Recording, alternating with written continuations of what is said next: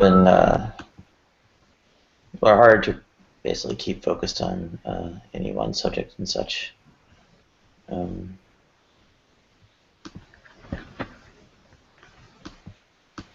What's the difference? What's the difference between a universe that has where metaphysical free will exists and where one doesn't? How do you tell them apart?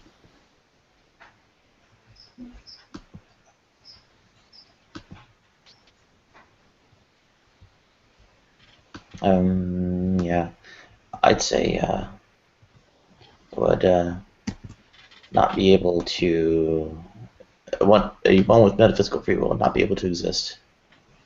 At least to the extent that Aristotelian classical logic accurately describes the universe or whatever.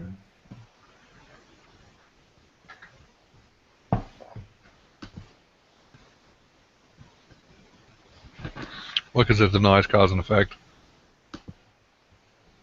Well, not just actually not really that, but rather because it posits that well, a sort of impossible self-containment, right? Yeah, an unwilled will would itself be involuntary, right? At which point regress, and you're done. So,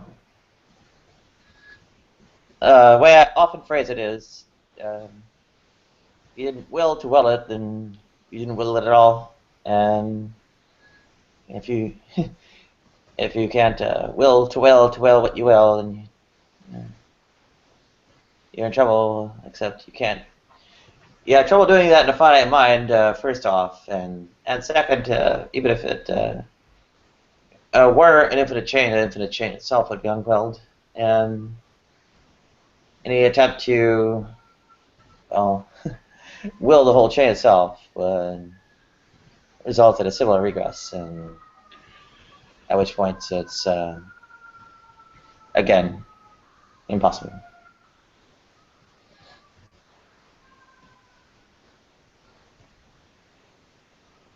Yeah, but the classical definition of metaphysical free will is simply nothing more than our actions are not constrained by our physical nature nor the environment around us. They're constrained by our soul. Well, no, Cliff, I think when you're talking about metaphysical free will, I think there's some nuances in that. So, for example, if you believe in the Vedantic philosophy of like everything all is one, then no one has individual will. So there's only one will, right? So like for example, you and I, we may be separate human beings or separate animals or whatever. The will that's inside you is the will inside of me in a metaphysical way. And so so when you ask the question whether there's free will, then you can say that there is free will because there's only one will. How could it not be free? The same way that I just posited, right? But I think that's a correct statement. I think you can. I don't think there's any error in that. I don't understand. Just make it one being. Well, if the will wasn't willed, then I'm not saying you have control over your will. I'm not saying. If the will itself wasn't freely willed, then the thing ultimately willed wasn't voluntary, right? Well, yeah, but so it's kind of being obnoxious. Okay, so then it falls to the regress. The fact that regress is merely an elaboration upon Schopenhauer's, right? You can will what you do, but you can't will what you will. Right? That's the same regress, right? I believe so, if I understand you correctly. Yes, this is Schopenhauer. And I don't understand the regression part. Altogether. Well, he says you will what you do, but you can't will what you will. No, you can do what you want, you can't will what you want, yeah. Well, no, he says it's will what you will. Right, if the will itself wasn't willed, then it was not freely so. And then, somebody's picking up static. Well, again, you will to will to will to will to will, you will, and such, right? Yeah. Assuming for a moment you could will what you will, right? Well, where that will after come from, right? It's showing you can't will what you will. I What's agree. wrong with infinite regress? Well, it's actually something specific wrong with the infinite regress. There's two parts to it. One is, at least within the constraint of materiality, it exceeds the limits of a finite mind, but even in the context of immateriality, which can be demonstrated false as well, you also have that the willing of the whole, making the whole infinite chain voluntary, would fall subject to the same form of regress, and then that falls. Right, but I don't see any issue with an infinite series of wills. Like, why would that be a problem? No, as I said, right. Like, supernaturally. Naturally, yes. Okay, maybe. No, I just said in the immaterial case, right? Yeah, so what's wrong with an immaterial infinite series of wills? I just explained it, right? The infinite chain itself would not be willed. That's why I don't see. It's an infinite series of wills going on forever, and each one of them is willed. So the whole thing is willed. Will to will to will to will, infinitely. So you can just say will then, right? You don't have to use the infinite. You can just say will. I don't understand that why you can't. Yeah, it doesn't just collapse on will. Sure, so it's will. It's freely willed. Everything is freely. The trouble, though, is that infinite chain is itself not willed. The whole of that infinite chain is not willed. That's what I don't get. Yeah. But it would be if every bit of it was willed. No. The thing as a whole is an object to be willed.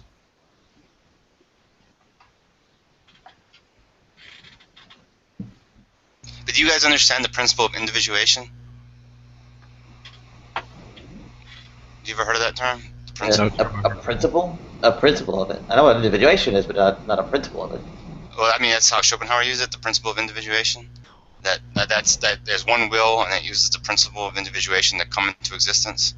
So it's like I said, existence is basically the objectification of the will, which occurs in everything, in innate, and then of course even when it comes to like physical forces, that would be will as well. You use these forces, and like in order to progress, it has to conquer other forces that was preceded before it. I don't know if y'all.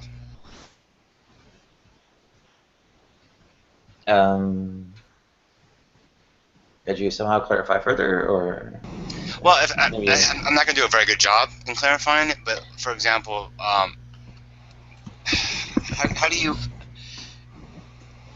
It seems like each progression of the objectification of each seems to have to outdo the other in order for it to be able to move along the chain of will. So, for example, like if gravity is like the smallest case of the objectification of the will. Actually, could I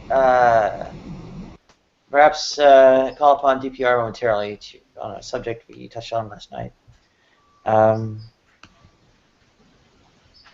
There is, I mentioned earlier that there are a number of very broadly written laws that are similar, and just an accumulation of a massive number of them, that in the United States at least, probably the UK too, that make it the case that well, people unwittingly commit 3 felonies a day, according to at least this book, website, and such, right? Sorry, I haven't been following the conversation with great clarity, because a lot of it I simply don't understand, and it goes over my head. But I think the one point, and the only point that I remember making last night was, and it's a point that I've made several times before, is that I quote A.C. Grayling when he is questioned about this, whether we have free will or not. I think he accepts fully that this could be a debate that goes on for centuries, if not millennium, and it probably has done. But given the short time that he had to be interviewed, it was his answer, and I think it's an absolutely wonderful answer, and it's the only answer that I can give when I'm asked about free will, is that we must behave as if we do have free will. And certainly in our social and in particularly our criminal justice system, we do act as if people, except in very extraordinary circumstances, that they do have free will and they are to be held responsible for their actions. If I've misunderstood what you asked me, I'm sorry, but I'm desperately trying to print off a document and it's causing me a lot of trouble. Is that where you were asking me? Well, no, this was a subject change to touch on something that came up after you left. This is a legal question, which has to do with, well, in effect, the accumulation of laws and a lot of also broadly written laws, and in that one often notices that, or some have observed that people unwittingly commit in the United States 3 felonies a day, right? Because there's like so many, so broadly written, etc. sorts of laws that things could be. All you have to do is watch someone closely enough, and you can find an excuse to put them away. No, that's Kafka's. The static is coming from you, Dionysus, by the way. Okay, can I was just going to say. Yeah. I know unmuting to signal that you're ready to talk and such is something there, but the trick is you start making huge amounts of static and drown people out. Go ahead. Oh, I was just going to say what you said is absolutely right about the laws being, there's so many laws, and that was what Kafka tried to address in the trial. There's a movie. Who did the movie, The Trial? Are you familiar with The Trial? Kafka. I have no idea who did the movie. I know the book. That was Orson Welles. Big motivation for me to try to learn German. Go ahead. Orson Welles. I did the movie The Trial, but basically the idea is that at any moment that you've broken a law, not even wanting to break the law, but you just had to break the law because there's so many laws, and basically that gives the state the authority just to abuse whoever they want to, so they can use. It's just it's like a loophole that they use, but that's basically the idea of the trial. But it has it's religious humor too. That's not quite the idea of the trial, but let's hope DPR can comment on this idea of Well, I'm not entirely sure I can do, but I'll do my best, because when I say I can't necessarily do that, because I still don't fully understand what you're saying. If you are arguing that there are so many laws that each one of us every day could get locked up, you may be right. We have some very antiquated laws, that more antiquated than you'll have in America, obviously, simply by virtue of the legal systems that have been developed over the years. Yours has had a much more limited sort of like time in which to progress. But we also have in this country the concept of whether any prosecution is in the public interest. I imagine that you have a similar thing over there, and for the organisation that determines whether a prosecution should go ahead or not is what we call the Crown Prosecution Service, and they basically have two tests. Firstly, are there any reasonable prospects of success? And secondly, is it in the public interest? So I excuse me, I think that in I think it's a law that isn't just sort of like county by county. I think it is a law. I don't ask me to name the statute, the act, the section, or whatever, but I think it's an offence to drop litter. If everyone that dropped litter was prosecuted, then the courts would be so overfilled with cases that it would simply be absolutely impossible for the court system to run. Also, people would argue, although I have to say, dropping litter is in my view equivalent to an act of violence and should be prosecuted. Not many people share my view. I hate dropping litter. It's just one of those things I hate. But what happens in relation to that sort of law is that police officers and community police officers, if they're minded to do so, can, I think, issue on the spot fines, which are either paid or they can appeal to the courts. And because the cost and time involved in appealing to a court against a fine for dropping litter, normally what would happen is they'll pay the fine for dropping litter. But I don't know whether that in any way excuse me, I don't know in any way whether that addresses or even touches upon what you're actually asking me, because as I say, I didn't fully understand it. But I thought you were asking, you know, if every single law was enforced, people would be locked up all the time, and we don't do it as a society. Because it's neither practical, cost-effective, well, or necessary. DPR, I was really bringing that up because that. Yeah, sorry. Oh, well, you can try. Go ahead.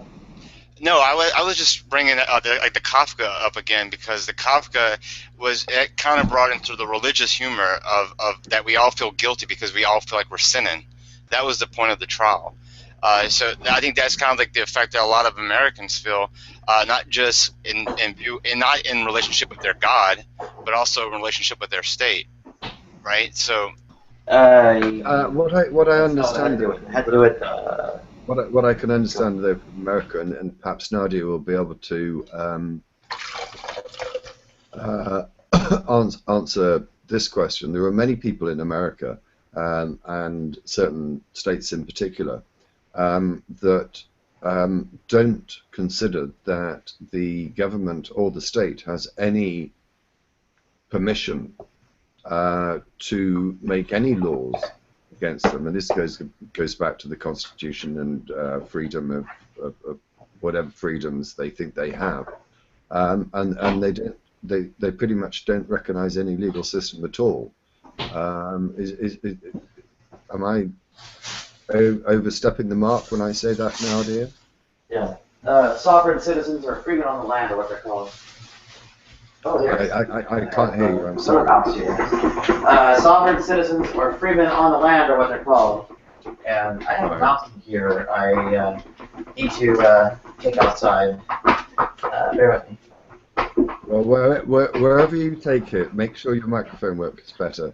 And that offer of buying you a new microphone still stands. But I don't think you need a new microphone. You just need to be closer to your computer. I don't know. But I'll get you a really nice microphone for Christmas if you need it. I just think you might just need a better internet connection. I don't know. Is it just me? And it sounds awful when I say these things, or I think I sound awful. But I almost all the time, I really struggle to hear what Nadia is saying. Am I the only person that suffers from that? No. So if we can get Nadia a better mic, do you think it's a microphone or do you think it's the internet connection? Neither. It's Bluetooth.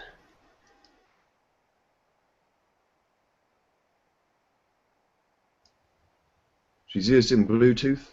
That's probably the problem then. Yeah, she's using Bluetooth and Linux, Ubuntu. For some reason, the sample rate for her audio is incredibly low, and we have yet to figure out how to increase it or how to make it better. She's got a new Bluetooth. She has a new Bluetooth radio, which would use different drivers, which might solve the problem. Wired headset worked really well, but it's a real problem for Nadia because she likes to move around and do stuff. And I got her one, but it got snagged and yanked on the pin on the end got. If it's under warranty, so I'm sure Nadia, if you just contact Vimoto, you could send them that mic cable assembly with the broken end, and they just send you a new one. I just think it's a great shame because she talks so much sense. She's got so much knowledge. She's got knowledge about all sorts of areas that I don't have, and I think it's just a real disappointment that it's not just me that can't fully hear what she's saying. It's the rest of the audience as well, and I just think it's a great shame. So do I. Anyway, there we go, Nadia. We've been talking about you behind your back. Oh, well, sounds like good things. So. Well, I can't hear what you said, so... No, I said it sounds like good... No, it wasn't. I did hear what you said.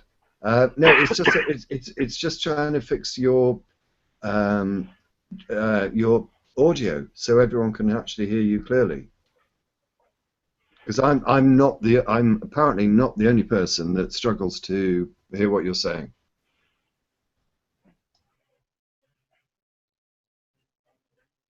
Oh, that looks like I am not clear for noise. Sorry. Well, I try. There's probably speech therapy or something that might help compensate for my old injuries, but still. Oh, I don't think it's any failing on your part with your voice, Nadia. It's technical to do with just the audio, the way it's encoded. That's all. Possibly. Yes, and that was the point I was making. And if it was taken in any other way, then please do not take it in any other way, because there are occasions when you can be heard with wonderful clarity.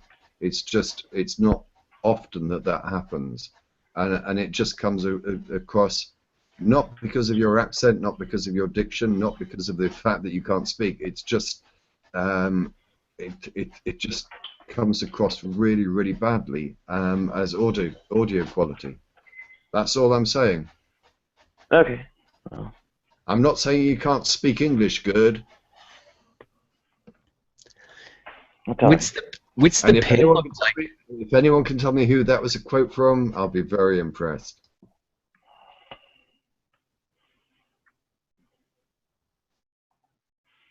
I couldn't tell you offhand. I'll give you a clue.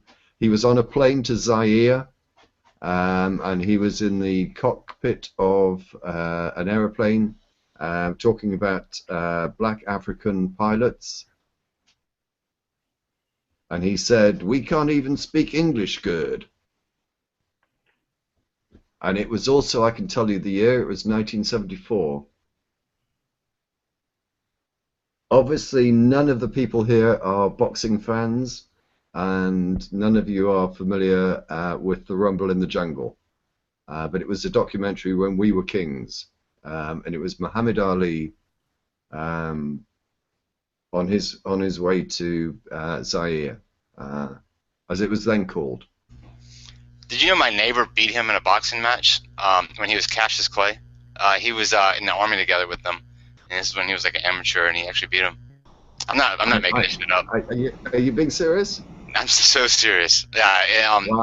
So my neighbor's probably like, he's probably about to die now. He's like 90 something. But yeah, when I was younger, he always told me the story when he was in the army with him. He was Cassius Clay, I think, or something like that. And he said they had one The round. one, the one trouble I have with that is I'm not saying that it's untrue, but I know that Clay was a objector to going to war. He was sentenced to prison for not being enrolled to go to Vietnam. He served or was sentenced to, although it was subsequently suspended and appealed, to 5 years imprisonment for refusing to enroll. So I'm not entirely sure that. Well, I swear that's what I was told by a guy that's Yeah. that's Well, very I'm not saying you're wrong. that's very well respected and trusted. I swear Yeah, no, that's true. I'm not saying you're wrong, but if and at the time of enrollment, he was by then much older than the age that you'd be talking about. But I don't remember Ali ever being in the army, but I could well be wrong, and I hope I am, because that's an absolutely wonderful story. Do you have to be in the army though? I Like know you're a in the army. man that Ali, sorry. Do you have to be in the army in order to? Their boxing matches were independently like in the army, or were they boxing outside of their domain? Oh, if he was a youngster, he could well have been enrolled in the army. I don't ever remember that being the case. But one thing, as I say, I do know is that he refused to take the call up to fight in Vietnam. So if he was in the army, it was at, I don't know, it must have been some tender age. But I don't remember him ever being in the army. Hey, look, we've got the power of the internet now, haven't we? We can look this up. Won't take us too long, will it? Let me just open a new window. Let's have a look. What should we search? Cassius Clay? Yeah, but I doubt they're going to have that individual fight, though. Oh no, they won't have the fight, but they will. They'll know. You're saying that this fight took place when he was in the army? Yeah. Or just no, he right. said he was in the army, if I remember correctly. He told me this story when I was like 8 years old. So it was when he was in the army. Not my neighbor now. My neighbor when I was younger. He said that when he was in the army, he beat him when he was Cassius Clay. Yeah, Cassius well, Clay. he certainly would have been Cassius Clay in those days, because he didn't change his name until after he'd become professional. Muhammad Ali, should we just have a look on Wikipedia?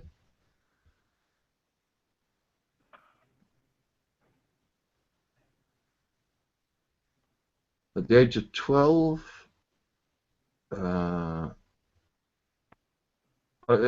began training at 12.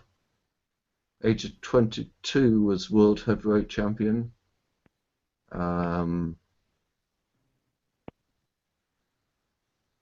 hang on. No. Here we go. 67, 3 years after winning the heavyweight title, he refused to be conscripted into the U.S. military. I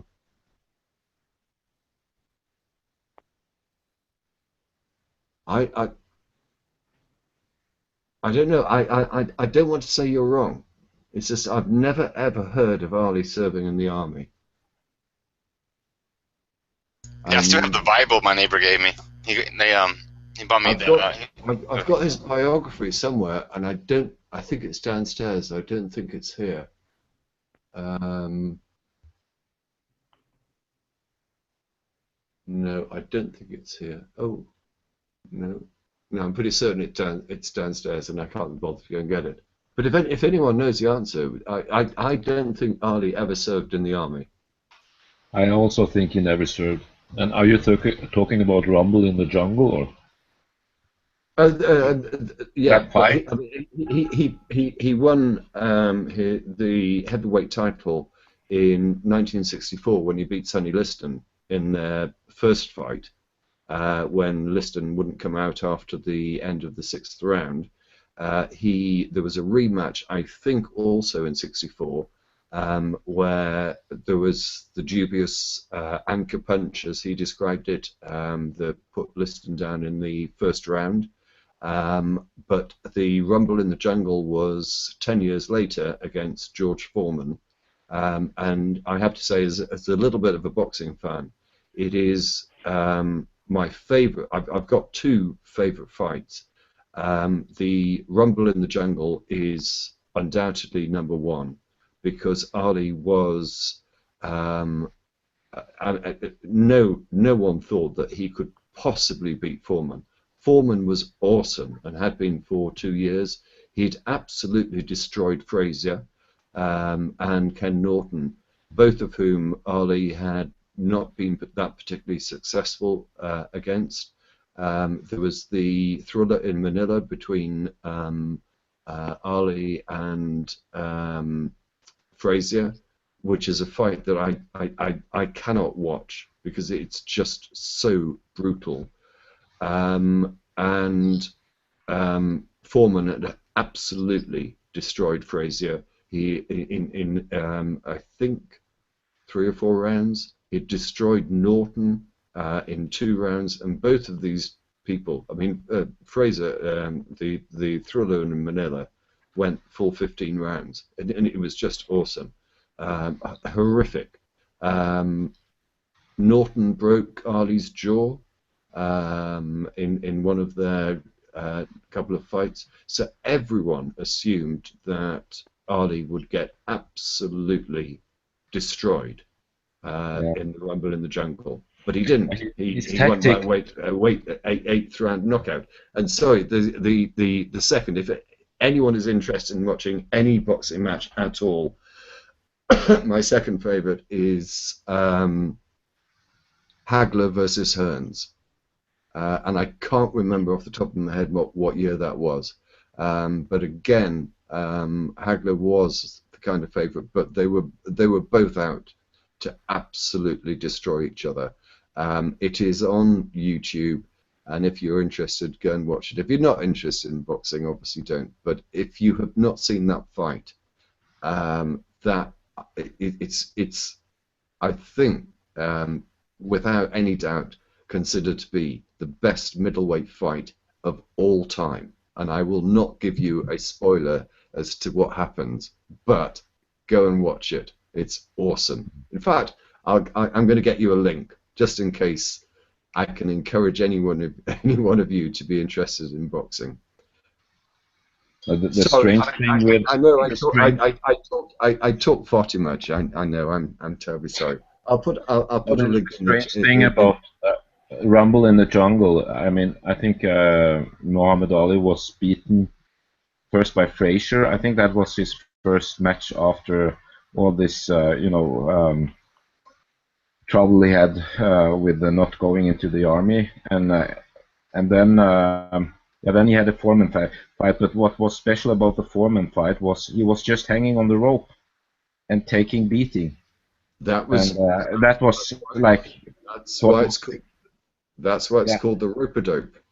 And I've gone through this fight, and this is one of the reasons that I don't really like. I've got a criticism with the film When We Were Kings, because it portrays him as taking an absolute beating throughout 7 rounds and coming out and knocking out Foreman in the 8th round. But I've gone through that fight with somebody whose boxing knowledge is far, far greater than mine, and we have scored, gone through it, the whole fight, not just the When We Were Kings clips, and we've gone through it, and I think that Ali only loses 1 round, and the idea that he was taking a whooping is just an absolute nonsense. He won, I think, every round, save for either, and I can't remember which it is, it's either round 3 or round 4, when I would actually give that round to Foreman. But on every other round.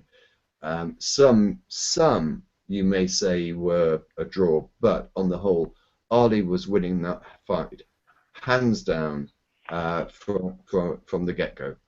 I'm sorry. wasn't it a I knockout? know that people don't like talking about boxing, or few people do. But hey, if you want to carry on, I've got no Well, I problem recall it whatsoever. also from interviews was that it was his tactic, and everyone was surprised because he was just hanging on the ropes. He was making points at the same time as Foreman. Everyone thought Ali would dance. They thought that was the only way that he would possibly win that fight, because Foreman was such a huge hitter. And as I say, he put down Frazier 6 times, literally knocked him off his feet 6 times when he beat him. As I say, 2 rounds to beat Norton. Everyone thought Ali was going to take a beating, and the only way that he would win was to be able to dance. And he told everyone before the fight, you know, how is this man going to catch me? I'm too quick for him. I'm going to dance. I'm going to dance. He'll never be able to lay a glove on me. And after the first round, he lay against the ropes, did the rope-a-dope, and basically Foreman punched himself out in. Yeah, I mean, it takes a lot of energy. 5 I mean, rounds. I think it was if you're worn out. hitting, if you get hit, and if you were to get hit by one of Foreman's punches, you would go down. And it was the skill of Ali to avoid the punches or to deflect them. He had super muscular strength in his upper body, and basically allowed Foreman to punch himself out. It is a classic. And when he was punched out, he landed a knockout. So yeah, and it was classic. If you watch it, it wasn't a lucky punch. It was a combination of 3 punches. I remember. And it absolutely nailed Foreman. Absolutely nailed. There was no way he was getting up after that. Sorry, I get very excited about my boxing, but I'll find you Hagler Hearns if you haven't seen it, and I'll put a link in the side chat. That's a great. I won't give a spoiler, save for the fact I will say that it was supposed to last 12 rounds, and you will not have to watch anything like 12 rounds. Okay. Well, that's a great interview with where Muhammad Ali, Frazier, and Foreman are together in a studio. It's pretty late, so Ali has this I don't know what you call it, this disease, but they are talking. That's a great interview. Parkinson's, but yes, and I think I remember. I think there were 4 of them, because I think Norton was there as well. So you had Norton, Frazier, Foreman, and Ali. And what I have to say is that I think that of all of them, Norton comes away as one of the most decent. He's a very humble person, but he certainly had a degree of bitterness because his career came to an end after he had a terrible car crash. But of all of them, Norton probably did. On the whole, he did a better job fighting Ali than anyone else did. I think they had 3 fights, and then he did a very good job. But anyway, I'm sorry, I'm monopolizing the conversation talking about boxing. Let me just get this link for you, and then I'll shut up. I will watch it.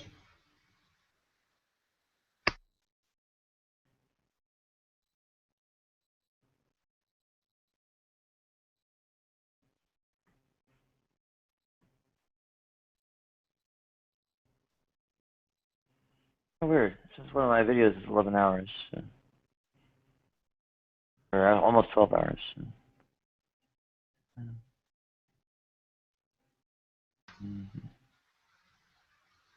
I'm sure you also remember Ali against Brugner. This wasn't he from UK?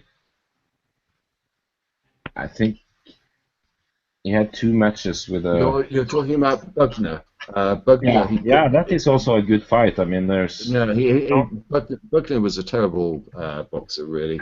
I Yeah, think he put him down in 4 rounds.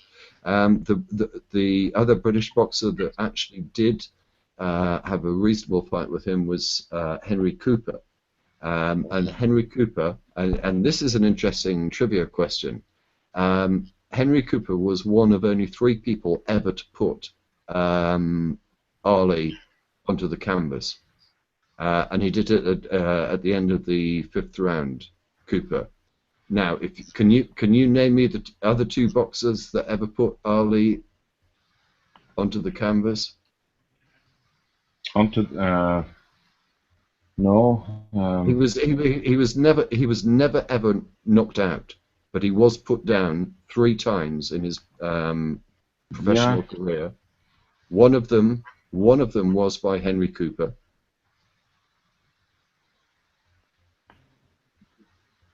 No, I cannot. Joe Frazier was another. Was it Frazier? Okay. Yeah. Frazier did it in the Thriller in Manila. 75 match. Once he went down. Yeah. Yeah. I think very shortly. Yeah. Yeah. But he didn't. He never stayed down for long. But there was one late on in his career that most people never remember. And I've got to get his name right because you're going to ask me. But anyway, whilst I'm doing this, let me just. I'm just getting up the YouTube link.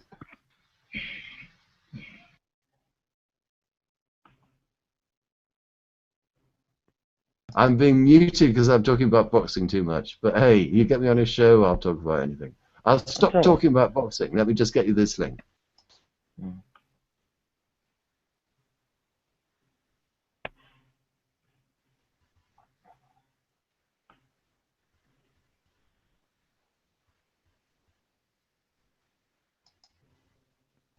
I'm just going to mute myself so I'll make sure I get, because you've got the full fight and you've just got the shorter version. Let me just get you the right one.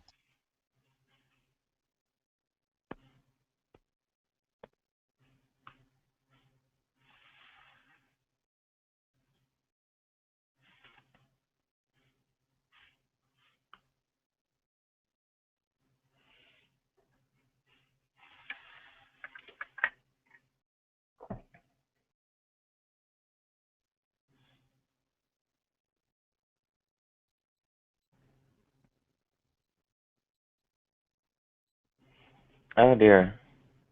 There you go. Save it for later if you're not interested in boxing. But you'll also find much fuller documentary about it. But thank you. I will have a watch. Of course. That's all you need to see.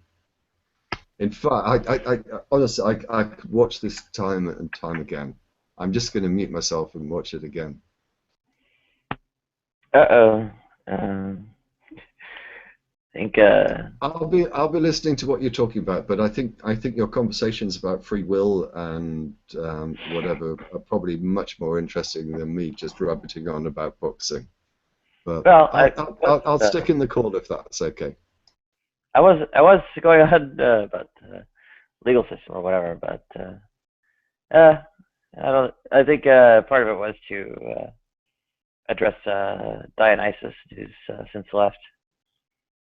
The general idea was that it actually related to racial disparities and such. In effect, because all you have to do is watch more closely to put people away and such that well, if you send more people in areas where certain ethnic groups are concentrated, that you'll find more reasons and be able to put more of those people in the ethnic group away. All right. And apparently this TV show has gone off the reservation here. What channel is this on again? I'm not sure what channel this woman's on.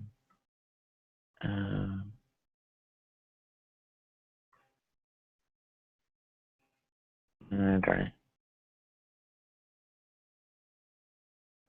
Yes. Okay. So, hey, it's bad in the UK. Like, do you see the US? I mean, they just have people just saying they can see the devil in our eyes. So. I'm terribly sorry, Nadia. If you were talking to me, I was watching the Hagler Hearns fight, so I wasn't listening to a word you said. I do apologise. Oh, I was showing a Pink News article about transphobia on the show Loose Women. Well, no, I'm so confused about what terms should be used, shouldn't be used, what terms are offensive, and whatever. I think I've got to take Rebecca's advice and go to what was it? Intersex, which I have to say I do think sounds terribly like intosex.org. So I'm sure it gets many more hits than it should do, but I don't know. If that's what you're referring to, I apologise if it was not. But No, it's different. Yeah. I don't know what is deemed to be politically correct to describe people and whatever. Does it really matter? Well, obviously Yeah. it does matter. Well, generally you wouldn't want to. I mean, the one word that I came up with some hours ago, which I think is something that would be incredibly offensive if I called you it, and that is queer. I think the word queer is deeply offensive, and goes back to what, the 60s, 70s, when people were talking about puffs and gays and queers and whatever. That to me is an offensive term. No, yeah, it doesn't bother me, but then again, I'm a bit bulletproof. I worry more about things that would be incitements to prejudicial action. So.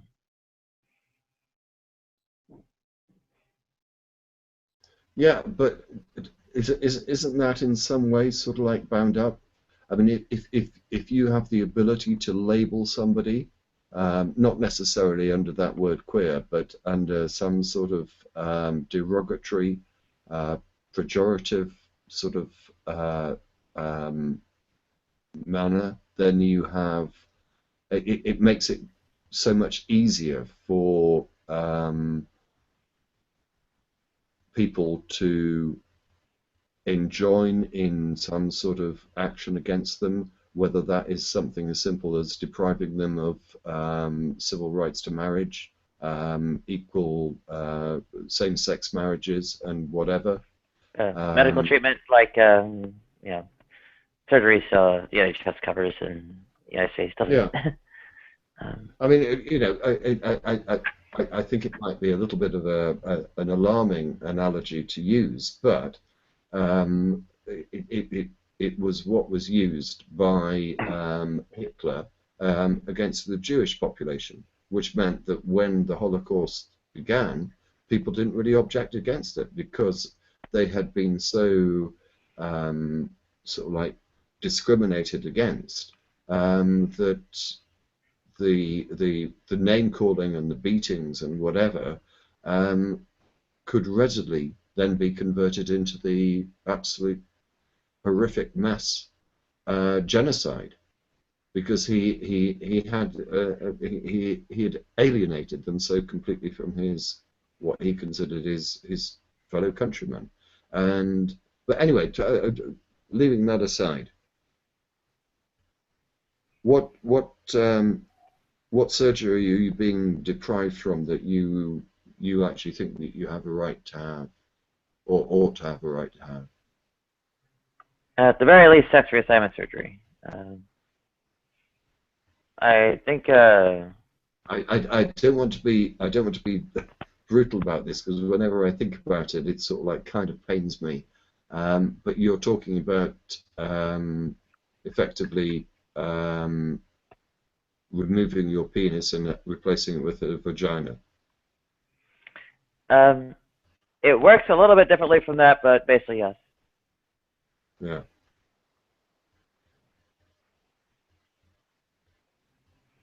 It might also help to fix my face and voice, which are pretty tough to deal with too. And I understand it. Yeah, sorry. What would you want changing with your face? There's masculine cartilage development, such around the eyebrows and the jaw and such. I wouldn't actually be one of the cases that needs it more intensively, so to speak, but or at least, hang on, I wouldn't be one of the cases that has the more severe forms of the actual physical effect on my face, but what effect that is physical on my bone structure in my face is relatively extreme on the psyche and such and so on. And another thing that I wouldn't say that was a priority for you at all, but you also mentioned your voice. It's a big priority, actually. And is that something that can be done by surgery? Partially, yes. I wasn't aware of that. I thought that Sure. a lot of the changes that can be made, including excuse me, voice, is something that could be done by drug treatment. Am I totally wrong about that? Oh no. The drugs or hormones or whatever don't do a thing for voice. It's all well, training and surgery. And the UK is actually a pioneer surgery. Cricothyroid approximation is a voice stabilization surgery technique they developed at Charing Cross. There you go. I've learned something new. Yeah, Jacob Bellringer is also, I think he's retired, was a tremendous advocate for, I guess, gender transition related affairs within the international medical community as well. And he was as head of the, I don't know exactly the title, but still. So, given the position you're in now, and I certainly don't want to embarrass you or make you feel awkward, but if you are prepared to say, given the position you are in now, to the position that you would ideally be in, what changes would you want? Voice obviously is one of them. Yeah, basically, there's the downstairs genitals also as well. Those three are the major ones. I'd say it might be some like hip development or whatever that could be done surgically. I don't know. I don't think that's that. Yeah, I just stick to the face, voice, and genitals. Yeah, and obviously resolving. I don't know how much you know about this, but I suspect that you know a great deal more than I do about it. One of the reasons that I would have huge problems with any sort of surgery down below, as you put it, which would be sort of like recreating a penis into a vagina, which I understand is a method of surgery that does work incredibly well, or can work incredibly well. The one thing I'm not sure about is whether the necessary nerves and sensory organs still permit an orgasm? Because a life without another orgasm in my life would be a life of misery. Yeah, some of it has. I can speak to that, and it does have a complicated answer.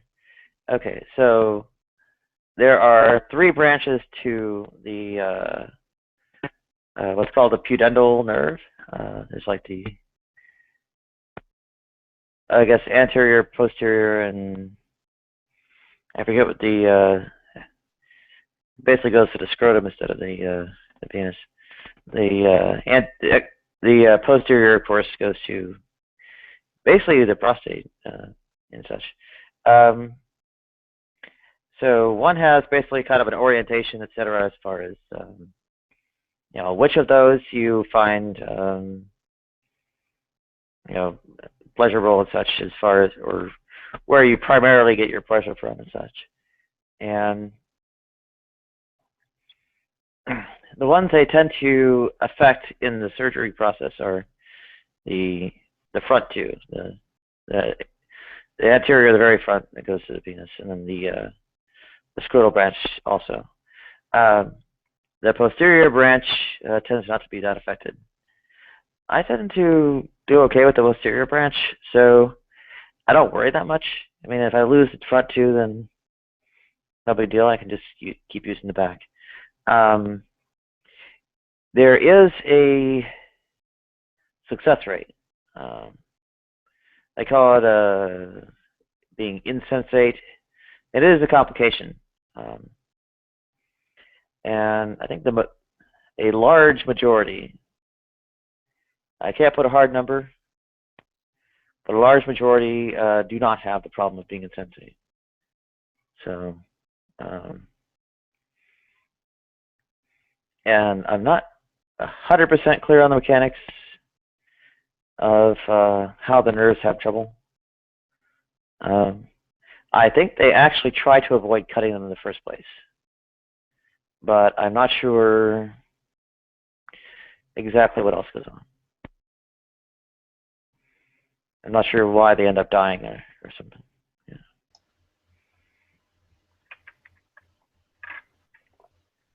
But I can't be 100% sure. Does anyone else want to comment? As I say, contrary to common belief, I don't actually really enjoy monopolizing the conversation, but I'm more than happy to if no one else has anything to say.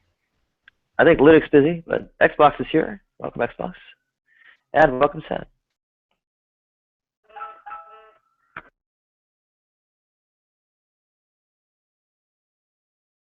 Unfortunately, they won't have had the opportunity, I'm guessing, I don't know, of hearing what we've just been discussing, and whether they had any comments to make on it.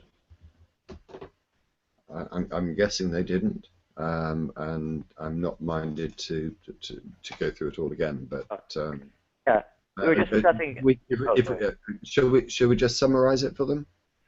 Oh, absolutely. Yeah, we were discussing the potential for complications in sex reassignment surgery, in particular, being insensate. Go ahead. Yeah, I was basically saying that if I was in Nadia's position and I wanted the surgery which would effectively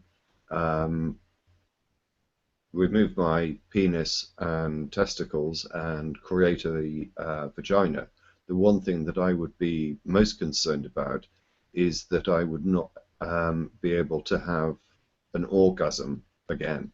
And a life without an orgasm would be something that would be deeply troubling to me. So even if I was in Nadia's position, I think well, effectively what I was asking her was whether that would be an issue or a problem for her. And yeah, which do you value more in that situation, though? Your what you feel your appearance is and who you are, or over that sensation? Well, apparently Nadia was telling me, and again, very, very helpfully and giving me information that I didn't know, that the chances of not being able to have an orgasm again after such surgery are fairly minimal. Mm-hmm. Is that a fair representation, Nadia? It's not. They're fairly minimal. I think insensate as a complication is, I'm going to hand wave something like 10%. So, Yeah, they've come a long, long way. yeah, it's improved drastically since the 1980s. Mm-hmm. I think the breakthrough happened in just before 1990, and I don't know what the breakthrough was. I mean, the surgical techniques are only so well disclosed or whatever. I also went over like the 3 branches of the pudendal nerve and how which ones you're reliant upon or oriented toward make a difference, because it's the, I guess, anterior and scrotal that are most affected by the surgery, and the posterior branch is largely not touched. So if you basically can deal with anal sex, or otherwise are able to enjoy anal sex, and pretty much you can, I don't know, deal without the front 2 branches, right? So. Right. Yeah, this surgery's always, since the mid-'80s, it has always fascinated me. And then the leaps and bounds they make, and then all the things that surround it, like the psychological stuff you have to go through for a year or two, and all the stuff surrounding it. It's always been fascinating how every time they make a leap. Yeah, I'm pretty much like starting at 0 in the process when I actually really get into it, because I mean, my track record with the psychologists, psychiatrists, whatever that have oh, and welcome, Sean, is not established. What wasn't established? I missed what you said. I don't have a track record laid down with like basically the psychological, psychiatric, and last but not least, the insurance company involved. They're actually tremendously more restrictive than the actual medical standards. They will deny people on things the medical standards are not. So I may very well get denied just because I have type 1. Hang on to your YouTube videos. That may hang on to what? Hang on to your YouTube videos. That may actually help you get around having to actually get the check mark the same way on the psychological sides of it. Well, strictly speaking, if you have cash in hand, the getting the surgical teams to the documentation required by the surgical teams is not that difficult to get, but the cash in hand is obviously. Oh, yeah. I mean, They'll do whatever. Show up with like 20, 30 grand. I mean, come on. What do you think, a lot of plastic surgeries that same way. Is that? What do I think about surgery? Oh, sure. The gender reassignment stuff. Gender reassignment. So is that just a technical term for having what we call a sex change? Yeah. It's kind of not a very good way to describe it. So. Yeah, because I don't even know what it is. That's why I was asking. Let me tell you in its most blunt terms, sexual reassignment surgery for a man into a woman basically means that they remove your penis, testicles, and create a vagina. Well, with them, yeah, they reassign what their use is. They don't just lop it off. I was putting it in its most brutal and Sure, blunt sure. form, but effectively that's the operation.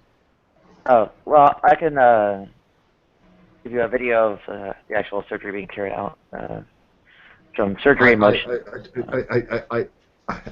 I'd be kind of interested in watching it, but I'm not sure. Well, I won't say I won't watch it, but it would be incredibly squeamish for me because the idea It's of fascinating, man. Watch it. my manhood being chopped off or not chopped off, but being sort of like replaced. Turned inside Well, out. you wouldn't be a candidate, though. So. Oh, it just. Oh. You wouldn't be a candidate for this. So. I wouldn't what? You would not be a candidate for this. So. Oh no. He's talking about like sympathy pains watching it. Yeah, it's sympathy pains as opposed to if someone really wants it and it is going to make them feel much happier, psychologically happier, and more positive about themselves. I have absolutely no problem with the surgery taking place itself.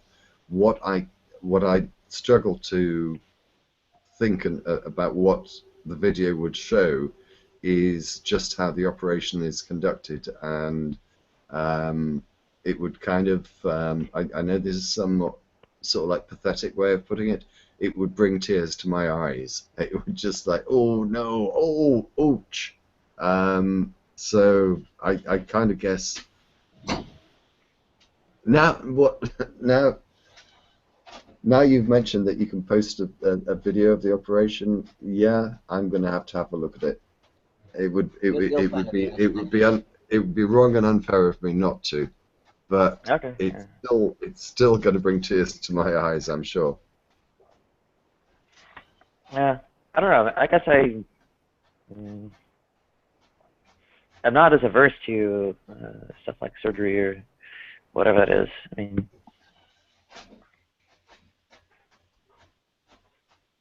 I don't know. I probably still could have been a doctor given my hands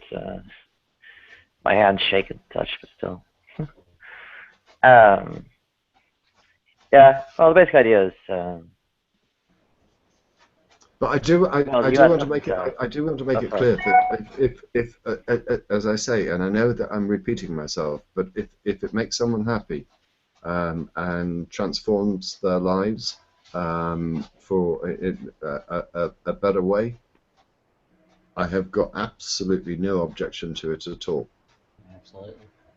Well, yeah, stops. I would call it substantial. Well, sorrow or. Is it possible? I presume it's going to be slightly more difficult to do a sort of like kind of reverse operation where you sort of do similar surgery to make a woman into a man. That's well, yeah, there's metodioplasty and metodioplasty, phalloplasty that are floating around somewhere, and I know much less about them. But I briefly point out that in the United Kingdom actually has a universal healthcare system that has like totally free, so to speak, coverage, or well, not totally free, but at least like a flat rate coverage, right? There's like a cap on how much you have to pay, period. The United States is very different. Only a percentage is covered, and there's like a multi-tier system, which I think is like over $750 a month, and for the highest percentage covered by insurance, and then even after that much covered by insurance, there's still many thousands. There's this guy that wants. Not covered. Sorry, go ahead. No, that was me. My problem. I'll mute. No worries. Well,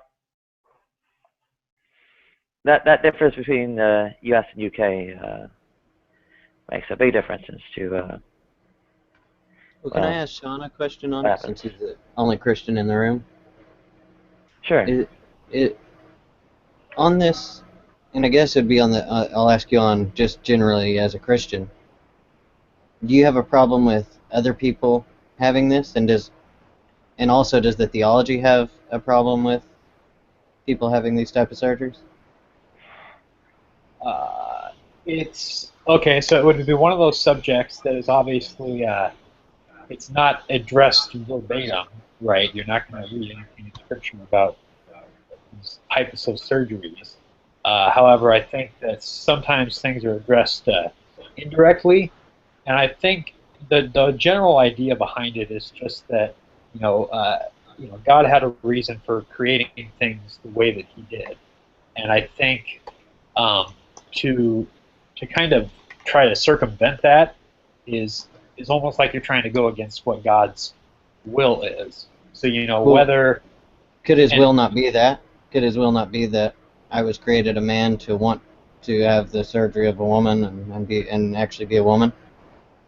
Yeah, I'm not trying to make deliberate conflict with you, but would you not accept that there are people who are born with, for example, male bodies who identify themselves as females, and also females that identify themselves with males? Now, if your God is all perfect and all loving, why did He create these people? And also, I don't know what your views are about homosexuality, but I think you would be in a very difficult position if you argued that God's intention was not to create around, and this may be a little bit high, but around 10% of people who are, if not entirely homosexual, at least bisexual. Now, if this is your God's master plan, then I think you've got some explaining to do about the nature of your God. If this is not your master plan, how did this happen? And eating an apple in the Garden of Eden is not going to persuade me. And if it is an honourable, a moral, and a rightful thing to do, to try and allow someone to have the body that they feel that they most fit, so to speak, that is a moral thing and an honourable thing, and a thing that is determined by empathy and compassion. so if those questions, unless those questions are rhetorical, I'll probably have to. You might have to remind me of them again. I was going to address Xbox questions since he asked them first. In regards to what you said, Xbox. They're certainly not rhetorical. But if you want to answer Xbox first, I'll certainly come back, if I may. And as I say, I'm not trying to have an argument with you. I'm not trying to say your God is evil and horrible and whatever. I'm just very curious about what your position is. Okay? Yeah, I wanted to state that too. That I'm not trying to pick on you, Sean. You just happen to be the Christian in here, and I want to know the views. I'm not too filled in on the view and where it comes from and all that. Yeah, well, okay. So to address your question earlier, as far as like, what if it was God's will for a person? I think you were saying basically a person to be born one thing but then want to change into another. That to me would just be kind of like like an unnecessary step. I mean, if it was God's no, that's I'm sorry to interrupt you, but let's be clear, because there's no point in me allowing you to answer for 5 minutes or however long. I'm sure you wouldn't take that long, and then for me to come back to you and say that's not actually the question that I asked. The question that I asked was, for example, just so you know, I was answering Xbox's question. I wasn't addressing. I thought you'd moved on to mine. I do apologise. Yeah, no. Did that? I'll mute myself until you tell me I can do otherwise. Okay? Did that kind of answer your question, Xbox? Kind of, but I think you're answering it in the way that this would be a conscious desire that I've chosen for like I've chosen that I want to change into this something else, rather than I was born feeling that I'm something else and guided to that. Yeah, it just seems to me like an unnecessary step. If God had willed it to be one way, I don't understand why He would have created it the opposite. I'm not sure. Yeah. That's what I'm not sure is how could God have an unnecessary step? Maybe you would see it as an unnecessary step, but if this was part of God's plan, it would definitely be a necessary step.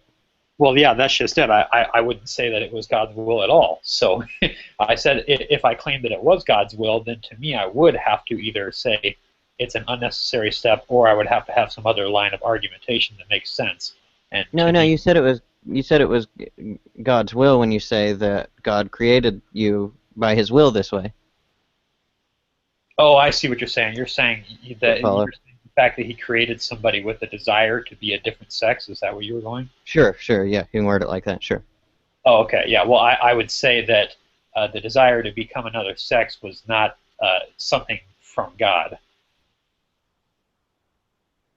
I don't want to get into that side of the argument. Address on DPRs. I'm sure we could keep going on that, but maybe we can come back around to that. Sure. What's up, DPR? Give me one question. Okay, sure. Do you accept that people are naturally born? Let me see how I can express it most succinctly. People are born male, but they believe that they're female and identify themselves as female. People are born female, but identify themselves as male. And people are born homosexuals or bisexuals. Do you accept that that is a natural phenomenon? I would. The short answer I would be inclined to say is no, and to go beyond that, I would say that I don't believe that anyone is born in that state. I believe that a person can become that way immediately after they're born, but as far as born that way, I would say no. Okay, I think this may be an interesting issue between us, and what I would like to ask you first is what you mean by they're not born that way, but immediately after they are born, they may become that way, because that doesn't make any sense to me. Could you explain that to me? Sure. I have a slightly different view than a lot of other Christians on this topic. You probably heard of the topic before, I don't even know what you would call it, but it's this phrase called original sin. And basically people teach that that when children are born, they're born sinners, right? They're born with a sin stain on them as soon as they come out the womb. I don't believe that, and I don't think that's biblical. I think that when God creates people, they are without sin until the moment that they decide to sin themselves. And when you read in Scripture, it basically talks about how Satan is trying to tempt people from the moment they come out the womb, right? So the moment a child can come out, and the moment that the child can begin to conceive the idea of right and wrong, and choose to go against that, which could differ, from child to child, person to person.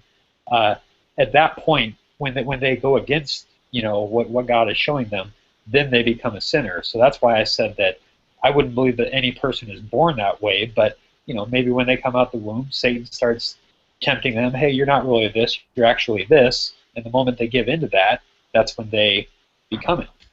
Okay. There's a few things that I'd like to respond to in relation to your comments, if I may. Firstly, I think it goes without saying that you accept that I don't accept the doctrine of original sin, nor that your God or the Satan of which you speak about exists. Okay, that's the first point. The second point I'd like to raise is something that is perhaps more empirically provable, and that is that there have been many research studies done, all that correlate in their findings, and they are, for example, that the greater the number of male children that a woman has, the greater the percentage that the younger of those children is going to be a homosexual. Now, this is empirical evidence which has been recorded not just in one peer-reviewed paper, but many. And I just wonder why it is. Well, firstly, I suppose I ought to ask you whether you actually dispute that information, because if you do, I will get the papers up and refer you to them. Secondly, I wonder why it is that your God would have created such a position, which is, as I say, true. And thirdly, whether you think that it is perhaps more naturally explained by evolutionary processes, because all of the papers that I am referring to suggest that the sexuality of the child is determined prenatal. How would you respond to those observations? Okay, well, you gave me 3 questions, so I'm going to need you. I don't have that good of a memory. You're going to have to, give me one. I have no problem whatsoever in repeating all of them, but you do your best. If you want me to repeat them, I will. Just give me one. I'll respond, then you can give me the second one. All right. The first one was, do you accept that there are people born with genitalia, let's say they're male genitalia, but they do not identify themselves as male? And likewise, people who are born with female genitalia who do not identify themselves as female, and that there are at least 10% of people who are born homosexual and or bisexual. Do you accept those? Do you accept those basic facts? I would say yeah. I mean, I'm not sure about the statistics, if they're accurate or whatnot, but I'll grant you the benefit of the doubt on that. Sure. Okay. And do you accept that those are facts based not upon original sin, a god, or a Satan? Well, no. Okay. So there's our first issue. Yeah? Now, what evidence do you have? What evidence do you have of the existence of your God? The idea, and given the fact that you've suggested original sin, although you say that you don't really believe in original sin and no one was born in original sin, but then Satan comes over, can you just give me any evidence whatsoever that your assertion is correct? I could give you something. It's not going to convince you, so I don't really know if there would be a point in doing it. Well, in that case, don't. Just accept that you have no evidence to satisfy me. And by the way, please don't presume that I am not open to persuasion. I'm the open-minded person you'll probably ever find in a Google Hangout. So if you were able to provide me with evidence, I would consider it. But if you're just simply saying there's nothing that I can say that is going to persuade you, then fine. We'll just move on to the next topic, okay? Which would be my question number 2. Now, do you want to try and persuade me, or should we just move on to question 2? I don't see a point in trying to persuade. Okay, that's fine. So my question number 2, I think, was this. Various studies have been done, and I can, if needs be, supply you with papers that will show that what I'm saying is true. And what I'm saying is that, for example, the greater number of male offspring that a woman has, the greater the chances of the younger of the offspring, if they're male, being homosexual. And the percentage of chance increases by up to, if not more than, 15%. And this is not just one paper. There are many papers that support this. They are peer-reviewed papers. Do you accept? I'm terribly sorry. I'm going to add question 2 to 3 because the papers suggest that this propensity occurs by virtue of some hormonal interaction between the mother and the child prenatal, not postnatal. So you can't, for example, suggest that, as you did, that all children are born equal and it's only when Satan takes over. No, all of these studies show that the sexuality was determined prenatal. So my question to you is, do you accept that? If you don't accept it, why not? And I will show you the papers that support it. If you do accept it, then you do not accept that it completely defeats your argument that we are all born without sin, but the devil gets hold of us at some stage. All right, I'll do my best to remember all that. If you have any difficulty in remembering what I've said, I will kindly repeat it, section by section. Right. So I think, well, the one thing that I was thinking about at first is you were talking about family with having a lot of brothers, and that increased a yes. chance of one of them. It increases the propensity of the younger children being homosexual, and this happens. Right. This happens prenatal. Do you understand that expression? Do you not? Yeah. That is to say, whilst in the womb, not after birth. Right. Yes? So the first thing that I was thinking of with that is I just thought, okay, well, it's interesting because obviously it doesn't happen all the time. It only happens sometimes, and so the obvious question that kind of pops into my head is, okay, well, why is that? And then the other thing, as far as determining, you're basically determining a person's sexuality before they're born, and I don't really understand how that could even be determined. Right. In that case, we have to go back to the very first question, which I didn't think that you disagreed with. But if you are going to maintain that position, let's go back to the first question, which is, do you believe that there is a certain percentage, and if needs be, we can argue about that percentage, who are firstly born with male genitalia but identify themselves as women, secondly, that there are people born with female genitalia that identify themselves as being a man, thirdly, that there is a significant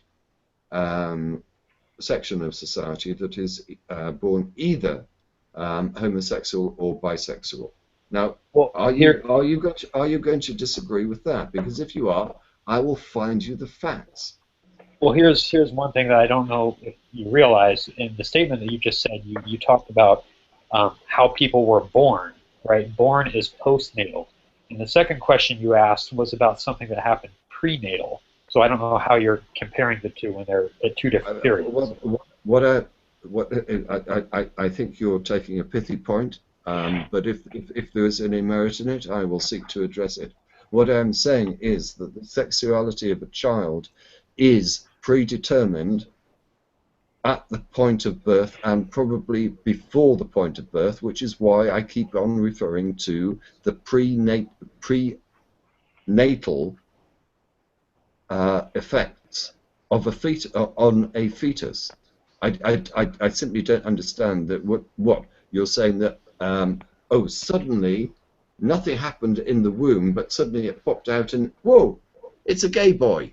Oh, it's a bisexual girl. Are you being serious? Are you simply deliberately trying to not understand my point? No, in fact, I guess just what I'm curious about is that, you know, you're making a claim about a person's sexuality prior to their being born, and Yes. I'm open and I'm waiting for the evidence of how that is determined, because so far I haven't heard any. Okay, that's fair enough point. Nadia wants to comment. I don't worry, I'm not avoiding your question, but Nadia wants to comment. I also want to pop to the bathroom, so that will give us both an opportunity. Is that fair enough? It's good with me. Thank you. I can speak to, well, basically the parts of the brain involved, at least with gender identity, which I've paid a bit more attention to than sexuality. And there are, was it the right forceps minor, the superior longitudinal fasciculus, the bed nuclei striaturinalis, and the region of the hypothalamus called INAH3. So, and there's several more. So these things appear to be independent of any kind of hormonal intervention, and also are understood to be well, not things that vary over the course of a lifetime, apart from usual kinds of proportional growth during, you know, basically childhood affairs. The structures involved are basically in terms of neuron counts. And anyway, yeah, it's prenatal. So are you pretty much see like a? Sorry, go ahead. Oh, I was just going to ask. So, is this more something that is just kind of like, what's the best way I can say it? You know, it's kind of there's a good chance of it happening, or is this something that like can be, you know, demonstrably proven? If my question makes sense. Yeah, these are the distinguishing factors of the brain. You know, remarked upon amongst trans women in particular. The bed nuclei striaturinalis, I think, were among the first of them to be discovered, and that literally by the cadaver dissection. They basically seem to be, you know, feminine in their structure and all that. There's also, what is it? The MRIs have since been able to determine quite some number of additional ones, and those, like the superior longitudinal fasciculus and right forceps minor, have also been isolated. Go ahead. Oh yeah, I just had a question. So, for example, if I Happy Turkey Day, y'all. Same to you. Let's say that I have a, you know, like I'm married or something, right? I get my wife pregnant and I take her to the doctor. Is there some way that I can ask, like, hey, doctor, I'm curious, can you tell me what the, you know, what the sexuality of my child is going to be? What I understand sexuality is that the way the scans go about nowadays are like in response to stimulus. Like they'll like show people pictures and then check the fMRI of the brain there. that would not be available in utero, Right. and obviously not in. I think there are other things that are not typically in use for determining this. That could be, I mean, regular MRIs instead of fMRIs. I think could detect the difference in the structure of neuron count in the what is it, hypothalamic regions, like it's another one of the INAHs. I forget which one. Actually, I just got to say that. Sorry, go ahead. Oh, I was just going to say, I guess this would probably be something better for me to actually, I might actually visit a hospital around me and, go to the people that. I suspect it's not an established procedure. I know it's not an established procedure. I think the gender identity, on the other hand, someone like me who's trans, whatever, that I'm pretty sure ordinary MRI could pick up in utero. So, go ahead. Oh, well, I was going to say something quite contrary to what Nadia just said, but her experience, her knowledge about these things is something that is, as I've always said, much greater than mine. I would have thought that it is unlikely that any form of scan is going to be able to determine with a high degree of prediction what the sexuality of any particular child is going to be. It may, and I'm not even quite satisfied that I would go this far, but it may give an indication.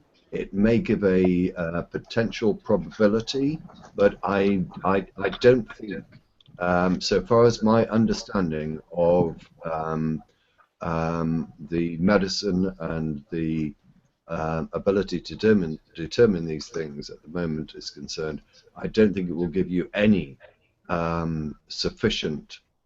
Yeah, I put on the side a while up a little bit.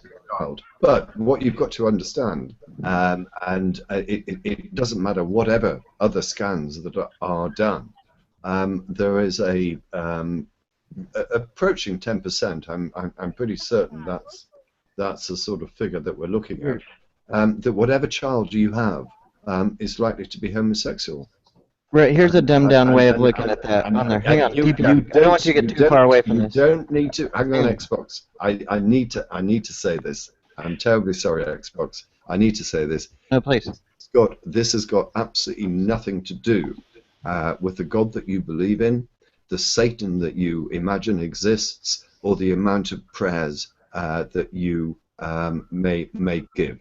What I would suggest to you is, if you are in a situation where you are going to, or sometime in the future, going to have a child, it may sound somewhat patronizing. Love that child for whatever it is, whether it's gay, bisexual, homosexual, it doesn't matter. It's a beautiful human being. It's your child, and love it with all your heart. Absolutely. I agree. And here, let me add onto it too. I completely agree with what DPR was saying there in the end, and I would hope anybody listening would take up that same thing and stay away from the mental abuse and the things even that make them feel like there's something completely wrong with them.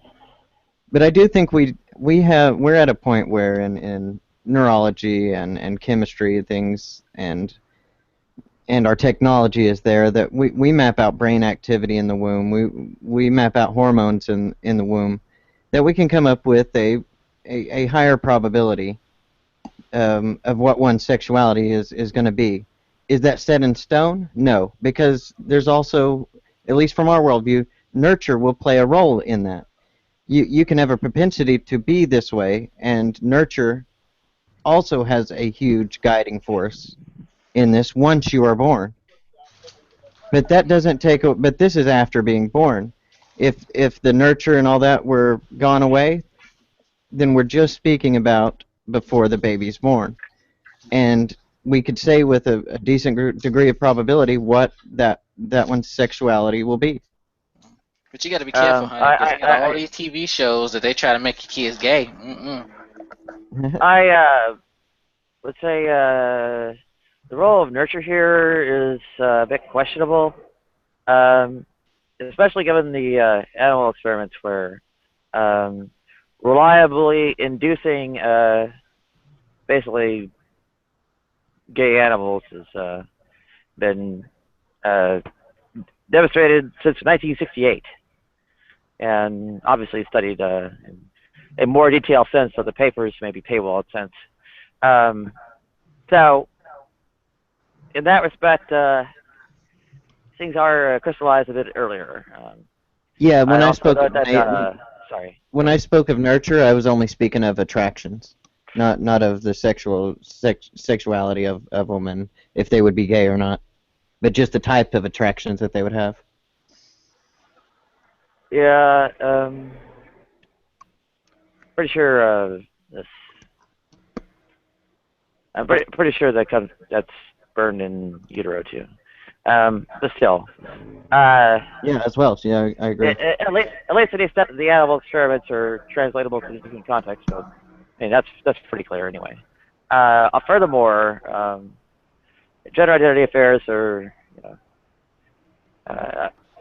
it's understood that through the development through early childhood, which parts of the brain vary and such, and they actually knock out the ones that vary with that, as well as the hormone treatments and so on. So again, the ones that have been isolated are all prenatal as well. So and obviously, as the BBC article I screen shared earlier, there's even a genetic link in the case of trans. Go ahead. Yeah, this question isn't too far off of what you're saying. Like if with the hormone treatments, I'm straight. I do find guys handsome in more than a way than a completely straight guy finds beauty just in the looks. Like there's some guys that are attractive, but I'm not attracted to sexually to them, right? Like I don't want to touch their junk, stuff like that. But giving hormone treatment, would that or could that possibly change? It's been tried. It's been tried. Very briefly, what Xbox has just said, because this seems to be something that really sort of like gets people sort of like going and whatever. I don't care. Look, I can say without any degree of homosexual attraction that I think that Paul Newman was probably one of the most attractive men that has ever lived in his day. Robert Redford was not far behind. I think Sean Connery is an incredibly handsome man. I think George Clooney is absolutely extraordinarily stunning, as is Brad Pitt. Now, I can say all of these things without any homosexual affiliation to it at all. In the same way as Xbox says, he doesn't want to touch their whatever. Yeah, I can't remember. Yeah, but I take it a little further though, because I wouldn't mind actually having a loving relationship with another guy. I could see that, but but to the sexual part, I don't. Speak to this. Yeah, please, Nadi. It has literally been tried. Upping the hormones in humans. Right. It was, I guess, literally in the United States up until 1979, and other nations, other years. Well, in certain psychiatric contexts, things like castration and attempts to also carry out chemical castration and hormonal manipulation. Were done against people's wills, and changes in sexuality were not seen. In neither direction. Will not be? Is that what you said? Castrated and subjected to estrogens. Heterosexual males castrated and subjected to estrogens were not seen to become homosexual, and homosexual men castrated and subjected to estrogens were not seen to become heterosexual either. Yeah. In fact, See, I think a famous occasion of such a homosexual male subjected to estrogens as, well, I guess chemical castration process was Alan Turing. Mm. Yes, it was drug used was diethylstilbestrol, which was a synthetic estrogen, and it's suspected by some that the kind of feminization that might have induced might have been a factor in his suicide. Go ahead. Oh yeah. Then this one might be. This is the last one I'll ask about it, and I'll let some other people ask some stuff. There might be a huge ethical question here, but have tests been taken out on this while a baby was in the womb, being flooded with more of one hormone than the other, or being deprived of one hormone over the other, and seeing what turns out? You're talking about humans or animals? Yeah, with humans or with animals. If no humans, with animals. Animals, yes. Animals. That's been actually explicitly in order to study sexuality and such. Again, the animal experimentation in 1968 that reliably created gay rats, basically. That was precisely that kind of flooding with hormones at a particular critical time. They basically tried castrating and subjecting to estrogen at various points after birth. Decided, oh, that wasn't early enough, so they went before birth too. Right. And then they kept going earlier and earlier into pregnancy until they finally got gay rats. So they got to do it at a specific developmental stage for this to happen. In any time after, and it just might feminize them, but it won't ever cross that bridge. I gotcha. Yeah. And what is it? Sorry, go ahead. Oh, actually, I just had a question for DPR, but go ahead and finish your thought, Nadia. I think some of the animal experimentation along these lines was actually 1947 with Jost, who I guess was just trying to get a formation of the whole body sort of opposite of the chromosomes, and the publication of the successful experiments on that were 1947. So, I mean, if you have some links, been going on for a very long time. If you have some links for those, can you throw them out? I was in an argument with Evolution False yesterday, and over the choice, do you choose to be gay? And he's back with that we have no empirical evidence that it's not a choice, and attractions are choices in his view, and my argument was that they're not choices, just like beliefs aren't choices, and I didn't have anything to refer to off the top of my head, but I'd like to read through it to see if what I was saying was founded. Yeah, I can drop a few links once I get back upstairs. Yeah, no rush. Well, honey, Skype it or anytime. Did this evolution man, did he put forth any type of research and anything to kind of back that argument? No, of course not. So are you asking me? Oh, well, anyways, I'm asking you. Let me just put this out there. It's a DPR. Like every day I see the sun rise and I see it go down. Now, if I were to say tomorrow the sun is going to rise and set, would you say that I am presuming that? What I would say is that you're using your inductive reasoning, and a lot of people criticize inductive reasoning.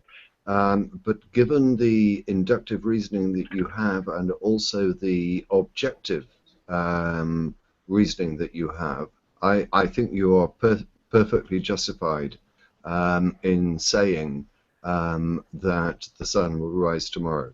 Now, the only reason that works, as I say, is because of inductive reasoning. Or the scientific method. I'd put it more strongly than that.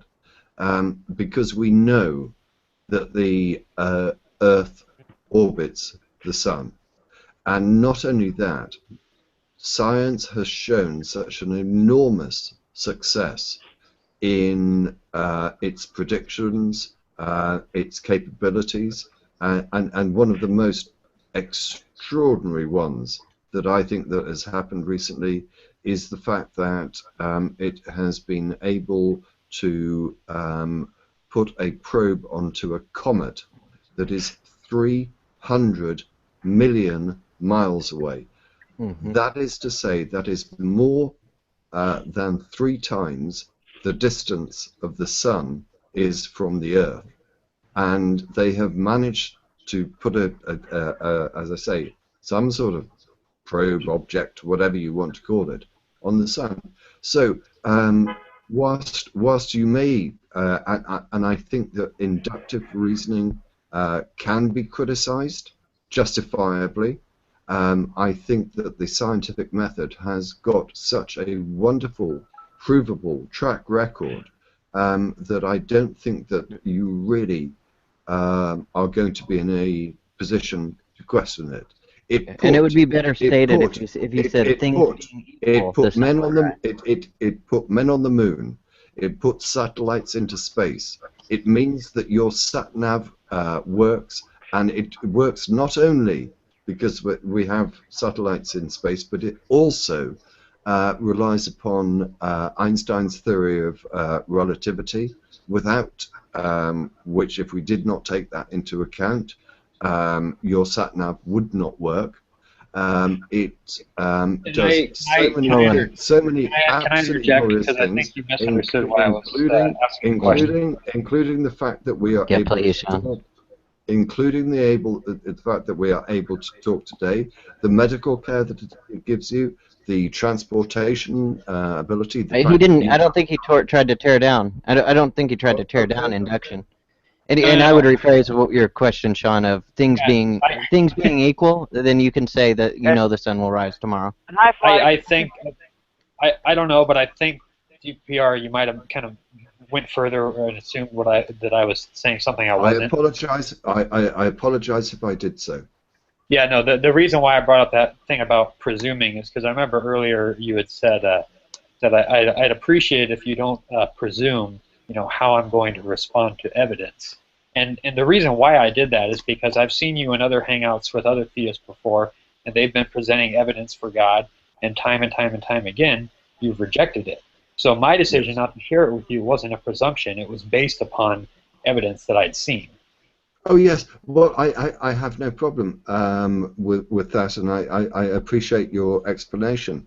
But if you, for example, thought that any of the arguments that I held against the positions that previous theists had advanced, then I'm sure that I'm quite sure that you would have put forward those arguments. What I suspect, and if I am being a little bit too arrogant here, what I suspect is that you know damn well that the arguments for your God are baseless, and you know damn well that I will defeat them, and that is why you are avoiding the question. Now, if I am wrong, and you've got some arguments that either have been presented to me before that you do not think that I have responded to appropriately, or that you've got new arguments for the existence of your God that I haven't heard and you think are going to be a defeater for me, fine, bring those on. But what I will say to you is this, and as I say to every single theist that comes onto this show, or any show that I'm involved in, God creating is simply something that we know through history is something that every single civilization has ever done.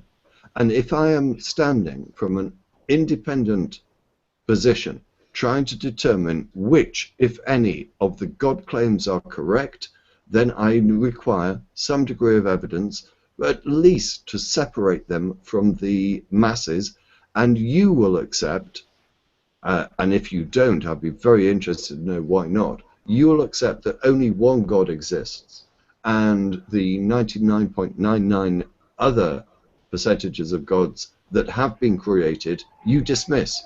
Now, you tell me why it is that you dismiss those, and why it is that you have evidence to believe yours.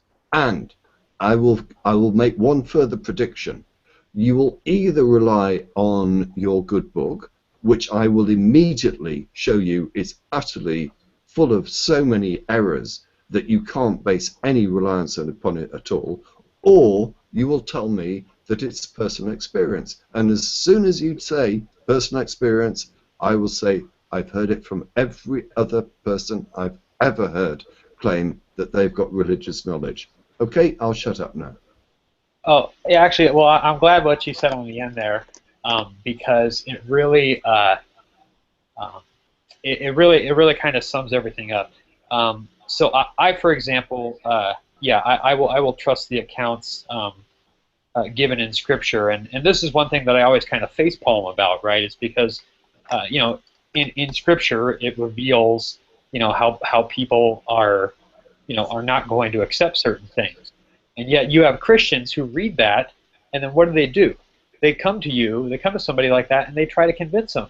And I'm sitting here smacking my head like, didn't you read the book? I mean, do you believe what the book says? Because if it does, you know, like, why are you opening your mouth? Why are you doing this? It's another waste of time, you know. So that's why I choose not to proceed forward with things like that, because when I read the things about how God's so without the good book, what are you left with? That's a really good question. My personal preferences and what I believe reality is. My perceptions. There we go. That's good. Yeah. You're muted.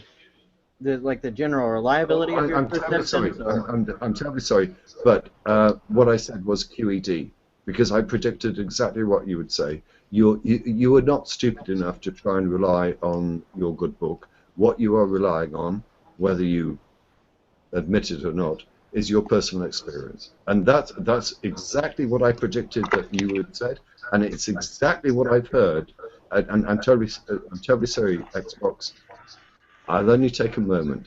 No, you're fine. It's what I've heard over the last 40 years in which I've had these discussions. So it comes as absolutely no surprise to me whatsoever. And he did add something on there that maybe you missed that. He did add a properly basic belief in there, and I don't know if he meant all properly basic beliefs or just that one he mentioned. Which one? Well, the general reliability of a census. Well, we can discuss that if that's what he wants to discuss. Well, DPR, let me make this clear, because maybe you misunderstood, but I was saying that what I'm choosing to do is I'm choosing to believe the book.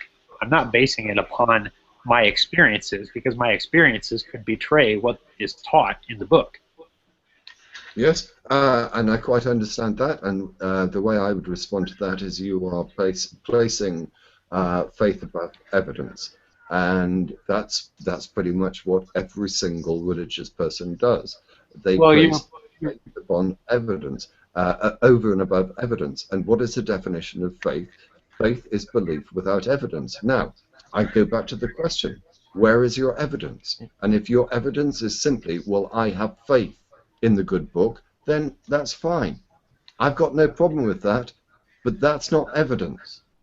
Right, yeah, because I think we all do too. I think DPR does. I think I do too. He might argue me on this. I know Floyd's there with me. That we start with faith as well. No, we start with a limited number of presuppositions. Right, those presuppositions are based on what? I would accept that based on faith.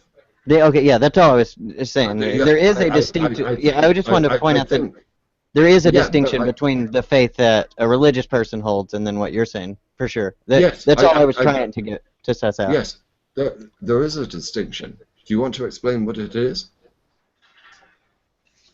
Contingent trust. If we have evidence to think those beliefs aren't reliable, then we would freely give it up. So our trust is contingent. Where a lot of theistic faith is is non-contingent trust, trusted no matter what. Even Concrete and absolute. Yep. yeah, despite the evidence, despite any other good reasons, you must be dedicated to those beliefs and never reject it. Where the faith I have is simply contingent trust. If I have reasons to doubt it, then I will abandon them. And revisability is one of the main things that make it a properly basic belief. Well, you can't. Well, actually, probably basic beliefs they pretty much are irrevisable because. Yeah, that's what I said. Irrevisable. Yeah. Sorry. Yeah. That's what I meant. Well, but if there's any reasons that come up to reject them, we would. So that, they're contingent. Well, I wanted to say this. Do you want to know what my presuppositions are? Go ahead, DPR. Not. Oh, okay. Thank you. I presume that I exist. I presume that I live in a universe that exists. I presume that I can learn something about that universe, and I also presume that other people live in that universe. Now, I could be absolutely wrong about every single one of them. I could be a brain in a vat. I cannot, and I've always said this, I cannot disprove hard solipsism. Oh, but, if I'm... Right. Were you done, DPR, or no? Yeah, no, that's fine. I'll stop there because I talk too much. Yeah, you just brought up something that you brought up something that I thought was kind of interesting, and that's when you talked about this whole brain in the vat thing, right? I'm sure you guys have all heard that with people who hold to, presuppositionalism and things like that. And next week I'm actually going to be planning on having a hangout with Jimmy Stevens, if you guys know who he is. Yeah. We're going to have a hangout, and the topic of that is going to be, is presuppositionalism scriptural? Because I kind of believe that it isn't. And on part of me says I think it's almost dumb for anyone to say that they to be proud of having a presupposition. I tell people, I say, maybe you want to call me an evidentialist, because I don't think there's anything that I believe in my faith system that isn't based on some kind of evidence. And DPR, earlier you had talked about the definition of faith, but just pull out any dictionary and look, and you'll see that there's never just a single definition of faith. There's multiple. Yeah, there are several, and most of them do relate to religious beliefs. But you will find many also that refer specifically to a belief which is not based on evidence and which is not justified by evidence. Now, I fully accept that you have or I assume, and I apologize if I'm incorrect about this, I assume that you have someone. Can someone turn this image off? It's just so distracting. I can't. Thank you. I think that you, when you talk about faith, you believe in your God, whatever that may mean, and you can create all sorts of interesting stories about this entity, for which you require no evidence whatsoever. And I also accept that you can probably criticize me for saying, well, you've got to provide evidence for this or that or whatever. We're using faith in two totally different ways. You're using faith in I believe without evidence. I am saying that faith is belief without evidence. Therefore, I am criticizing you for holding any belief whatsoever without any evidence. I accept that you can turn around to me and say, well, you provide me with evidence of this or that. Well, I think I probably can, and if I can't do it, I know people that can. I think there's probably one big distinction between you and Xbox, and I think me and Xbox would kind of be in the same boat in this regard. The fact that, for example, I don't believe that man evolved from a beast, right? However, I won't say that there's no evidence I'm terribly for sorry. that kind of. It's not out of impoliteness. I didn't hear what you said. You're saying that man. Your belief is that man didn't evolve from what? A beast, or an animal. I just used the word beast. You know what I mean, right? So man was created in its current form. Correct. Yeah. I don't believe in the what's known as macroevolution. However, I won't be the Okay. type of person to come out Okay, that's and going to be say, another subject. That's going to be another subject. I was We're going going to to have to ask real discuss quick, how does that connect to what we were talking about? well, let me finish my thought and you'll find out. Oh, I'm sorry, honey. That's all good. However, I won't be the type of person to say that there's no evidence for such a belief. I'll say, yeah, there is evidence. It's just not convincing to me. And I think Xbox kind of holds the same regard, but on the opposite side of the camp. You, DPR, I think, have a different view. I think for you, it's like, if it convinces you, it's evidence. And if it doesn't convince you, it's not evidence. You can let me know if I'm wrong. Do you mind if I just finish eating?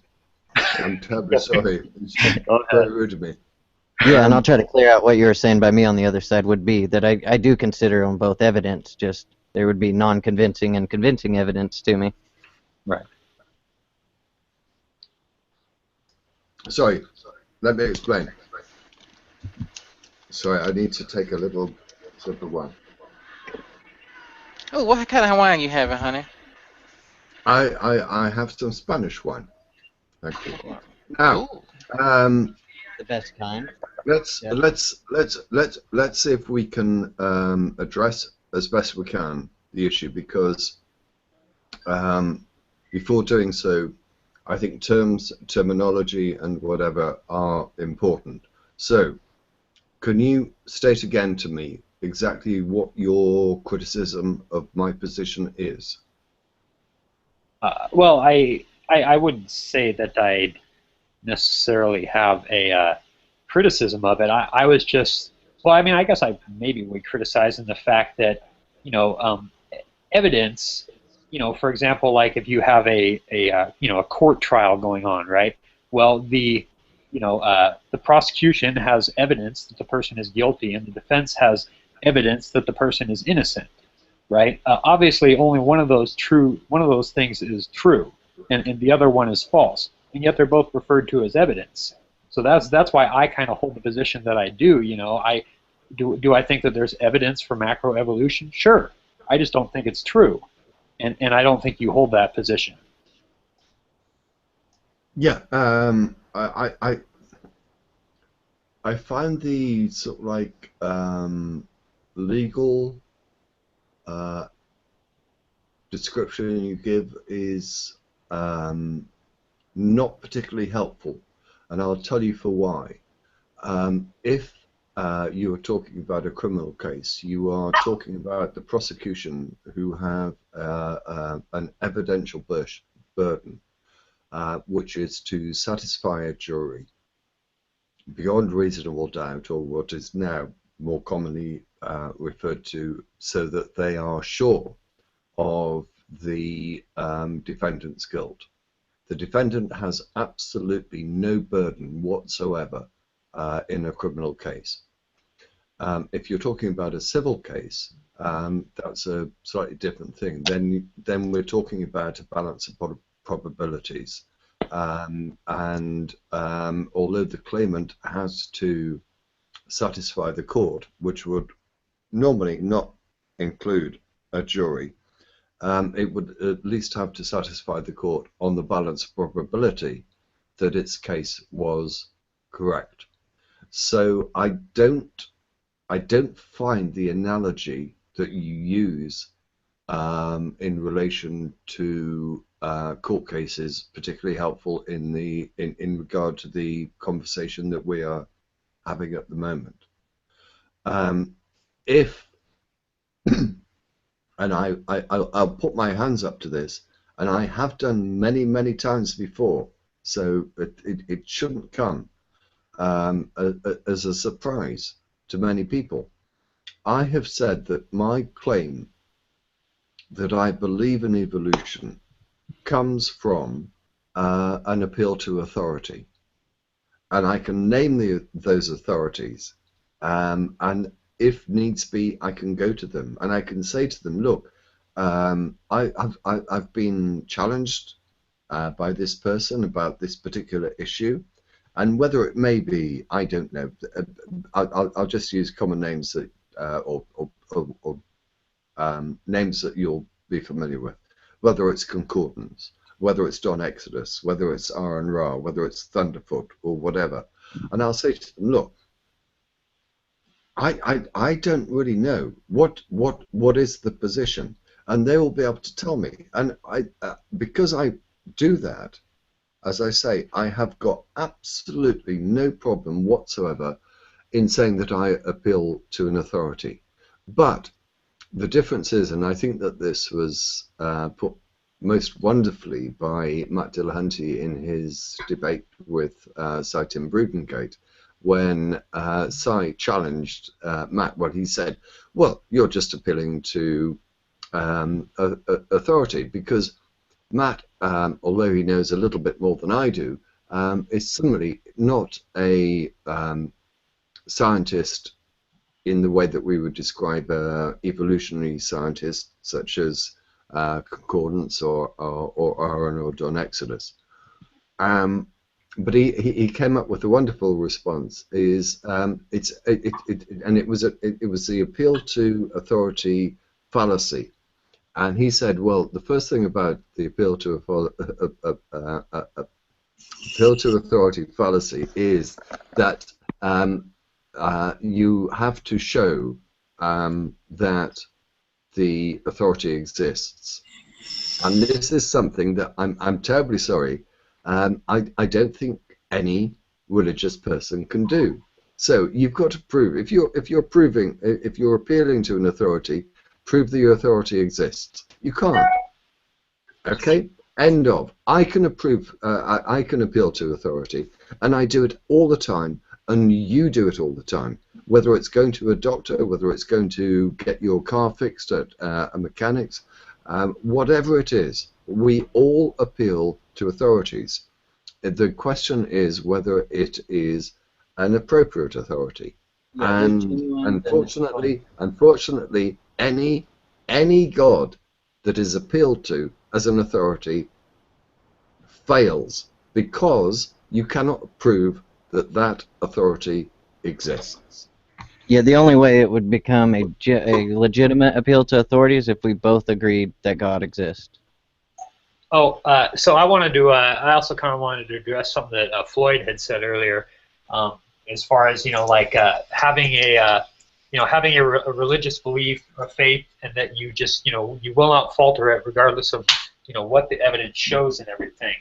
I would say that I do not have that position. For me, it's a little bit like Scripture time and again has thoroughly proved itself to be reliable. So the day that something comes that is irreconcilable Hold to on, me, DPR, I want to address this after Floyd too, please. You have got to be kidding me. I find something DPR, can I finish my thought, please?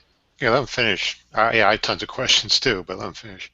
Yeah, the day that I find something unreliable in Scripture or unreconcilable in Scripture will be the day I turn away from it. And similarly, the reason that I believe in a creator is just because that's the most logical explanation that I have on how life is here. And I always tell people, I say I'm open to hearing an explanation that makes more sense than that. So it's certainly I don't think you are. Go ahead, I'm done. Hang on, I want to address it too. I think he was asking Floyd. No, I'm not going to go on. Don't worry me. Don't worry about me. I am not going to go on. I could give you half a dozen examples, but I know Floyd will probably be able to give you 600 examples of where the Bible is totally wrong. And I simply do not understand why it is that people like you accept the authority of the Bible without any question at all. Sorry, Floyd, do go on. I just want to ask, what have you found reliable about the Bible? You said, it's been reliable time and time again. Can you give us a couple examples? Oh, sure.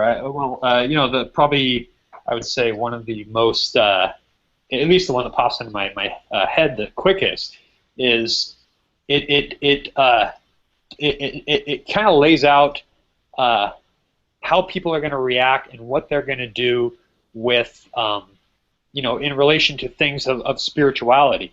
And it's just I read something in Scripture, and I'm not trying to get people to react in a certain way, and I just bring these things to people, and what do you know? They react the exact same way that Scripture told them to. And I've seen that stuff in the kind of in hindsight too. Years later, I read a verse and I'm like, oh, that's the exact same way that I was, or this person was at this point in time. And I don't know. Like I said, there's multiple reasons, and I didn't really come That's just prepared with human that's like a case for human behavior, though. Or like accounting one animal comes after its kind. These would be observations at the time. It's not that they're in the book that makes them reliable. It's the people that were being observed, that the human behavior that made it reliable. Does that make sense? Yeah, I hear what you're saying. I could probably find some instances that would pose a problem with that, but I don't have them off the top of my head right now. Well, can I? Oh, go ahead, Floyd. Go. Yeah, so you're saying Scripture says people will, when they hear the gospel, people will reject it, and then you tell people the gospel and they reject it. Well, voila! The Bible was predicted right. Is that what you're saying?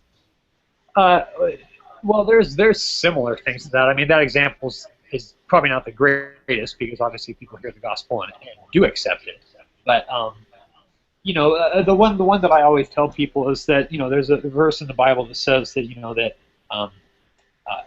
every man will proclaim his own goodness.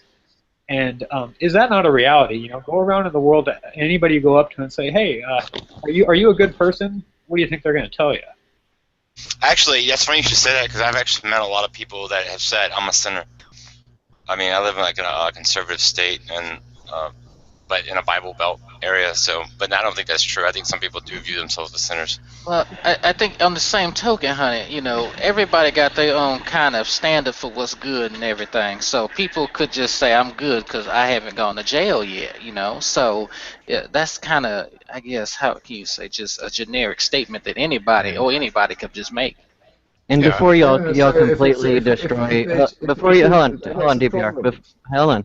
But before you completely destroy his faith by showing one of these and having him walk away, I had something I wanted to put out earlier on the difference between faith and the properly basic beliefs, the way I take that faith, because the only difference I see, I understood what Floyd was saying, but the biggest difference I see in it is that you're choosing this faith.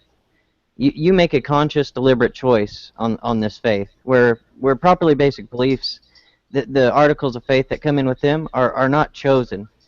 You could choose to do otherwise on being irrational, but you can't. You don't choose to rely on your memory. You don't choose to have the general reliability of your senses or logic or things like this, or that there are other minds. This is just the way you are. To act against these would be, or to deny these, you would be acting like an irrational, crazy person if you could take your next breath. Yeah, where I think with the religious, you're saying you deliberately choose this thing without evidence. Yeah, one of my complaints about the religious is they have a loyalty to their beliefs. They're committed to it. They have a loyalty. You should not be loyal to your beliefs at all. You owe your beliefs nothing. Right. If for any reason there's reasons to reject your beliefs, you should abandon them. You should not be loyal to your beliefs. But time and time again, especially with Christianity, you must surrender your thoughts to Christ. You must not lean on your own understanding. You must be loyal to Him. He demands loyalty. So I think that's one of my main criticisms of religion, that you must be loyal to your beliefs. And Floyd, if I'm correct, and I don't know to what extent you understand different religions, but every single religion that I'm aware of demands the same. And as I say, standing back as an independent observer, trying to determine which, if any, religion is true, I am not helped by the fact that you say, oh, well, you've got to believe, you've just got to believe in this particular God. I'm sorry. No, I find absolutely no reason whatsoever to believe in any particular God without evidence. And as I said, and I know that I'm repeating myself, and I genuinely apologize for it. Every single argument that I've had with any religious person of any different denomination has always said initially, well, my good book proves the case. And when I have gone through that good book with them and proved to them that their good book does not prove their case, they always end up with, oh, well, personal experience. Well, your personal experience means absolutely, I'm terribly sorry to use such foul language, it means absolutely jack shit to me. So I had a question for Floyd. Floyd, do you believe that the biblical God calls anybody to believe something without evidence? Calls. Do you believe he expects anyone to believe something without evidence? Yes. Such as? In the John Gospel, for example, there's the example of them actually able to stick their fingers in Christ's wounds and see that he's alive. And Jesus says, "Blessed are those who do not see yet still believe." So there's an example. Well, yeah, but you understand that somebody can still believe with evidence, correct? Say again. They can still believe with evidence. Yeah. Do you acknowledge the fact that somebody can believe something with evidence? Sure. Yes. Yeah. Sure. I mean, I would hope that they would believe with good evidence. Right. Yeah. With good reason. Yeah. Yeah. Okay. Well, I mean, I was just curious because I don't believe that God calls me to believe anything without evidence. Well, I just gave an example right there in the John Gospel. Well, the example you gave was about physically touching them. There are other forms of evidence aside from that. Can you tell me, because I thought we had gone through this before, and I thought that we had resolved this issue before. You do not believe the validity of the book in which you believe, and the only reason that you have evidence or belief is by virtue of your faith. Now, if you want me to go through again all the errors in your good book, we can do that. But I thought we'd already agreed that your belief was faith-bound without evidence. Did I get that wrong? Because other people will be able to go back through this video and find out exactly where you said that. Sure, I would say that yes, I think you are mistaken. I mean, if I'm open if somebody wants to provide something that I said to the contrary, because that's certainly not what I believe. Okay. But it may be a bit of a difference in how we're expressing things. You know, when you say evidence, are we talking about empirical or are we talking about anecdotal? I'm not really drawing a distinction with evidence. I'm using evidence in a general term. You're basically, I'm terribly sorry to interrupt you, but it just it kind of really irritates me. So you're using the word evidence to mean whatever you fucking want it to mean. No, I'm using. Would you here? Let me find the standard. I think he's saying the available body of facts or information indicating whether a belief proposition is true or valid. There you go. That's the definition I'm using. Well, I think the context here, honey, is kind of important. So if we're saying what someone can be used, like some evidence to convince somebody.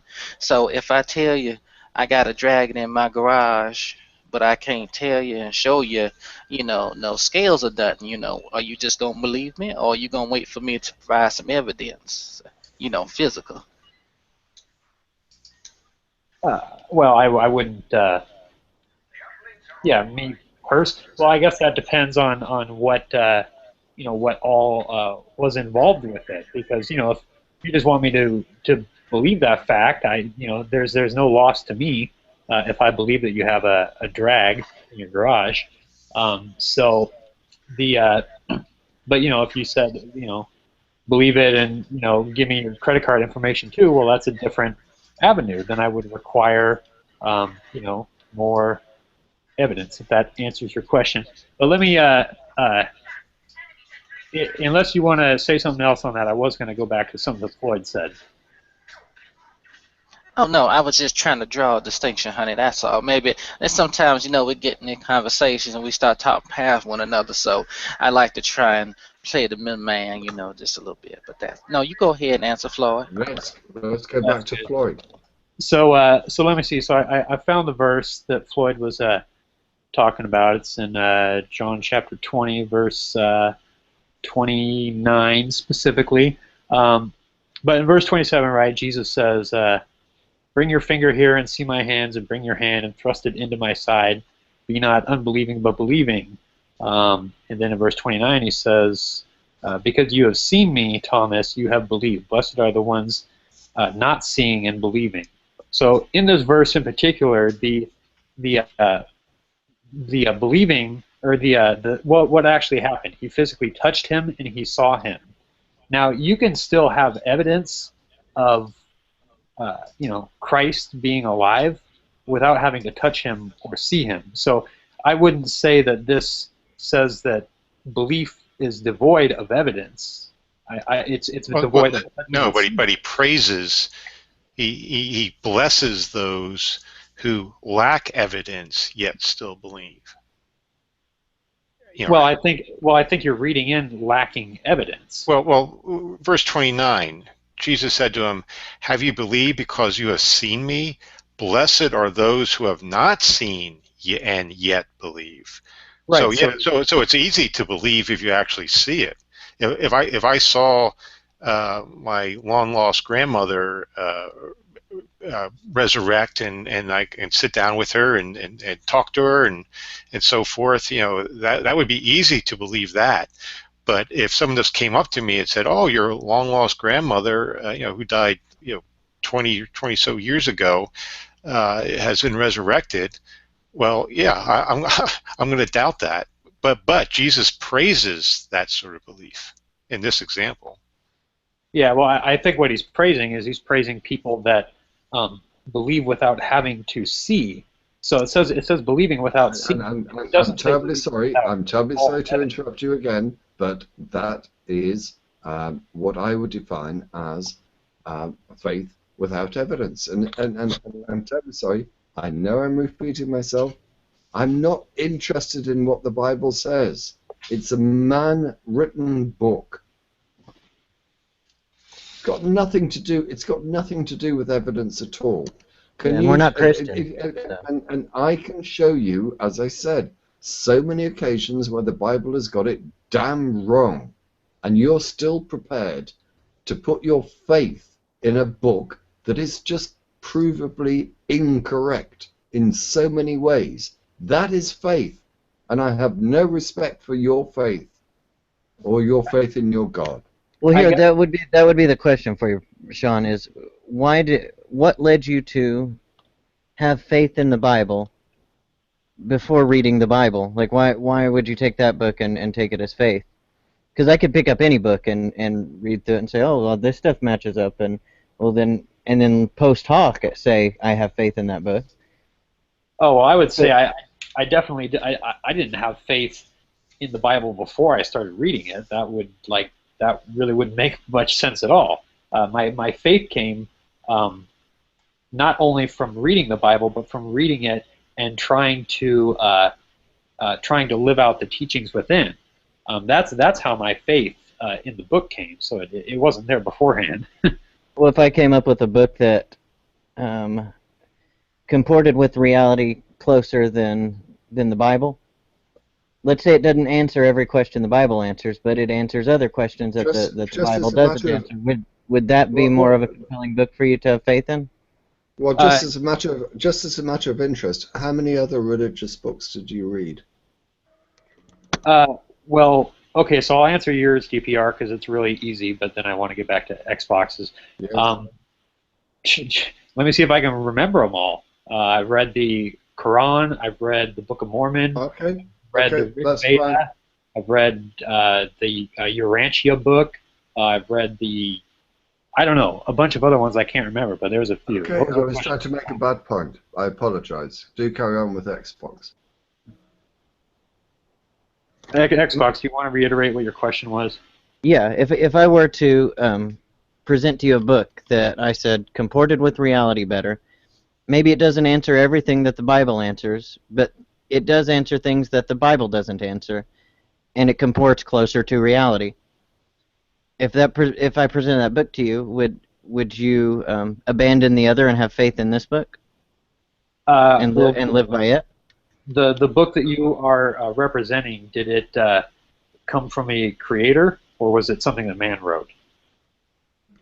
Well, in the book it says that it came from a creator. Okay. Would there be basically there would have to be more, like this creator of this book would have to, have more evidence of being the genuine creator as opposed to Yahweh. Right, but this book would help you, the new book would help you establish how you really establish the creator. Well, I mean, here's kind of my point, is that, there's lots of deities out there, right, that are claiming to be the deity or the one who created it and everything. And so, to me, when I sit down and I look at all these competing claims, well, I'm going to pick the one that seems to be the most, represented in history, right? The one who just seems to have the most evidence behind it. So even if your book was more, helpful and answered questions, if this deity did not seem to be represented well in history, no, that's what I'm saying, is that it would have to comport to reality better. That was one of the criteria I put on it. It would comport to whether it's past, present, future, reality better. I gotcha. Okay. Well, yeah. Well, then in that regard, yeah, I think it would probably make sense for me to switch to your God. Sure. Okay. Oh yeah, I'm just trying to snuff out what your criteria for why the Bible are. And yeah, and let me and one thing that DPR had said earlier that I kind of wanted to touch with him on is that if I'm all open to it. If you can give me something better to trust, more reliable to trust, something that answers the questions about, like, where did life come from and all that stuff better, I'm all ears. But okay, let me see if I can help you. Let me see if I can help you in that regard. If you think that the Bible has an explanation for the beginning of life, then I think that you are, and I hate to use the word delusional, but it's the only one that I can come up with. If you believe that the Bible disproves evolution, then I think that you are delusional. I think that if you believe that the Bible supports the idea that there is a supernatural, you are delusional. Can I help you any further? Well, no. See, you're offering critiques. What I was asking from you is, I was asking, if you're going to critique these things, do you have anything better to offer? For example, we could just start with one, right? Where did life come from? What explanation do you have? I've got no problem. I've got no problem with that whatsoever. I think that the account of abiogenesis is something that, although not completely determined, is certainly something that science is getting very close to explaining. Yeah, and that would comport closer to reality. That would comport closer to reality than the beginning in the Bible. That's why I'm treating them. I would treat the Bible as the separate books in this case. So if I had a book describing abiogenesis, you would have to comport that to parts in Genesis or to any part in the Bible And also, I was in a conversation with someone recently who tried to tell me that Genesis 1 verses 1 was effectively the same as the Kalam first premise. Now, I'm terribly sorry, I just find these arguments utterly ridiculous. Now, if you're talking about evolution, which obviously follows from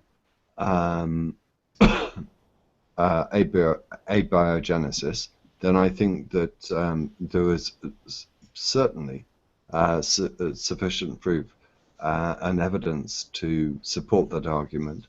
So if you are suggesting that the Earth or the universe is 6,000 years old, and I'm not necessarily saying that you are, but if you were to do so, then again I would say you were delusional, and I would actually go further. You are insane, because So there is evidence to support the idea that the universe is 13 point whatever billion years old. The Earth is 4.5-ish billion years old. That dinosaurs died out about 65 million years ago. I think there's evidence to support that. Now, I am not necessarily the person who is best able to present this evidence, and this goes back to the idea of an appeal to an authority. But I can appeal to the authorities because I can actually name them. I can look at the research that they've done, and I look at the papers that they have written. Unfortunately, you are not in that position to do so. If you are believing in God and the God of the Bible, and you treat the Bible as a historically accurate document, it isn't. It's just so wrong, and it puzzles me. It seriously puzzles me why someone who appears to be as intelligent as you are still puts their faith, and I'm using the word faith as I used it before, belief without evidence, that you put your faith in that book. You're a fool to do so, and I think that your life would become so much better if you just rejected the ridiculous ideas that someone at some stage has indoctrinated into you. DPR, if I can. I lost them at the age of 9 or 10. You should do so fairly soon. So DPR, I was just reading a short description of abiogenesis here, right? And it says, is the natural process of life arising from non-living matter. Now, from your, do you believe that this non-living matter was eternal, that it always existed, or that it popped into existence, or where did this non-living matter come from? It came from a process called abiogenesis. And you can look, and I'm terribly sorry, I don't understand why you refuse to look. Perhaps it's because you don't have access to the papers about this, but you certainly have access to YouTube videos about it. Well, some of it's not so clear. Well, I fully accept that some of it is not entirely clear, but well, I mean, between what he's asking, like what's the difference between non-living matter and living matter?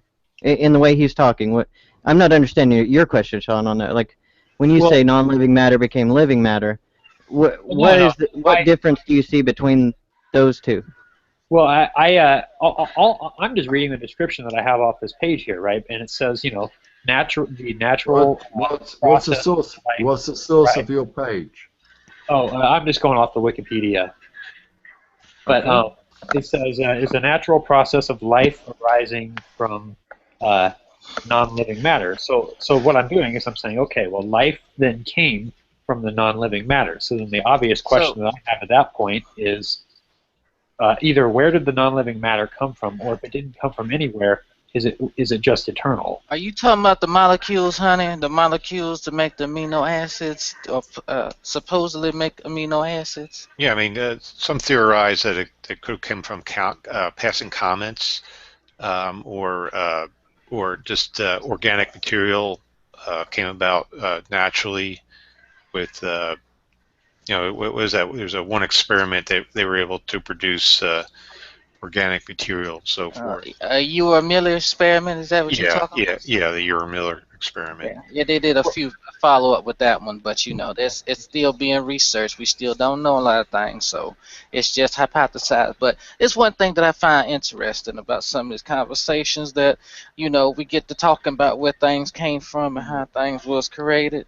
And there's one interesting quality about matter and energy in the universe. They can't be created.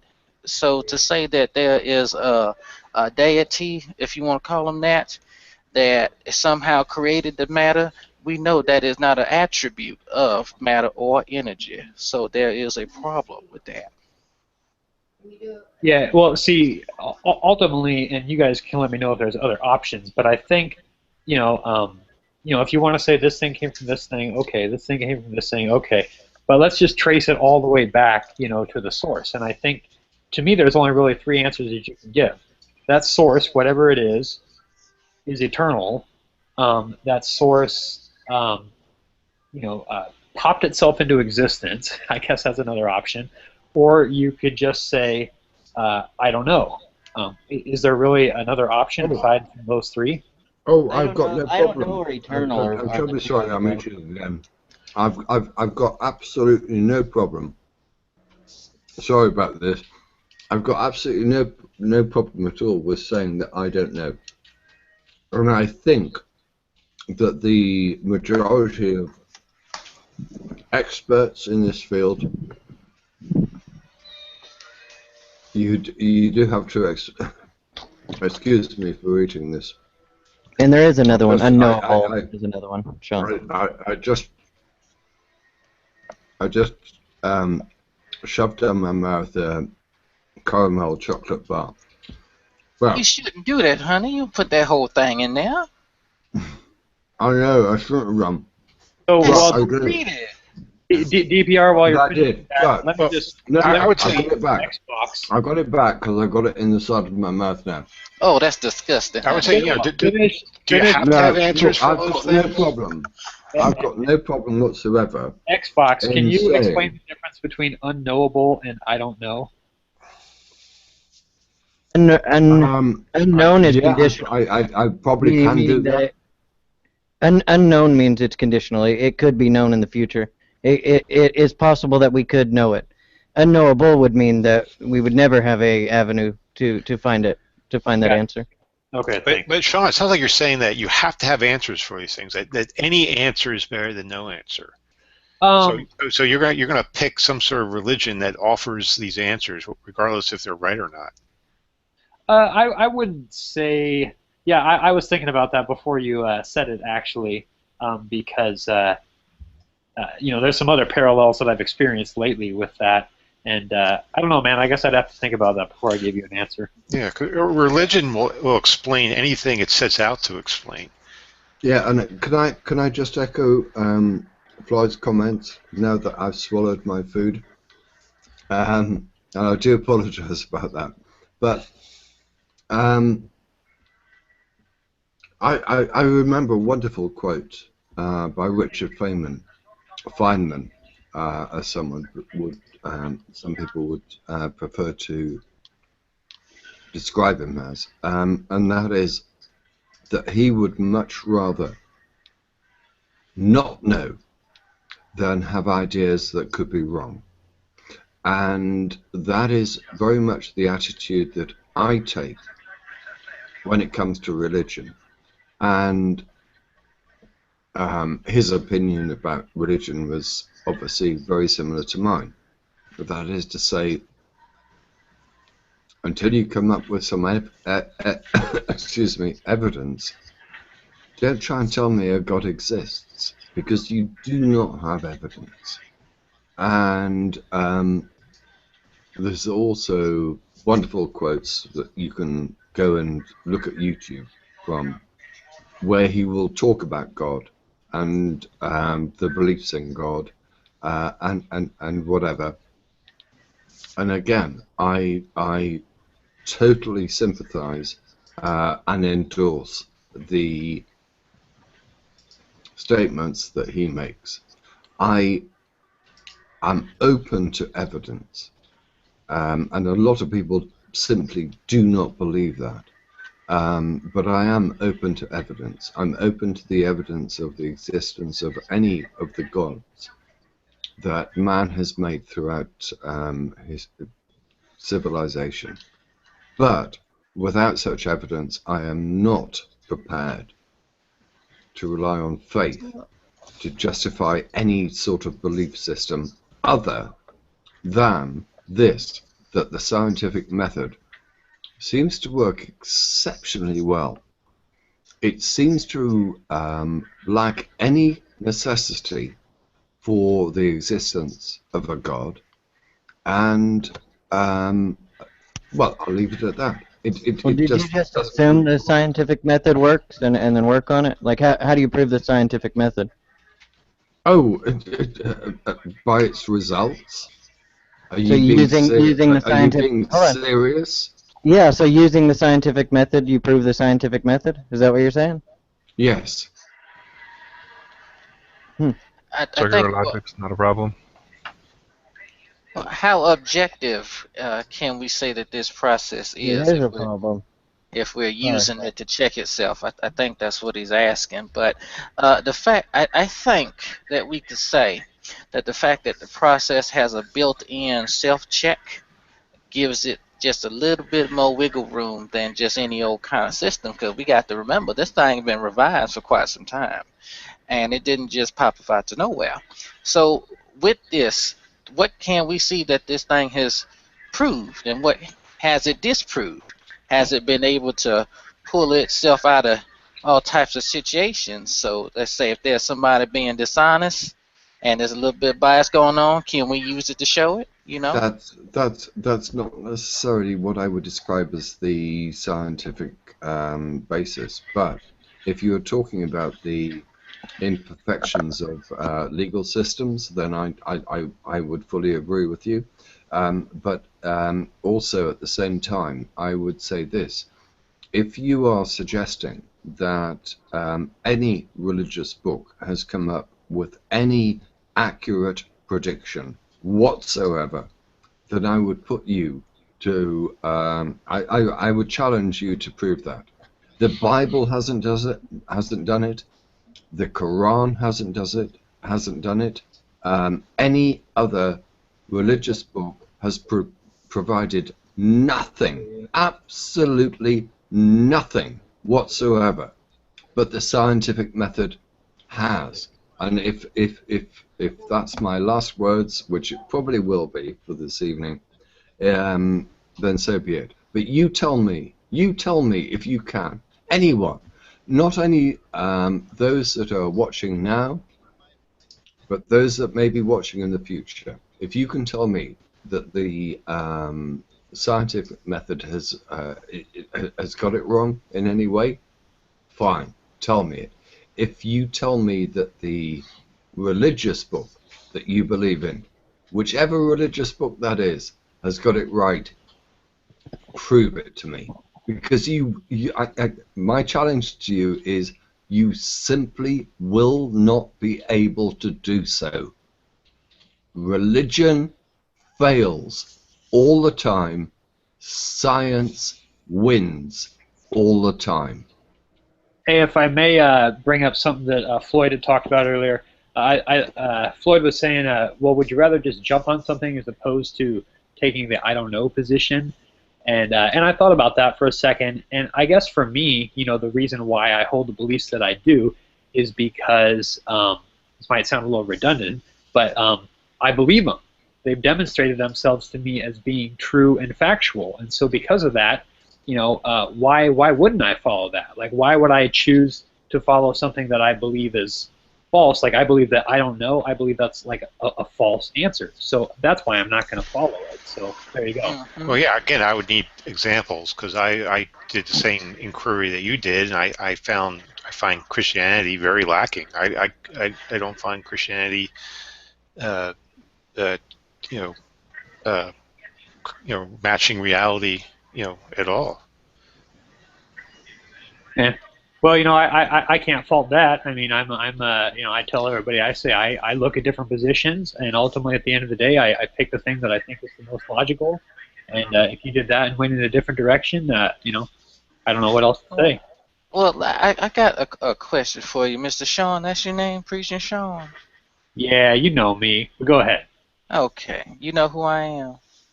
Yeah, I've heard you before. Okay, that's good, honey. All right. So, I don't know if I asked you this question before, but they got a passage over there in Genesis, and it's talking about God supposedly making Adam out of dirt from the earth, dust, I think they call it. Sure. Do you believe that that is how us human beings were created originally? Well, that wouldn't be true for by human beings. You mean like you, me, and everybody in this hangout? Yes, sir. Okay. Well, obviously we were not created from dust. I don't think that we were created from dust. Like I have parents. A sperm went to an egg. That's as far as how I know how I was created. Okay. That's just very curious because I'm unaware of any kind of way that you make a human other than a sperm and an egg. Well, obviously you've got another account like the one that you brought up, but that would be in reference to the two people that it was talking about there, and not in reference to us here. So we would have to have some type of evidence that could show that people were able to be made from such substances. Yeah, obviously. Okay. And what type of evidence would you find is valid?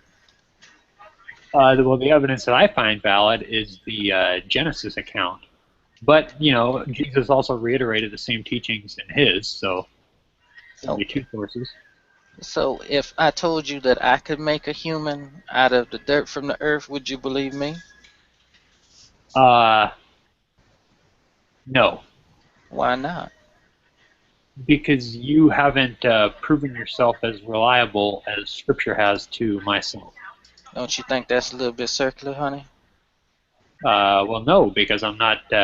I'm judging. I'm trusting the book on how reliable it shows itself to be. If I read a book and it shows itself to be unreliable, I'm obviously not going to trust it.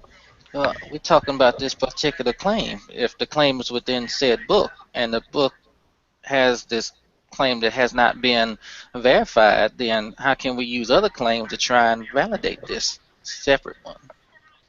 Well, there's ways you could do that, depending on what book you're talking about, right? Like, if you're talking about the Book of Genesis, well, the Book of Genesis could give other claims and other ways to validate it, and if those prove reliable, then when you come to the one, it would be reasonable to conclude that that is also being accurate.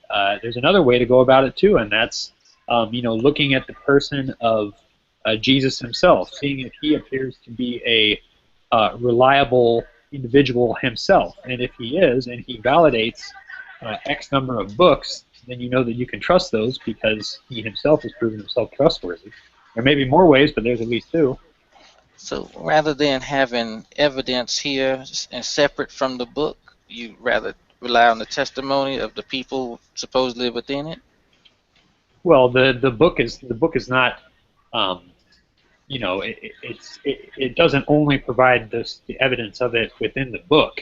There are things outside of the book that also attest to its reliability. So it's not, it's not circular like you might be asserting.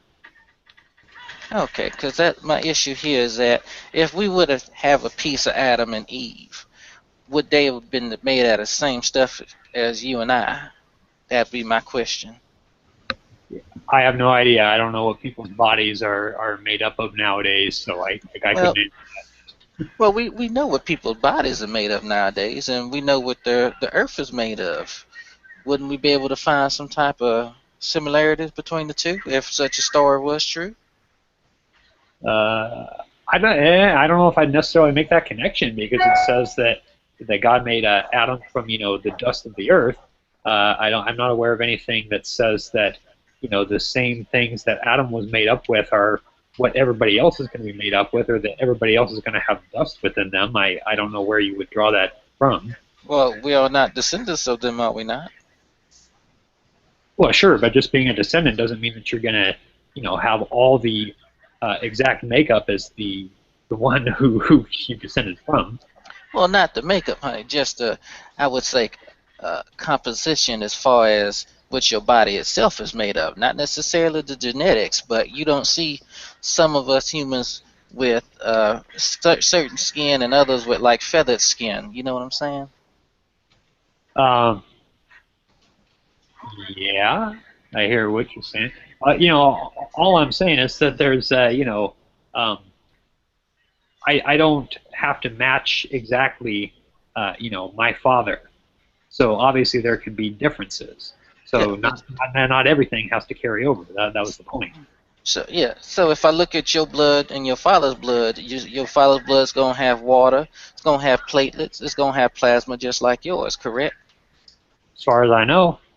So if we say Adam was made out of dust of the earth, and we know the dust of the earth is made out of silicon, shouldn't we find some silicon within us? I have no idea. Well, that's what logically follows. If we are truly descendants, then we're gonna be made out of the same things or something similar. Yeah, I don't know. I don't know the makeup of people and these things, so I can't really comment on something that I haven't educated myself on. Well, it's quite interesting if you look into it. We as humans are carbon-based. I'm pretty sure you've heard of something like that, correct? Probably. Okay, we are. If you take apart our skin, which is called epithelial tissue, and you look at our proteins and all that kinds of stuff, it's based on carbon bonds. And what's really interesting is we know what the Earth is made of too. It's made out of silicon dioxide, and silicon is very similar chemically to carbon. It can form almost as many bonds as it. We got that there on the periodic table. Now, if you were to, I don't know, take a human and make him out of silicon, and then have them breed, all the rest of the children are going to be made out of silicon. Just the way that's how it is. That's why we don't see one organism made out of carbon and another one made out of plutonium. You see what I'm saying?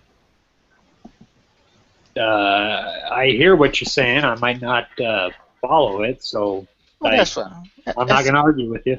Well, here's the thing. If we're trying to validate this book, then we got to take it claim by claim and not just assume. We should be able to say, well, we're going to look at these claims and make sure that they match up with what we see in reality. Do you not agree? Yeah, that makes sense. So I guess if you take an issue with this whole, what's in a person and what was in their descendants and everything, then you got a lot of studying to do, and you better make sure that you can prove all your claims and assertions. Oh, I would say so. Well, just the specific claims, because for me, I just find it mighty troubling that people kind of take on many of these views that have no basis in science or reality, for that matter. It's very disturbing. Such as someone saying that the Lord created everything, but everything is made out of two things: energy and matter. And there's two attributes to energy and matter that we know about, that they can't be created or destroyed.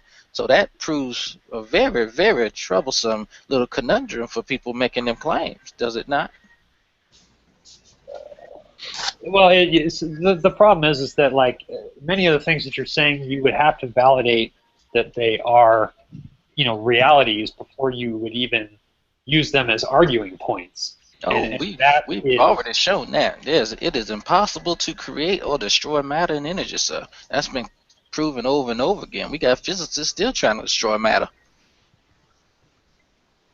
Well, I imagine there's probably some people that would dispute that. I'm not saying that I'm one of them, but what can I say? I can't comment. Well, that's the strange thing. If we can say that this Lord can do things, would we want to make sure that we kind of check our sources a little bit before we even attribute something like that to known scientific facts and evidences? Well, I could give you an even simpler way to arrive at your conclusion, because obviously you're wondering if if a book can be trusted. It seems to be the ultimate thing. Or any claim, regardless of if it's written in a book or stated by a person. Yeah, but specifically, you were there we go. Specifically, you were inquiring about the Bible, and so let me just read you a little something here that Jesus said. He was doing some teaching, right, with some Jewish people around him, and the Jews marveled, and they said, how does this one know letters not being taught, right? They were wondering about his teaching, and Jesus said, "My doctrine is not mine, but of the one who sent me." He said, "If anyone desires to do his will, he will know concerning the doctrine whether it is of God or I speak for myself." Basically, Jesus says that if you desire to do the will of God, then you can know whether or not his doctrine is true or not. So if you do that and you come to the conclusion that his teachings were not from God, well, then you can obviously surmise that he was a liar, and you don't have to trust the books that he supported. However, if you do that and it proves to you, demonstrates that what he said is the truth, then you can trust the biblical account. So that would be the challenge that I would put out there for you. If you want to read it for yourself, it's in John chapter 7, verse 18, and that would be an easy way to know whether or not you can trust the book. Yeah, Deuteronomy says the same thing, and I would challenge that. I would say Jesus failed to return within his generation. Thus, he's a false prophet. Thus, that falsifies Christianity. Well, yeah, I mean because he preached he would return very soon within his generation, and it didn't happen. So I think that alone falsifies Christianity. Yeah, I just brought up that position in particular because it's kind of like, Jesus says. He says, one can know whether he's speaking as himself or whether or not he's a servant from God. So I like that one because, that one is basically Jesus, like putting the offer and the challenge out there. So that's why I went with that one. I think Floyd's exegesis on that is just patently bad because Jesus says plainly that no one knows the day or the hour except for God the Father. But Floyd then goes and says that Jesus knows the future. That's how Floyd, even though he explicitly says in another verse that he absolutely does not know the future.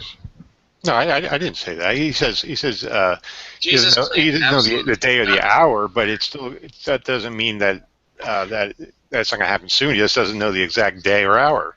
But to actually use the word day and hour means it's going to be relatively soon. And there's plenty of verses that support that it's going to be soon within that generation.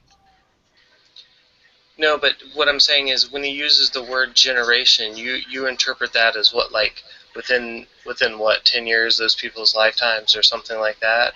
Within their lifetime. Yeah, but he doesn't know. Usually a generation's 40 years. He doesn't know when, though. Why would, if he... Yes, he does know it'll be soon, just not the exact day or hour. Yeah, where do you get that from? Oh, he says the high priest will witness it. He said that you won't be able to travel. By the time you get back, the Son of Man will be coming.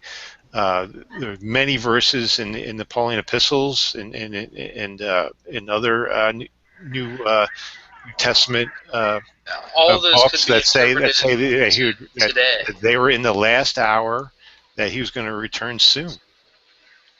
Yeah, last hour relative to what? I mean, relative to them. It was to them. It wasn't to some you or some general audience. It was specific letters to specific people. So it was to them. I don't think Paul was running around trying to predict the future either. So, but I don't know. I mean, if you think, I think that it was just funny that you would say that that would falsify Christianity based on an exegesis that clearly is if he makes a contradicted false by prediction, Jesus. if he makes a false prediction and it doesn't come true, No, Deuteronomy how says could he make a prediction if he doesn't know the day or the hour? Like how? he gave a prediction that it would be in his generation. This generation will not pass until all these things take place, he said. Which generation wouldn't pass? He was talking to the generation then. You act like the Gospels were just written for everyone. He was speaking to specific people at the time. Well, I mean, I agree with you. He was speaking directly to his apostles and the Jews, but this I don't know. You already know what we believe. Yeah, he said to he said directly to the high priest, "You will see the Son of Man coming on the clouds of heaven." Are there not differentiations in there in tense? Like I know in the language necessarily not, but the way it would have been translated, there would be there's future tense usages in there, right? Well, Xbox, there's actually multiple things that I think I can say about this section. If I'm thinking correctly, I think what Floyd is referring to is the Olivet Discourse. And one thing you need to realize about that passage is the disciples come to Jesus and they ask him 3 questions. Basically, one of them is like, when's the temple going to be destroyed, right? What are the signs that the temple's going to be destroyed? So those two are kind of together. And then the other one is, what's going to be the sign of your coming? So he asks him about things that have 2 distinctly different time periods, obviously. So when you look at all the text after that and his answers, what you'll notice is that at some point there's a break, and the break goes from talking about the temple period to talking about his coming. And I think what Floyd is bringing up is actually in the area that's talking about his coming and about the future of that. And there's, if we had the text in front of you, I could show you the exact words where it actually refers to a people in a different regard. But long answer. Well, what I was asking though is generations is good. Even if he's talking about coming in their generation, he's still talking in the future. But how are you distinguishing between the future being a few years later down in their generation to being future generations? Well, we would have to go to the text. I mean, we could just go to the one in Matthew because that's usually the one that everybody likes to go to. But go ahead and somebody else talk. I'll look for it and chime back in. Yeah, well, in the Matthew Gospel, it says immediately after these tribulations, the end will occur.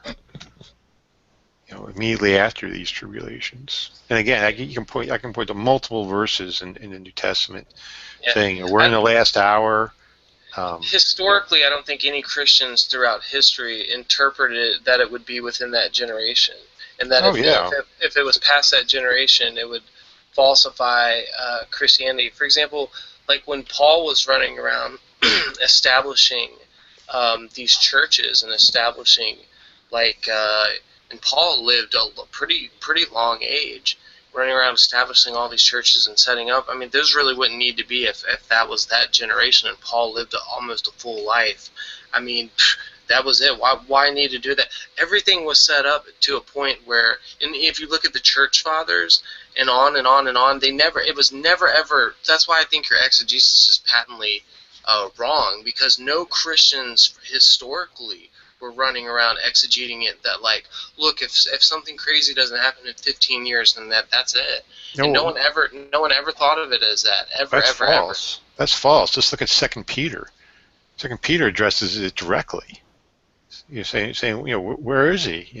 People are scoffing us, and they make up an excuse. Oh well, to God, 1 day is 1,000 years. So allow me to address. Even C.S. Lewis acknowledged that Jesus was ignorant about it, and he was just basically wrong. Allow me to address what Floyd said. He wasn't wrong. He claimed he didn't know when it would be, and then he says it so plainly. Can you guys hear me? No, C.S. Lewis actually said he was wrong. Who cares what C.S. Lewis said? What I'm saying is very rarely do historically it was interpreted. I gave you 2 examples of where it was. Yes, Seth, we can hear you. Oh, no. I was asking, can people hear me? Oh, Sean, yeah, I can hear you. Okay, yeah, I was just trying to chime in. But, I was to address what Floyd said earlier, in Matthew 24:29, the verse where you read, it says, immediately after the affliction of those days, the sun will be dark and the moon will not give its light. Are you aware, Floyd, of how about those verses being hyperbole? Really? So you're saying it's just figurative, symbolic, not to be taken literally? Well, yeah, absolutely. Because in the Old Testament, I could give you multiple instances. Here's just a few: Isaiah 13:10, Ezekiel 32:7, Joel chapter 2 and 10, Amos chapter 8 verse 9. If you look those up, what you'll see is that same type of language was used, and yet when we know how history played out in the past, those things didn't literally happen. And right, because they were wrong. You think Joel's a future prophecy or a fulfilled prophecy? I think Joel. I don't know. I'd have to go back and look. It might be like partial. Like part of it might be past and part of it might be future. But I couldn't answer right now. But I guess that's one way that you could look at it, Floyd. But the way that I look at it, and what you'll see with a lot of those prophetical books, is that they'll be given some predictions that would have came to pass in their day, and then they were also given other predictions that were future. And I think the reason why God did that is because he wanted people to trust the future predictions, so he gave them a reason to. He said, look, these short time things that the prophet was being given were coming true. And so I think when people saw those things coming true, and they learned that these things didn't actually occur, then they learned that it was actually a figure of speech. And to go on in the text more, I'll try to make this short.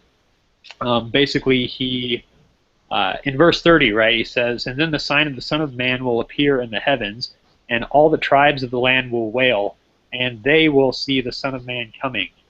And you should notice that earlier in the verse he would always say you when he was talking to his disciples, but here he says they, so he's clearly talking about a different group. So then, of course, when you get down to the verse that talks about this generation, well, who are you going to tie that into? They, the generation that was going to see the things to come. So, that's my short commentary, and I'll just shut up now. Yeah, well, but it just sounds like you just have to, say, oh, well, it literally didn't happen, so we have to interpret it a different way for it to make sense, because the Bible, heaven forbid, cannot be wrong. Well, so, I guess let me ask you this, Floyd. Does the Bible contain symbolism? Well, yes, but when they say we're in the last hour, that the high priest will see it, that's all over the New Testament, that they thought they were in the end days. I don't see how you can avoid it. How would you recognize if something was symbolism or if it was actually just something literal that didn't come to pass? Well, when you say you were in the last hour and it doesn't happen, and you're speaking to specific people, that should be taken literally. Well, no. But could you address my question specifically? Well, it's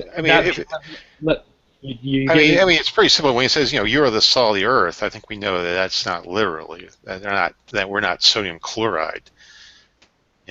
That's symbolic. I think it's easy to tell. But when he's giving instructions, how can you not take them literally? Well, right. Well, here's my whole point is that obviously we would be an acknowledgement that Scripture has symbology within it, and so we have to have a reason to figure out, okay, well, how do we know when something is symbolical and whether or not it's actually literal, right? We have a way of figuring that out, and thus we have this, and Scripture, I don't know if you believe this, but I could give you some clear examples. Scripture also uses hyperbole, and so when you come across that, you have to have the same method. You have to have a method of, this is how I'm going to determine if it's hyperbole or if it's talking about something literally. And when you, and I guess I was just curious because I didn't really know what method you were using to determine whether or not something is hyperbole or not. Well, I use the historical grammatical or the historical critical method, but one method we shouldn't use is, oh, well, since it didn't happen literally, thus we should take it allegorically. That should never be a criteria. Yeah. somebody else can talk. I got nothing to say. I was trying to think of how you're using the word hyperbole, which usually is it's kind of like a stretch almost, right? It's like super exaggerated, not what's being said, or not what's actually going to happen. And I was thinking about it. I was thinking maybe allegory would be a better word, but I haven't actually kind of studied it from that perspective. That using hyperbole even for prophecy, right? And then it comes to pass. But I don't know. It just seems like I don't know.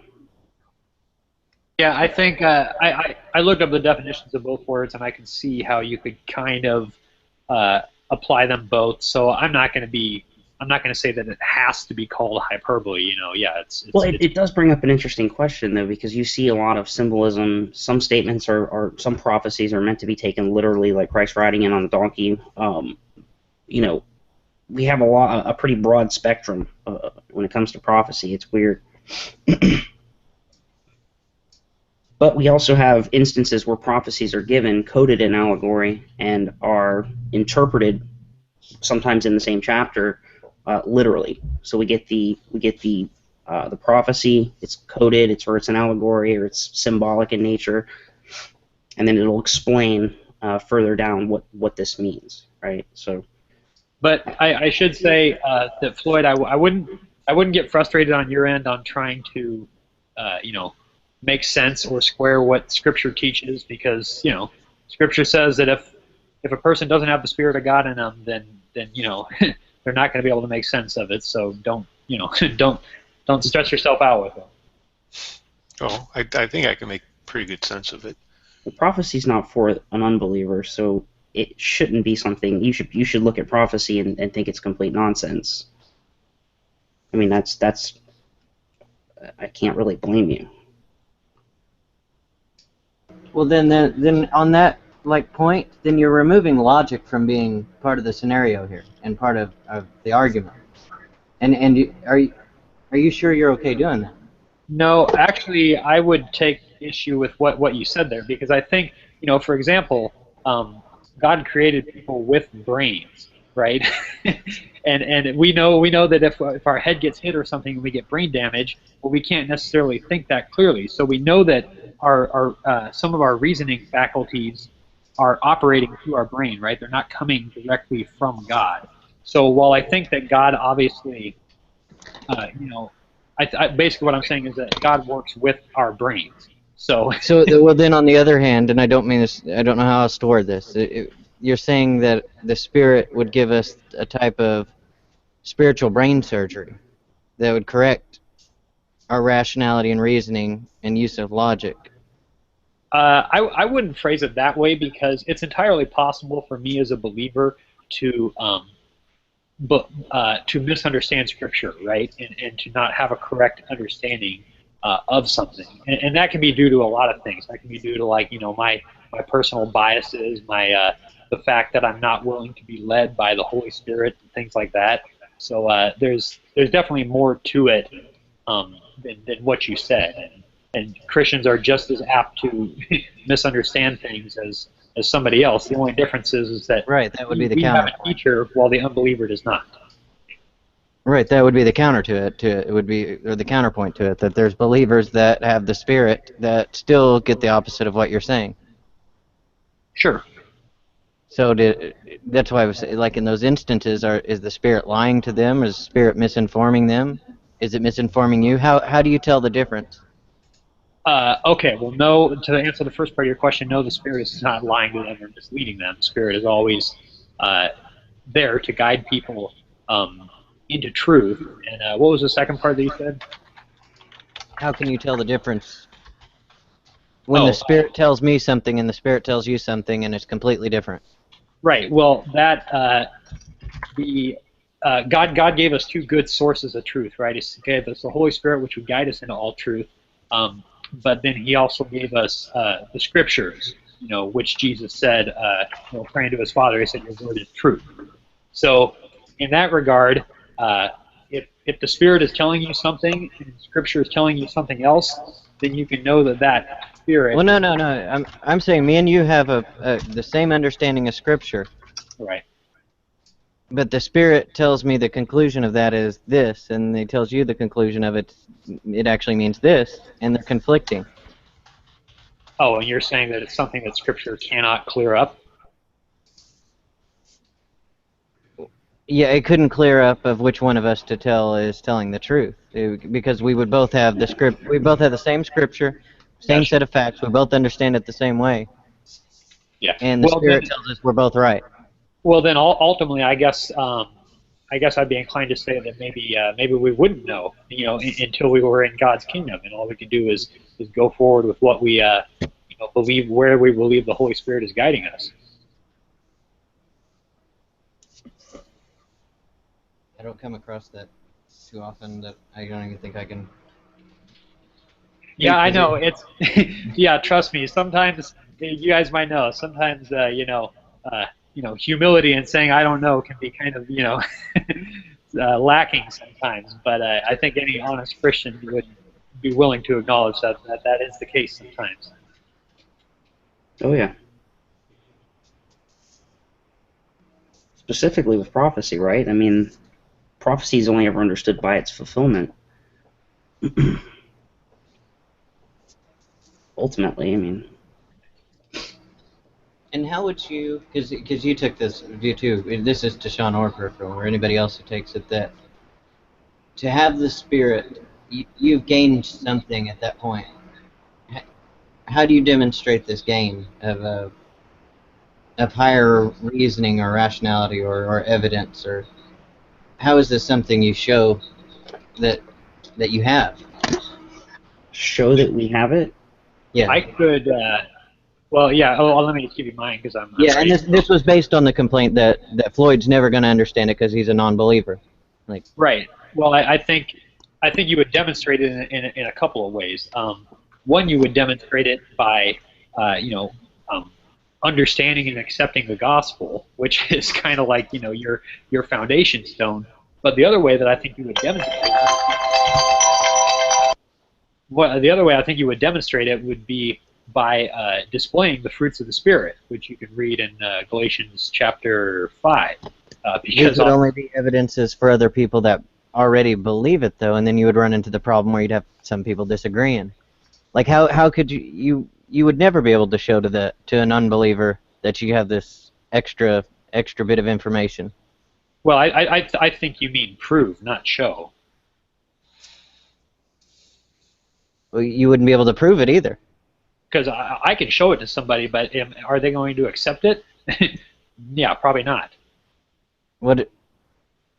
They wouldn't ever be able to, because I'm contending that you couldn't ever show them. If the Spirit can't show them, then you possibly couldn't.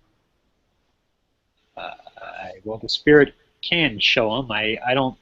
Maybe I'm not understanding your question, or maybe you're not understanding my answer. But I don't think we're communicating here. Maybe one of the other, maybe Shamos or Parapiol can give it a shot.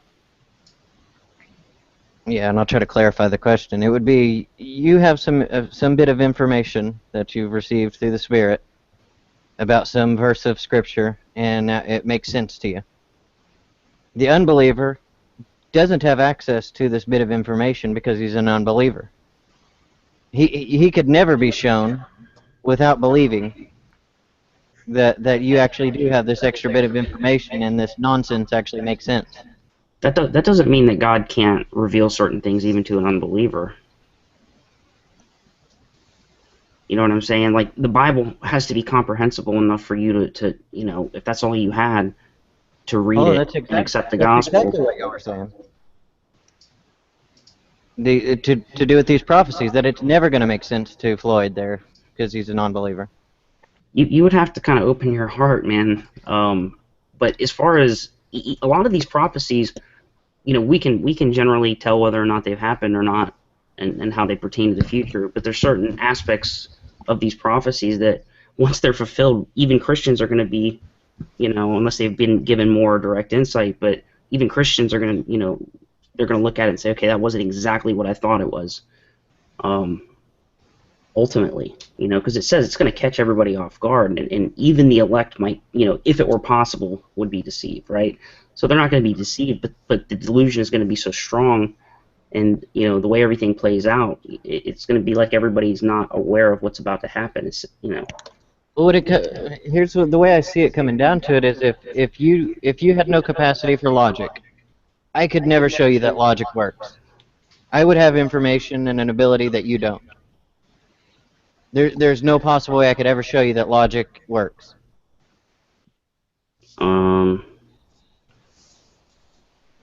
I'm sure you could come up with like an experiment, You right? wouldn't have the capacity to understand it. Why is that? Oh, I mean, I get what you're. Okay, I see what you're saying. I see what you're saying. I would say that the very first thing you should think about is Christ, not prophecy, not trying to delve into some of the the meatier topics of our theology. Spirits are evolving. I'm sorry. Sorry. Go ahead. Yeah, like I don't know. If I was a baby in Christ, I don't necessarily know that I would try to study out some of the more difficult things or spirit. I guess I could say spiritually advanced, but it's really not the case. I mean, I've talked to Christians that go to church, have been reading their Bibles for 20 years, but when I talk to them, and have conversations with them, they're not really. I don't know. I don't know how to say it. They don't really seem to know. It'll sound bad, but it's willful ignorance on it. It would be like a. Well, there's a lot of that in the censored on it. church. There's a lot of Christians that they don't actually believe in the prophecies to some extent. Like they might, you might say that they're looking for Christ to return, or they might believe in a rapture. There's a lot of Christians that flat out deny that the prophecies have anything to do with the future. Well, when I say willfully ignorant, I'm meaning that they're content where they're at, so they're not going to learn anything. Oh no, absolutely. Oh. They're having fun at church. They've got great programs. There's activities. There's fellowship. There's good people. There's stuff to do. They're good night, folks. They're busy. They're having a good time. And that's kind of where they want to be. I mean, there's if you want to take it to the level of the prophets, I mean, where you're essentially forsaking everything, but at the same time you've got God on your side and you don't question that. Life would be very different. But a lot of Christians are kind of just, they got one foot in the door, man.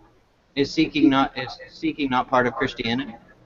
Seeking is. I quoted like 10 verses on Beckel's channel today about seeking God. I should pull them up, but right on.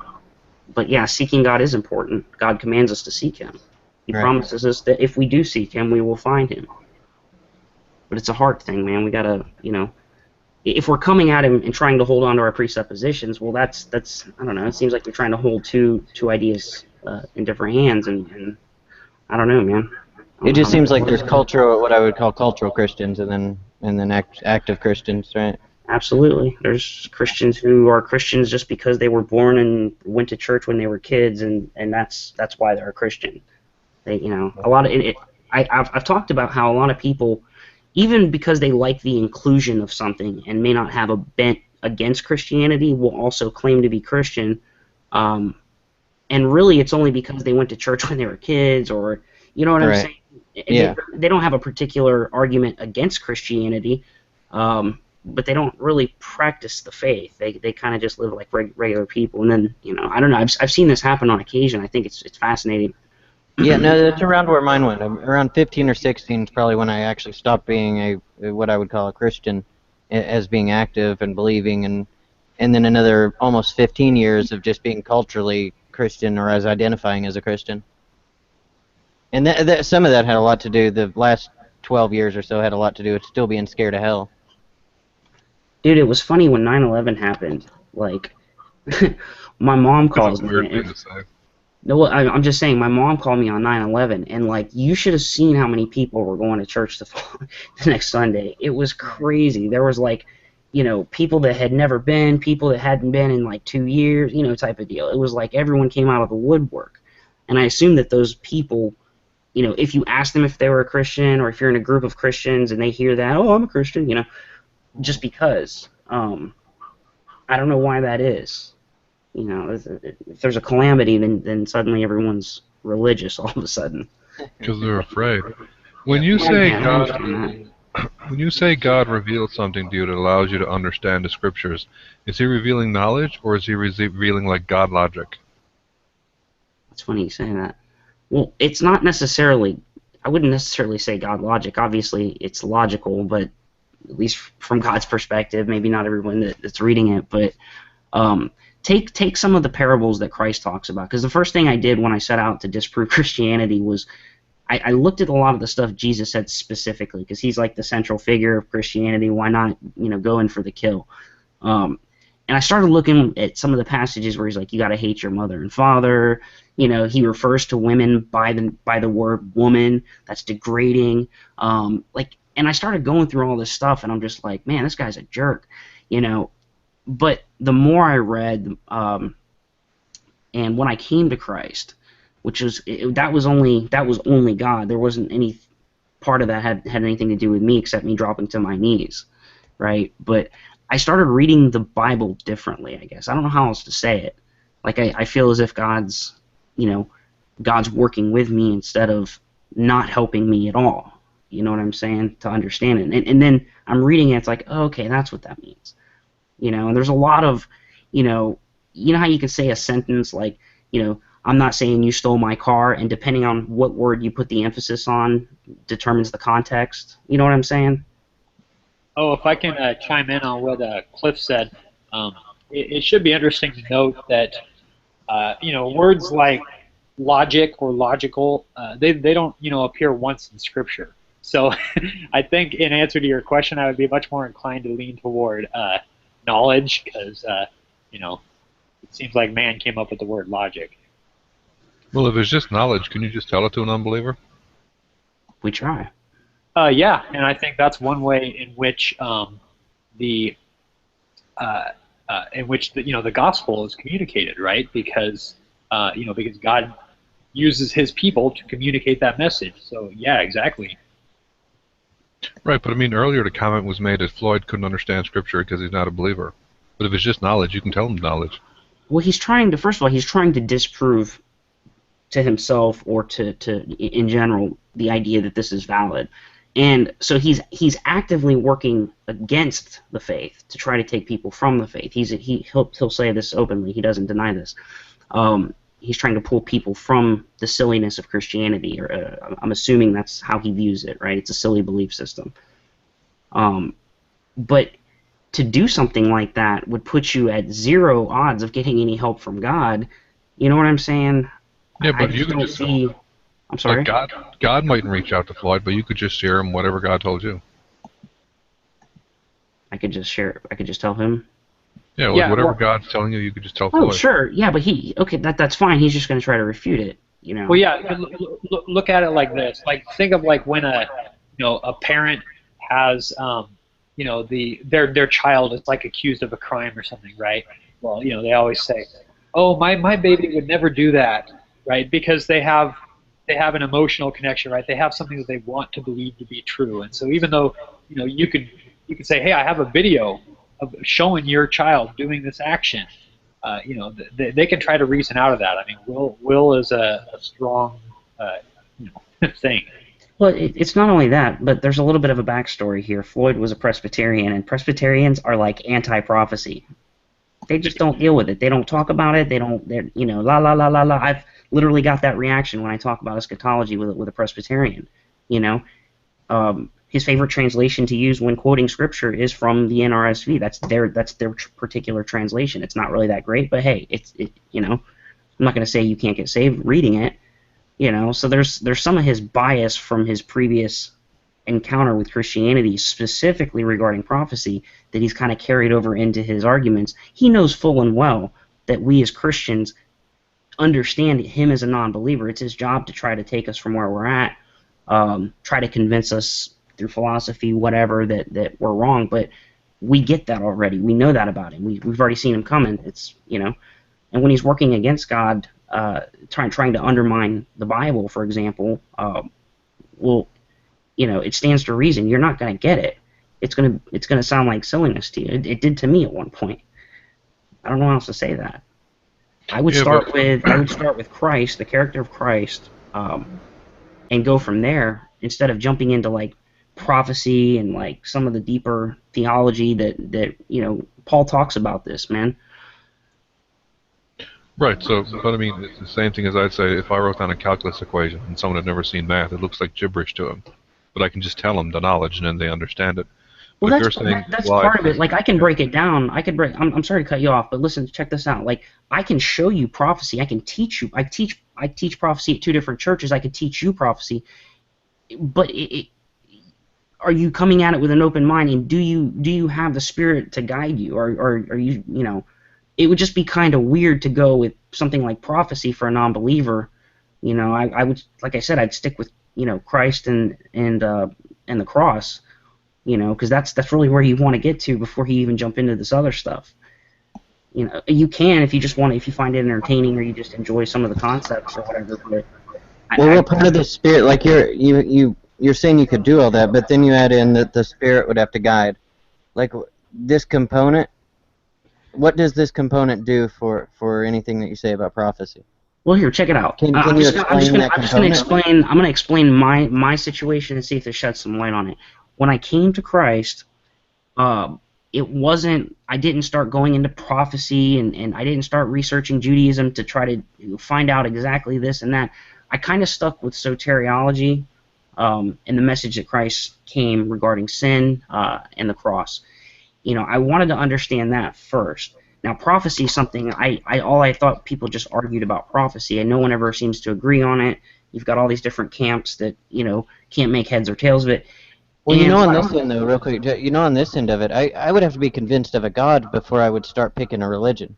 Right. And what you're saying would convince me that your religion was the right religion, but I would have to dig into the God before the other way just seems backwards to me. And I see what you're saying. The Bible does make there is a caveat, regarding prophecy is not for unbelievers. However, if an unbeliever is in the presence of the Spirit, right, say in a congregation of Christians, and everyone's prophesying, then the person will believe.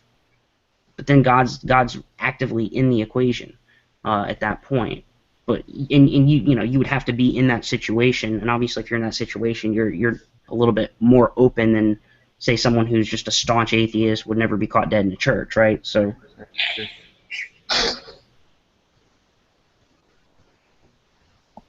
it's like, I don't know, man. There's just so many things. Like a new Christian, as a new Christian, I would be just soaking in the Gospels and the epistles, and not necessarily, I would not necessarily jump into Revelation or Daniel.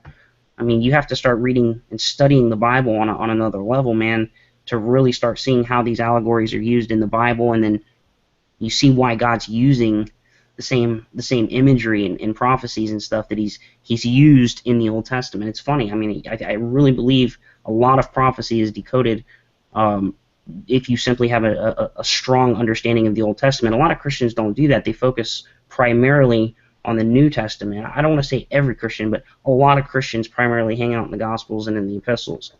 Well, it's funny you say that, because that's how I've always understood this. That's how the Spirit in this thing makes sense to me, is that it's the Spirit of the Word. It's the Spirit of God, as in, like, the Spirit of the law. Like, once I understand the Spirit of the law, then whatever law I'm reading can make perfect sense. Well, think about. But as an entity itself guiding me through these things, it becomes a separate component at that point, and it loses me. So I think, and I might be misunderstanding kind of what you were getting at. So let me know if I am. But I think the thing is that in Scripture it says that the Spirit of truth will guide you into all truth, and just because you're being guided, doesn't mean that you have to follow the guide, right? It doesn't mean that you're necessarily going to arrive where it's guiding to you at. You have a decision whether or not to follow. So it will still do its work, and if you are working in conjunction with it, you'll arrive at the destination. That's where it loses me when you say it does its work. Like, because if you go the way I was saying it a second ago, I'm doing the work based on what I think the intentions are, or what I've learned in intentions are. It's not a separate thing doing work and guiding me and me following. If that makes sense, like it loses me when you start saying it's this other force. that can do things. Well, I think the spirit is most definitely another force, if you want to use that word. It's not something that people are born inherently with. It's an outside thing that comes to Well, live. that's whenever we get to asking then how do you show this force? How do you, or whatever you want to call it, how do you show that to an unbeliever that there actually is something occurring there? By show, would you equate that as prove? Meaning the same thing. What do you mean by prove? Well, yeah, but by you saying I would, you could show me, its logical necessity and that it can't work without it. Yeah, because if you're asking me like, how do I show the spirit? Well, that's very different than how do I prove the spirit to someone else? Just like you can show me gravity, right? Like you don't have to physically hand me a jar of gravity. Well, you could demonstrate the spirit through works of the spirit, right? Right, but to you that would just be like, oh, thanks for doing that, bro. That was just What I said is you would have to show me that it's necessity, that for it to actually be the case, you would have to show its necessity. It couldn't be done any other way.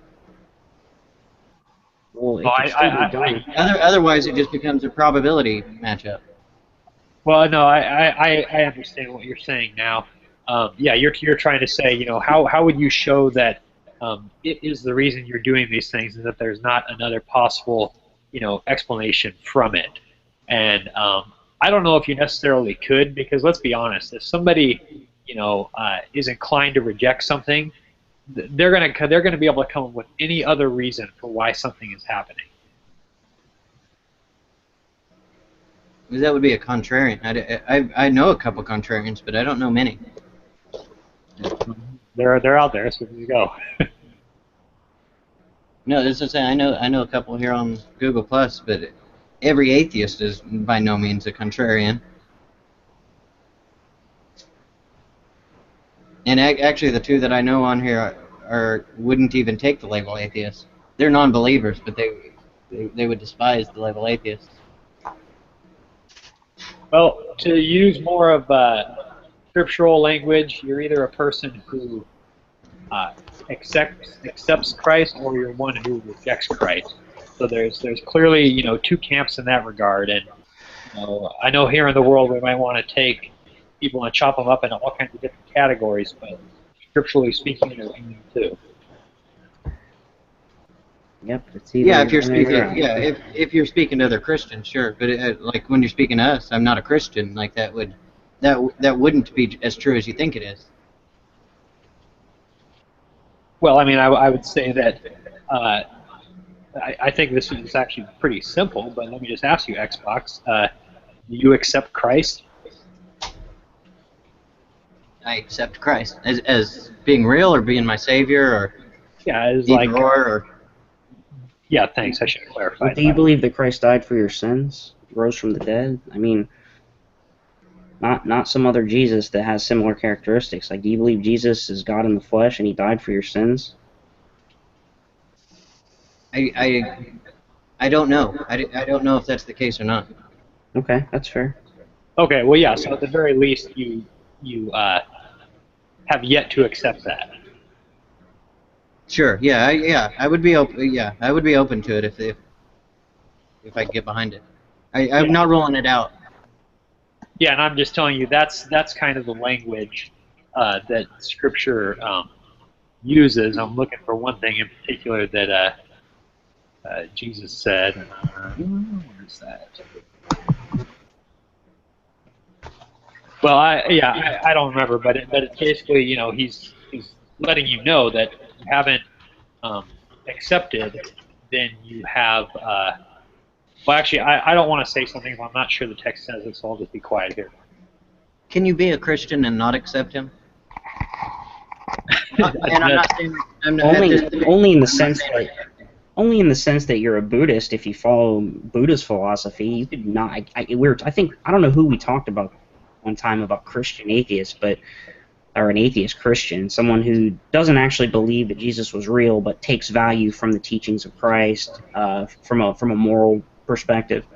And that to me is a very interesting and weird kind of idea. Oh yeah. Well, what if I were to study Christianity, right, and I just haven't got to the part about the gospel and all that. I'm taking my time through it. Is it when I accept Jesus that I become a Christian, or is there a time before that I accept him that I could become a Christian? Keep in mind too, Xbox, that this is all going to come down to what a person defines a Christian as. Like when you asked your prior question, like can a person be a Christian and not be saved? You know, I would emphatically say no, because the way that I define Christian is somebody who is a follower of Christ. You know, and Christ said to believe in him. So if you don't believe in him, then I would say no, you're not saved, you're not a Christian. But that's really what it comes down to, is what you're defining Christian as. And when you say believe in him, you mean believe he was the Son of God and right. Okay. And did all the to me, I'm pretty much, me and Sean are probably not going to have much deviation between us, but to me a Christian is someone who has the Spirit of the living God, the Spirit of Christ in them. You know, not inside of them in the sense that you're thinking, like, but, you know.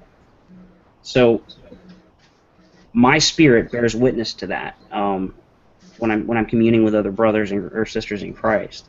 Right, I identify with that person on a different level, and there's something in them that I recognize. Yeah, like I'm a smoker, and I have the spirit of a smoker because I live that lifestyle. I am that thing, in essence. Well, here's the thing, you know. I don't know. I have a quick question, if I may. No, bro, Joe. Okay. No, please. How you doing? I'm doing all right, man. Happy Thanksgiving, everybody. This question goes to, I guess, specifically Peripheral, because he made that claim. Aside from preaching the gospel, if one has to have the Spirit to have any understanding of things written in the Word, is it not futile then to debate on these matters? Absolutely. So why do you guys continue to do so, especially with Floyd? Well, what we're called to do, I entertain Floyd usually philosophically. Just, you know, I actually do like Floyd. I have an appreciation for his composure and the way he, you know, has discussions with people and stuff like that. But I'm not really trying to convince him. I'm more trying to counter his arguments so people don't just see his side of the argument. You know, Shamos does the same thing. You know, just providing that counter argument. Generally, is that your job, or is that your job, or the Spirit?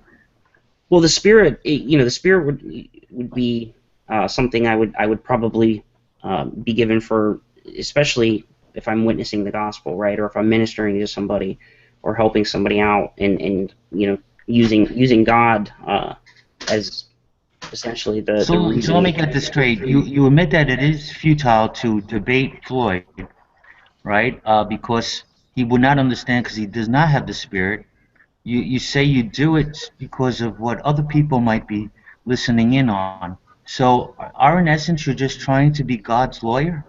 Hey, if I just may interject real quick, and I'll let you answer, Shamos, but I would actually answer your initial question differently than Shamos would. So after Shamos is done, I'll give you my input. But go ahead. I don't think Shamos was talking. Oh, that was you, Peripheral. Yeah, sorry. But, yeah. But no, I get what you're saying, right? Like, I won't repeatedly go to a person and try to minister the gospel to them if they've willingly, openly, and flat out told me that they reject the idea that this could be true. I'm not going to pressure a person or pester a person, you know, and push it on them. If they don't want to hear, if they reject it, then, you know, I'll move on from that person. Here, it's just like anywhere else. I mean, if I'm talking if we're having a conversation, like, I'm not trying to beat you over the head with it. I would just try to take everything back to Christ, because, you know, talking prophecy with unbelievers is really, it's always going to net the same result. It always has. Or not even prophecy, but, you know, even some of our theology. It's just... I have a thought on it too after Sean goes. if you don't mind, Brother John. Yeah, go ahead, Sean. I'm done. Yeah, cool. No, I think I'm done. I think I made my point. Well, now I want to say my point. So hold on. I was thinking in Scripture there is one verse that it's basically kind of a command. It says, contend for the faith, and I think there's obviously lots of ways that we can do that, right? Sean, you just disappeared. Can you hear us, actually, Sean? yeah, no, I'm here now. I either muted myself or somebody muted me. Anyways, what I was going to say is that in Scripture we're given one command, and that's to contend for the faith. And while I believe there's different ways that this can be done, I think one of the ways is in answering, people's attacks and accusations against God and against Scripture. And so I know Peripheral already brought this up. He said, sometimes I just do that to counter the things that people say. So that's one valid reason too. But he correctly pointed out, we're not doing that necessarily because we're trying to convince the other person. Yeah, my view on it, and mine's not obviously from the theist side, is that it stunts us as people in flourishing to have these muddied debates over if you're arguing the Christian side with an atheist, or the atheist is arguing you out of the Christianity for whatever militant tenets that they hold. But there is a legitimate discourse inside of all this as well. I mean, if you have someone that's wanting to learn about it, that would be one legitimate reason to have the discourse. Convince someone of the side. Trying to think, there's a handful of others that, and I'm not saying religion itself stunts humanity or stunts our flourishing, but I think some of the extreme sides of it do. They take our mind and our resources and our everything away from that, and put it towards a pointless circular argument that's not going to amount to anything. What's the argument? The argument that don't amount to anything and all that would be like you arguing the Bible to me as if I were a Christian, or me arguing about in-house Christian arguments to you as a non-believer. Well, I don't know, man. I've not on G+, but I have brought people into the faith as maybe as a conduit. I don't say that I did it, obviously, because it's God that opened someone's eyes. But I've been in a lot of situations where people just wanted their questions answered, and they had gotten around previously. That's what I'm saying is legitimate. I'm completely saying that, and if you go around spreading your word, that's legitimate as well. But yeah, if you wanted to know our theology, almost like Sean was saying, if you're just going around punching people for Jesus or protecting when someone draws a picture of Jesus and you go attack them, right? Like, these things are so counterproductive, not only to the religion but to our flourishing as a humanity, as people. Yeah. I agree. So I do think there is a legitimate discourse that goes on. I think there's a lot of illegitimate that goes on, way more than the legitimate. I know I'm not drawing real clear, distinct lines right this minute, because it's the first time I think I've ever put them into words. But. Well, you have to have noticed this, Xbox, that when people come here and argue against the Bible, they're all, suddenly they have this supreme understanding of what it says and propose to tell us what our theology is. It's interesting. Yeah, that's illegitimate as well, yeah. Which, it's like, well, okay, so you're not a Christian or you're not Jewish, you don't really know much about our theology, but you're going to propose that we're going to take your word for it on the matters regarding our theology. And I think that's, it would be like, I've said this before. That starts the illegitimate of the discourse, because then you feel like you have to defend it against someone who already doesn't believe, who's attacking it from a misunderstood position, and the person replies back with an illegitimate side of this discourse, instead of, well, no, here, you're misunderstanding, here's exactly how we believe, and getting into that. And if they want to hear it, then you can have a legitimate discourse. If they're still wanting to fight at it, then just walk away, kind of thing. Well, why would I go into a group hangout, classroom, or lab of some sort where physicists are just discussing things, and go in there and propose to tell a physicist with no knowledge of physics, no real solid understanding of it, and certainly no real formal education in it, why would I propose to tell them that they're wrong? Which is what I feel like a lot of times when people come in and they're trying to use the Bible against us, No, I agree. like that's going to somehow sway us or something like that. We might not all say it, but we're coming here with what we believe is the truth. We're not here to be dissuaded from that. We're here to bring you to that truth. Hey, Right. Peripheral, just a little short note because I think it's funny. I always get a smile on my face when unbelievers come in the room and they bring up the verses that talk about slavery or about God killing a group of people. We're supposed to be shocked, oh my God, I didn't know that it said that. Okay, I'm going to deconvert now. I always find it funny. Yeah. Well, they're projecting their own interpretations onto you, right? That's what's happening. And what frustrates me the most when I hear these discussions, sort of, I'm on the sidelines, is when the believer corrects the person making the argument, and essentially say, well, this is not what I believe. This is actually my point of view, and this is how it is. And the person making the argument goes, nah, that's not what you believe. At that point, I just, what else can you do? I'm sure you've encountered that plenty of times. But you want to hear something really crazy, Dex? Sometimes, and this very rarely happens, and I can't even really think of an example, but there have been times where an atheist has replied or said something regarding Scripture, and I had to think about it for a second, and I'm like, there was some insight in what they said. There was some kind of, insight that I could kind of take away from it. Obviously, I don't agree with their premises, but sometimes they'll just say something, and the way that they'll read the verse, or I'll look at them, I never thought of it like that. Well, the other thing too with knowing. Correctly. I'm sorry. Well, just because you're a Christian wouldn't mean you interpreted the Bible correctly. Like G-Man's a Christian, he interprets almost nothing correctly. Well, why? I don't put it past God. And this is the thing I know about God from the Bible, is that I would not put it past him to use an atheist or a non-believer of some sort to kind of correct me in some way, right? Because to me, that's the worst thing that could happen. I'd be corrected by someone who doesn't even embrace my theology or know Christ. That would be it'd be like, oh, that, in a sense, that would be the donkey putting me in my place. You know what I'm saying? And it would be humbling. So I don't know. I've kind of learned to not just disregard everything everyone's saying. But sometimes when people just blatantly go against what our theology, expecting us to kind of play with that idea as if it were possible, well, it's just nonsense to us. No, and that's why I wasn't trying to make that one-sided at all, because I see it on every side of that, what I would call illegitimate discourse. Right. Because I think a lot of people, G-Man, you said there, you hear him tell an atheist all the time what they actually believe and things, and it's not just G-Man. Yeah. You hear other people doing the same thing. So I think it's on every side that. Yeah, you're right, Xbox. It goes both ways. It really does go both ways. There's a lot of misunderstanding about the positions on the opposite sides.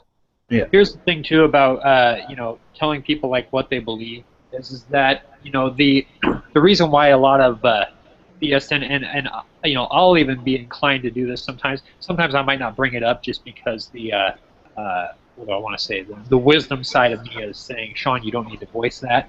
But in Scripture, a lot of times it will say, this is how these people think. Right. And so when I run into somebody who says that they believe something differently than what Scripture says, well, I'm at a crossroads. I need to say, okay, I'm either going to believe what this person tells me and not believe Scripture, or I'm going to believe Scripture and not what this person tells me. And most of the time, simply because God has proven Himself true to me more often than not, I'm going to believe what Scripture says. But yeah, the tactful side of me usually wouldn't bring it up.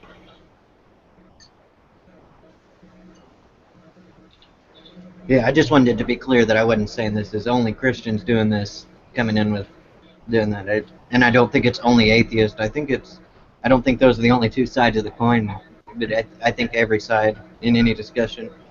Yeah, and I do think that was to Brojo's question, because I do think there is a pointlessness of a big majority of pointlessness to all these discussions on here. Yeah, there's I a lot think of we vanity just have to here. be careful. Like, I think we just have to be careful when we say people can't participate in discussions because they don't have the background for it. Like, I don't have a problem with someone coming in and saying something I said about physics or math was wrong, even if they have no formal background. They just got to be able to make an argument for it. Like, if Yeah, they but you, come in without making an argument, then I'm going to say, okay, well, whatever. well, You know? well, think about how ridiculous it would sound if I started telling you that the theories and the formulas that you're so familiar with are bunk, or you're looking at it wrong, or something like you'd be like, this dude's crazy. Why So, would you? but that's the I think that's all the you point, got Justin. If I come in here and I say, well, the Bible's wrong because of this, and I know nothing about the Bible except for what I've read on some website, and that this was the argument wrong.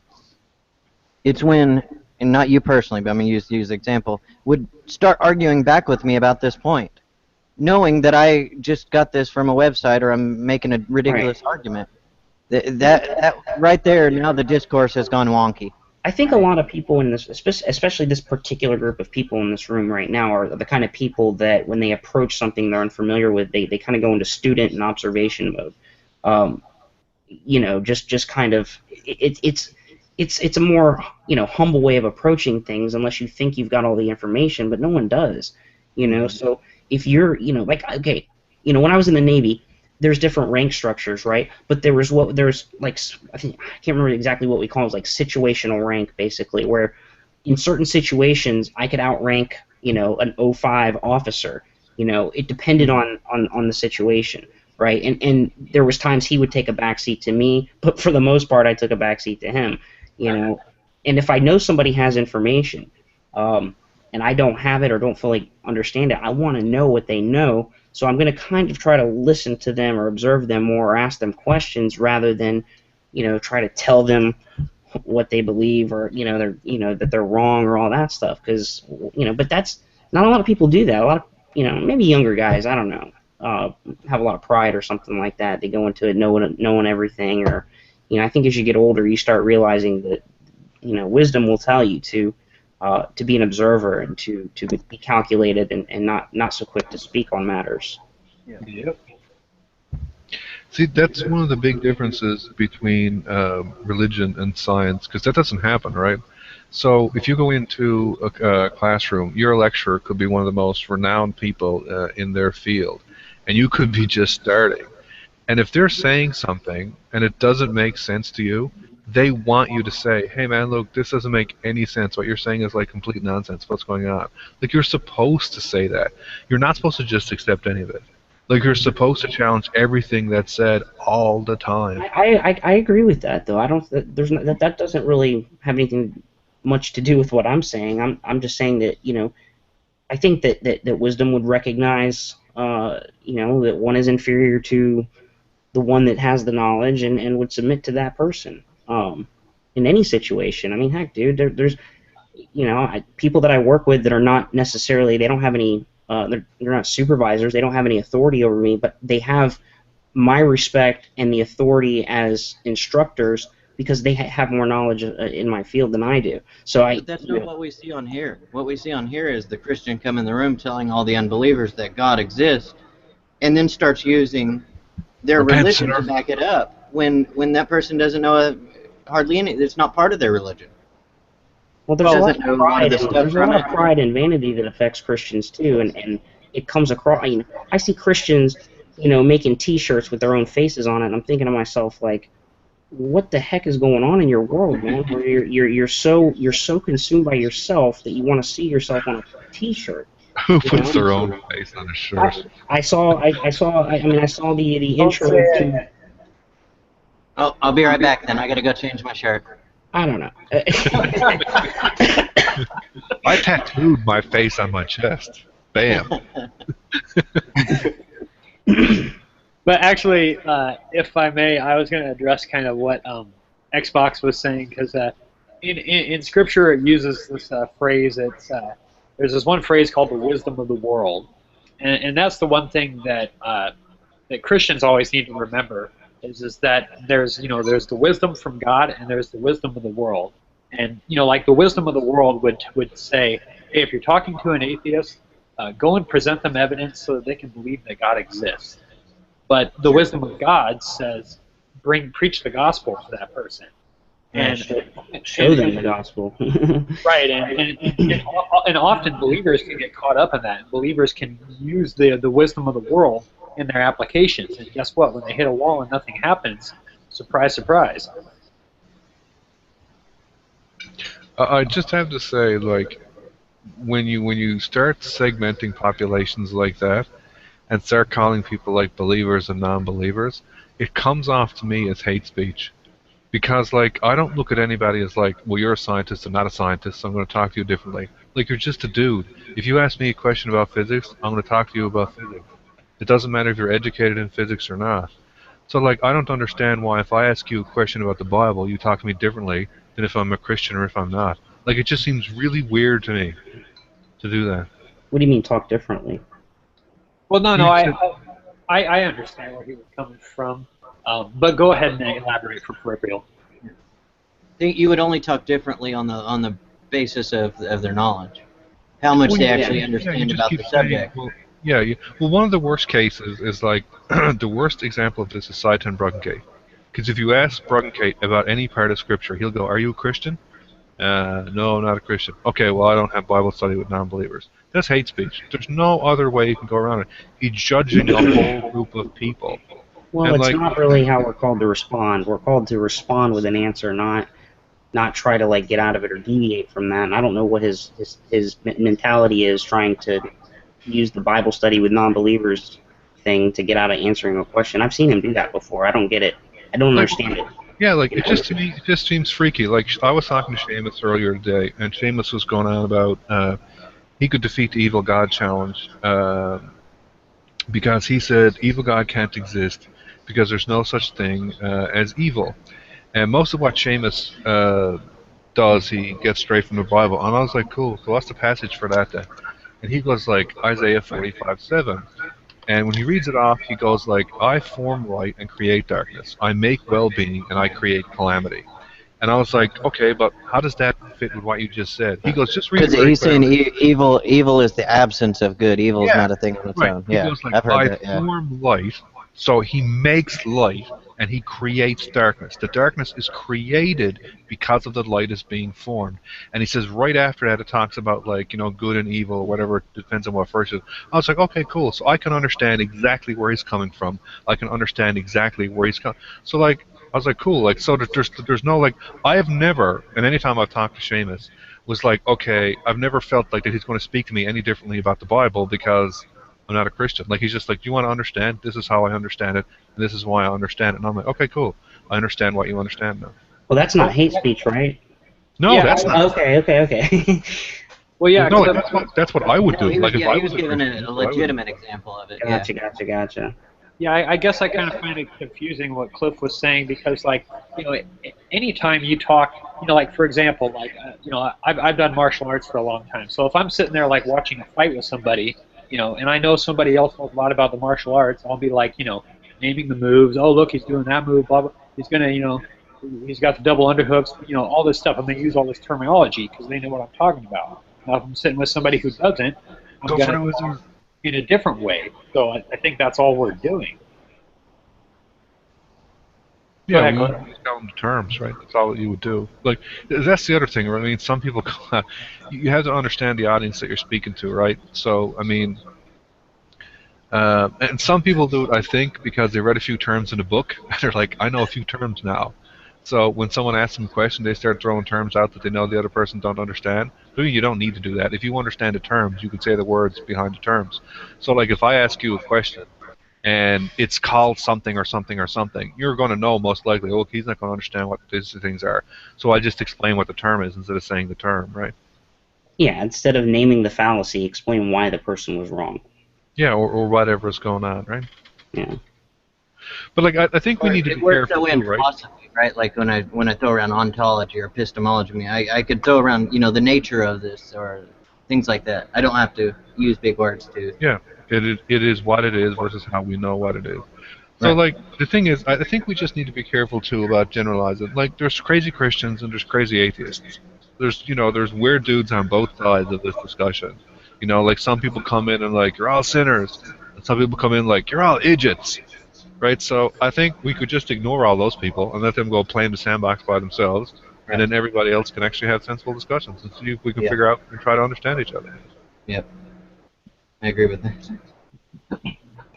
That's because you're one of the crazy ones. Sounds like a fine dream. Sounds like hippie talk to me. Hibbity jibbity. You know, since we're all getting along so well, I think we should go around the room and everybody say what they're thankful for. No, I'm just kidding.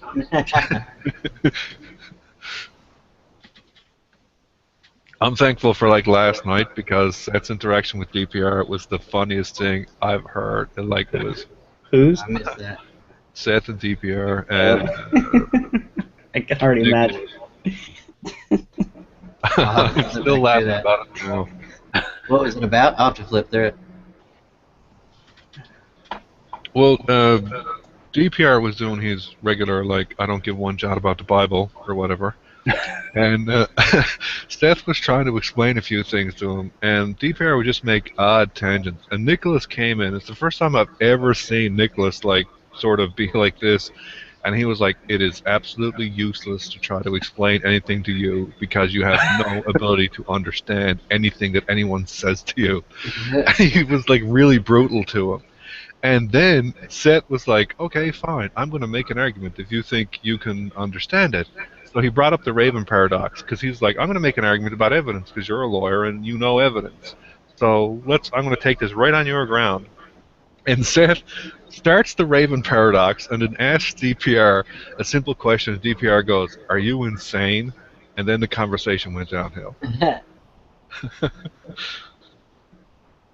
Well, that's the way it was headed when I misunderstood you earlier when I was asking him about verifying science with science. And he stopped the conversation and was like, are you fucking serious? Yeah. And then luckily the room broke out into some other conversation. Yeah. Like, so you don't have any problem with a circular argument? No. Cool, okay. I don't know where to go from here. Yeah.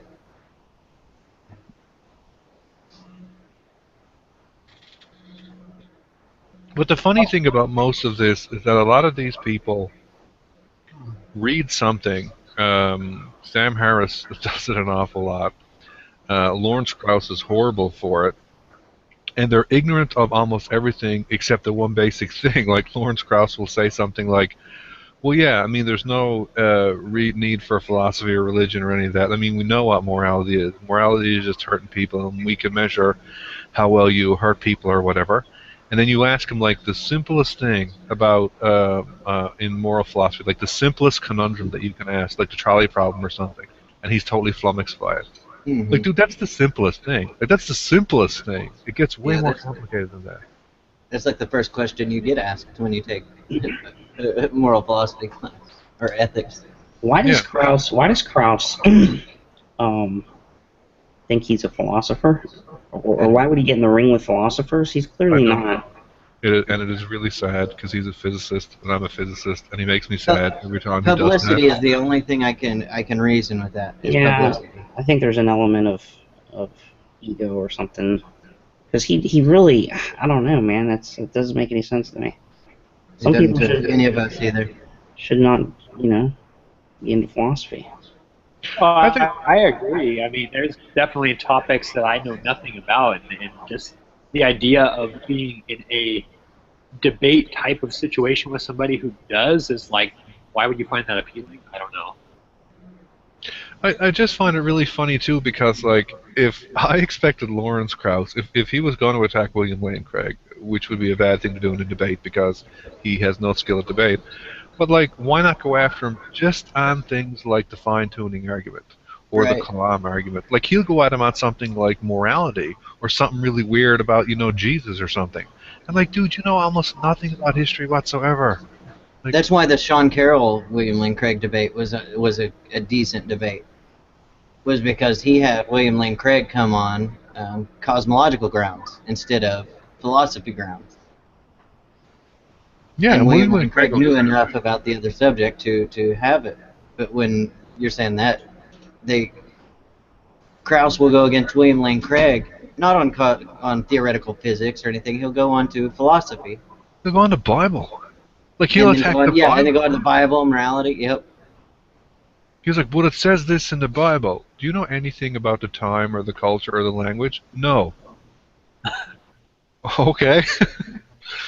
That's like me opening up. That'd be like, somebody opening up, a textbook and saying, this equation is completely wrong and stupid. Like, do you know any of that notation? No.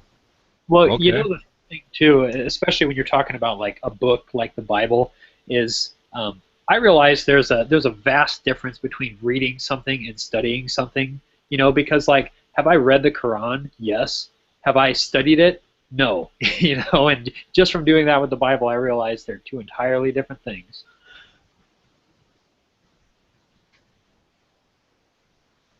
Yeah, and the Bible is the most broken down and studied book of all time, like by a lot. Not just by a little bit, by a lot. That's one of the things that struck me as funny earlier when DPR said there is absolutely no truth in the Bible. And I'm like, really? Like, Yeah, because I know he said that. I know he said before that there are truths in the Bible. So it caught me off guard when he said that earlier, too. Honestly, when I was talking to him, I was just like, he would ask me a question, and then he would go on talking for 10 minutes. So half the time in my head, I was just sitting there trying for the life of me to remember what the question was so I could answer it at the end. Yeah, you got to get on a notepad with DPR. I use the side chat to take my just personal notes. Yeah, that's what I did eventually. No, with him, anybody that talks long like that. no, I think you can go like way too far the other way. Like Nephilim is an example. He will read some passage in the Bible, and it will be like something like really vague, like something about somebody walking in the ocean and being warmed, and he will go, see, that proves geothermal vents. And you're like, dude, that's a big friggin' jump, like, from one to the other.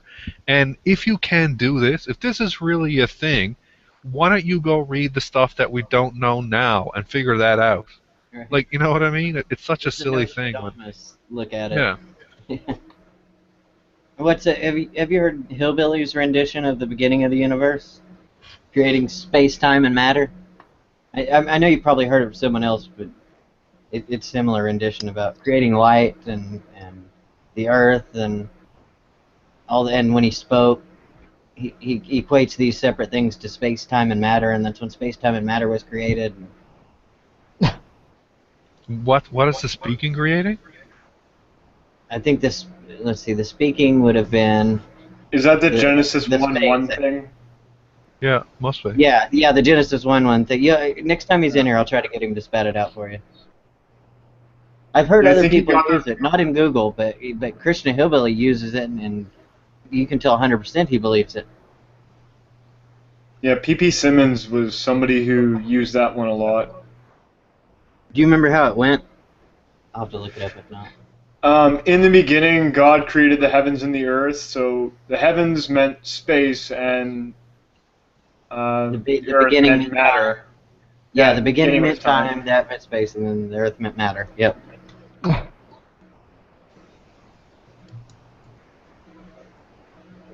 So now the earth was formless and empty? I don't know how he goes from there. Formless, so I guess he's talking about like the, post Big Bang, that where everything was just, how did they describe it? Flat? I don't really look at that. Hillbilly doesn't. No, Hillbilly said it was just God. It was just God. Right. No, there was nothing else, just God. So does he argue like that? Does he interpret it as a space-time or something else? Like when he says in the beginning God created the heavens, is that supposed to mean we should understand that space and time are linked as one thing? Yeah, God created time and then space and then matter. In that order. General relativity is in Genesis. Wicked. Yep. In the beginning is the beginning of time, and then space and matter. That's three things that are codependent. Yeah, it's just a reach to get there out of that. Like it's. I don't know. I think it's pretty blatant in the first verse, but I don't see it happening like in the way that like I really think people envision the Big Bang as this explosion with all this light and particles and crazy nuclear stuff going on, right? Like I really think people believe that that's what they think of when they think of Big Bang. And Well, then who banged it? I don't know. Right, I don't understand how. You see, when I wasn't a Christian, I really delved into a lot of scientific arguments, and I watched all the shows on TV having to do with physics and different, I watched Through the Wormhole with Morgan Freeman and all that stuff, and I was really my mind was just having fun at the possibilities and the ideas that were being proposed. But one thing I could never get past was the big. Yeah, I know that Xbox. One thing I could never get past was, okay, the Big Bang, but what was before that? And if time doesn't make sense when there is no time or space and all that stuff, then what caused the Big Bang? That's what I wanted to know. I wanted to know where we came from. And Right. I was ultimately left wanting, just the sense of well, how did it happen? Why did it happen? I take the eternal universe theory. I'm still working through learning completely about it, but that there was no before the Big Bang. Time was created with the Big Bang. Right. I What get was that. there before? What was there, quote unquote, before was just there eternally. You know what's funny is in other words, what made me even say that? Would that be the is that philosophical you have nothingness? you have to have an assumption that the universe is an effect, that it was created, and I don't see evidence of that. You know how there's the term atheist? You guys have heard that term before, right? Atheist? Yeah. Yeah. And I'm sure it's probably different for all people, but I was just remembering back when I was an unbeliever and I didn't even care, and I wasn't even thinking about all the stuff that you guys were bringing up. That was I was just thinking about who I was going to be hanging out with and what I was going to be doing for fun. Well, these were all questions I just had because I stopped being entertained by my lifestyle and all that stuff, and I started really questioning, some of the bigger questions. And I was a believer. curious. I don't know a point that I was ever an apatheist. My wife is an apatheist now because of G-Man. She went from Christian to an agnostic to an apatheist, all from G-Man. Just him playing in the background, and I'm not even making a joke by it. Why do I believe that? That's funny.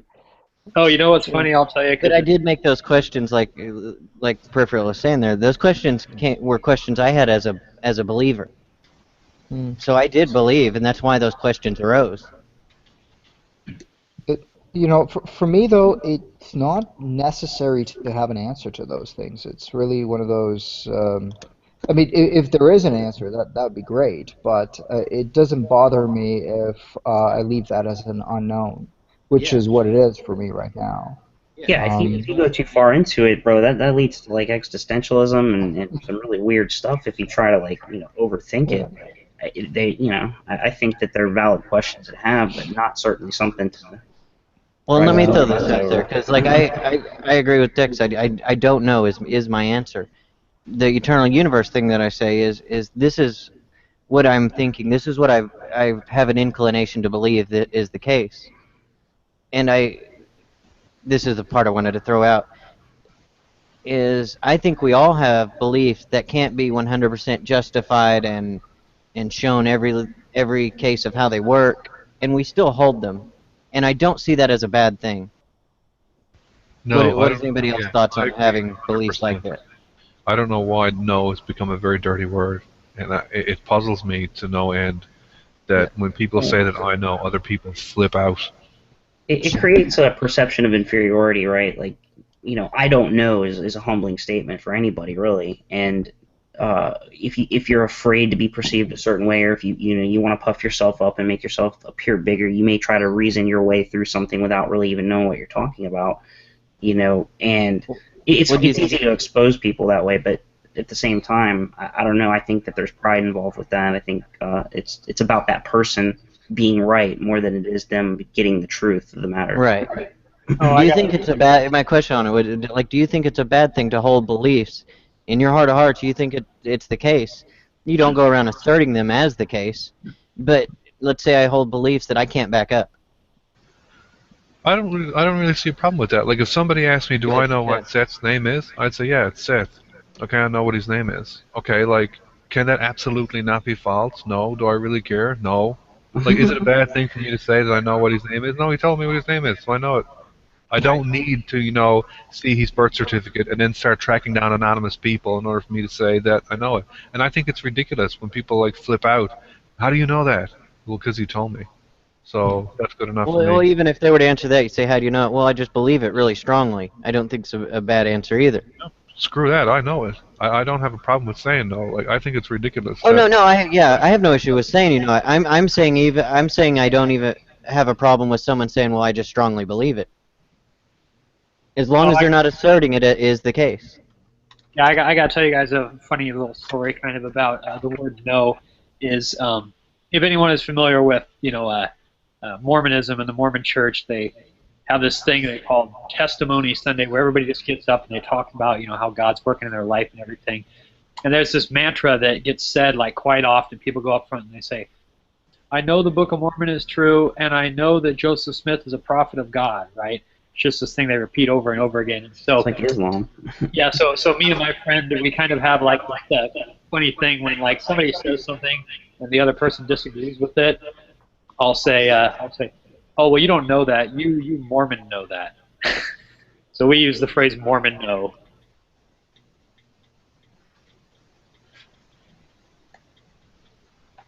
It's interesting. It's like, there's no God but Allah, and Muhammad is his prophet. Yeah, like I don't have a problem with someone saying, like, if I said, you believe, though you're a Christian, right? Yeah, so you believe in Christian God. Yeah, okay. So if I said to them, which I never would because I think it's a stupid question, do you know the Christian God exists? And they said, yeah. And I was like, well, how do you know? And they said, well, I had personal revelation, or I read the Bible and it makes sense, or I look at a tree and I can see the beauty of God. I'd say, okay, cool, that's how you know. Like, it's one of the stupidest things that I could do would be to tell someone, you don't have the right to claim that you know something, because what you're doing in order to reach no is what I would not do in order to reach no. What the freak difference does that make? I'm not you. I don't have the right to tell you when you can know something. Sometimes, a lot of times when you say it, like if you walk up to just like a layman and you just say, "Do you know God exists?" If they're a believer, they'll just answer yes. They won't think about the difference between know and believe. But if you break it down for them, if you're like, because if you say them together, like, do you believe God exists or do you know God exists? And they're like, oh, they kind of see what you're saying. They'll get Well, it. in a philosophical conversation, those would kind of matter. But colloquially or in discussions, laid-back discussions, layman, things like that, they don't. There doesn't have to be this fine line in between the two. That's why I'm surprised more atheists don't say, "I know there is no God." Because I think a lot of them truly believe that they know there is no God. Right. But that's a very bold statement for a lot of atheists to say. So they'll just say, "I don't know." I'm going to generalize. A lot of them on here will take that lack-theist position. Well, I just lack a belief in God. Right. When you're in these philosophical conversations, that's not a definition of an atheist. An atheist is defined as one who believes no God exists or knows no God exists. That comes with a burden of proof. So to escape the burden of proof, I'm going to move to lack-theism and just say I lack a belief. Well, here's the thing, like, I say I know God exists, right? And the natural response I usually get is, well, prove it. But when you're talking about God, someone who, Scripture says he hides himself, for example, and what if he didn't want me to be able to prove him or demonstrate his ontology to you, and I was able to do that? Well, then he wouldn't really be God, would he? You know what I'm saying? Like, I just... Now you're proving God, though. I thought the question was for them to prove how you know. Oh, well, I mean, all I could do is give you evidence that convinced me of it to be the case, and then I would say that that warranted belief. But then personal revelation is where I get my I know God exists. Like I've had encounters with God. So Well, You what know, arguments would you use to prove you know anything? Like if there's a soda in front of you, how would you present an argument to me so that well, you're you could you're a convey unique that you're you a actually unique know case. whether the soda is in front of you or not? You're How could you convey it to me that you know that there's two sodas there? well, there is no argument for from your position that you would accept, right? Well, I don't know. I'm just asking in general. What argument would you get to about any of your knowledge? How could I know that you had knowledge? Like how could you? Well, you'd have convince to me be that? me, right? Say it again, sir. I think you would actually have to be me, right? To know what I know, and I think Right. I'd have to be you to know what you know. I don't know if that makes sense. I think. I don't need you to know what you know. No, I'm saying if I'm claiming something that I can't, like I can't give you my experience with God. That's something that happened. It's only, I could describe it, but ultimately you're not going to know that the way that I do. You know what I'm saying? I guess that's where I'm going with that. I was just trying to point out how pointless it is to ask someone, and if you say you know God exists, to come back and say, well, prove that you know that. Yeah, like I don't see it as a pointless argument. Like Xbox, you said you used to mod Xboxes, right? Yeah. Okay, so if I asked you, hey, are the internals of an Xbox better than the internals of a PS, whatever the hell they are now, in terms of heat dissipation? And you said, yeah. And I said, well, like, how do you know that? And you're like, well, because I've taken them apart, and blah, blah, blah, blah, blah, blah, blah, blah, blah. And I'm like, okay, so now I know that you know it, because I and the fact is, you know what I mean? So, like, I don't think that's an unreasonable question, but I do think that a lot of people play it like a shotgun, like a weapon. And if you start doing that, like, you're just being an asshat. Like, there's a difference between having a conversation and trying to back somebody down, like to make some kind of a point. Like Darwin, buddy, whatever, he comes in here and he tries to run really hard precepts against people all the time. And like, he's not trying to have a conversation, try to understand what people are thinking, like how do they know it, where do they come to their beliefs. He's like trying to pigeonhole them into like, you can't know because I'm the one who gets to decide what knowing is, and you have to follow my rules. Right? And I was like, yeah, good luck with that, buddy. He's got a unique approach. I'll give him that. It's definitely like I would probably choose a different way to talk to somebody than the whole precept thing. I don't really get it. Like, it doesn't seem to have a very good effect on people. But no, and I've said I think why it doesn't is because I see it as a thought experiment, and I grant it. I won't engage the precept anymore.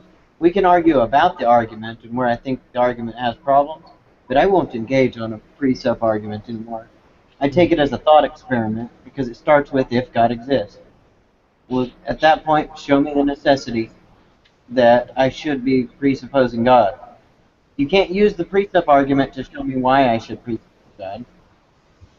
Yeah, I don't know, man. I don't really think that I presupposed God. I think I tried to disprove God, and I came to a position of believing the evidence. Of course, I'm sure that somebody will come and correct me and say that requires some other presuppositions that I may have held to. But yeah, that's not a big deal, though. Probably basic beliefs. Can I make a slight change in conversation away from the precept topic? I got a question I want to ask Farhan. Sure. What's up? Cool. Farhan, somebody told me something recently, and they said that the Quran actually not only allows but encourages Muslims to lie and deceive non-believers in order to further the cause of Islam. Is there what is up with that? The ironic thing here is no matter what if I were to deny that, people would say that I'm lying, and if I was to affirm that, then people would say that so here's the deal. That's actually a Shia thing, and it's not even. It's kind of like a smear that Sunnis have done against them forever. Basically, they were a minority, and they always have been a minority, and so therefore they were people like Sunnis in particular used to kill them and be really bad to them and stuff like that. So they developed this doctrine called taqiyya. And taqiyya basically means that you can, in some cases, lie, Now, from my understanding, it's only to save your life, and also if you want to like incrementally give someone, like convince them of your path, if you will.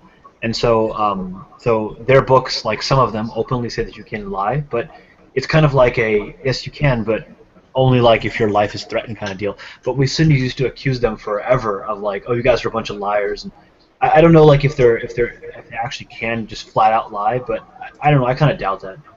But yeah, that was a Shia thing. I think in the again, it was to save their life or to advance their faith in like kind of like an incremental kind of way. And then what happened was, because of the last couple of years, probably 2 in particular, it's been revived against all Muslims. And Yeah, that's the way I heard it argued. Yeah. Well, off religion, I don't know if it would still be considered religion, but that's what the cops, detectives can do as well. They follow the same guidelines you're saying. But that's different though, because the cops are not being threatened though. What was happening was that a lot of the early Shias were being killed. No, that's what I am. I'm saying like if the 2 instances you put forth, a cop can lie about being a cop if his life's in danger, and in an interrogation room they can lie to get the story out. And perfectly be in the bounds of the law. Yeah, they can lie. That is true. Yeah, but I don't think, like, for example, if you knew that you could, okay, and you don't need to answer this question if it makes you uncomfortable, but we're after talking a bunch of times, so you probably have a decent understanding of my character. If you could lie to me about Islam and to make me convert, would you do it? No. Lie? You wouldn't do it. Because eventually, well, first off, eventually you would find out whatever like the actual belief was. So it's kind of pointless.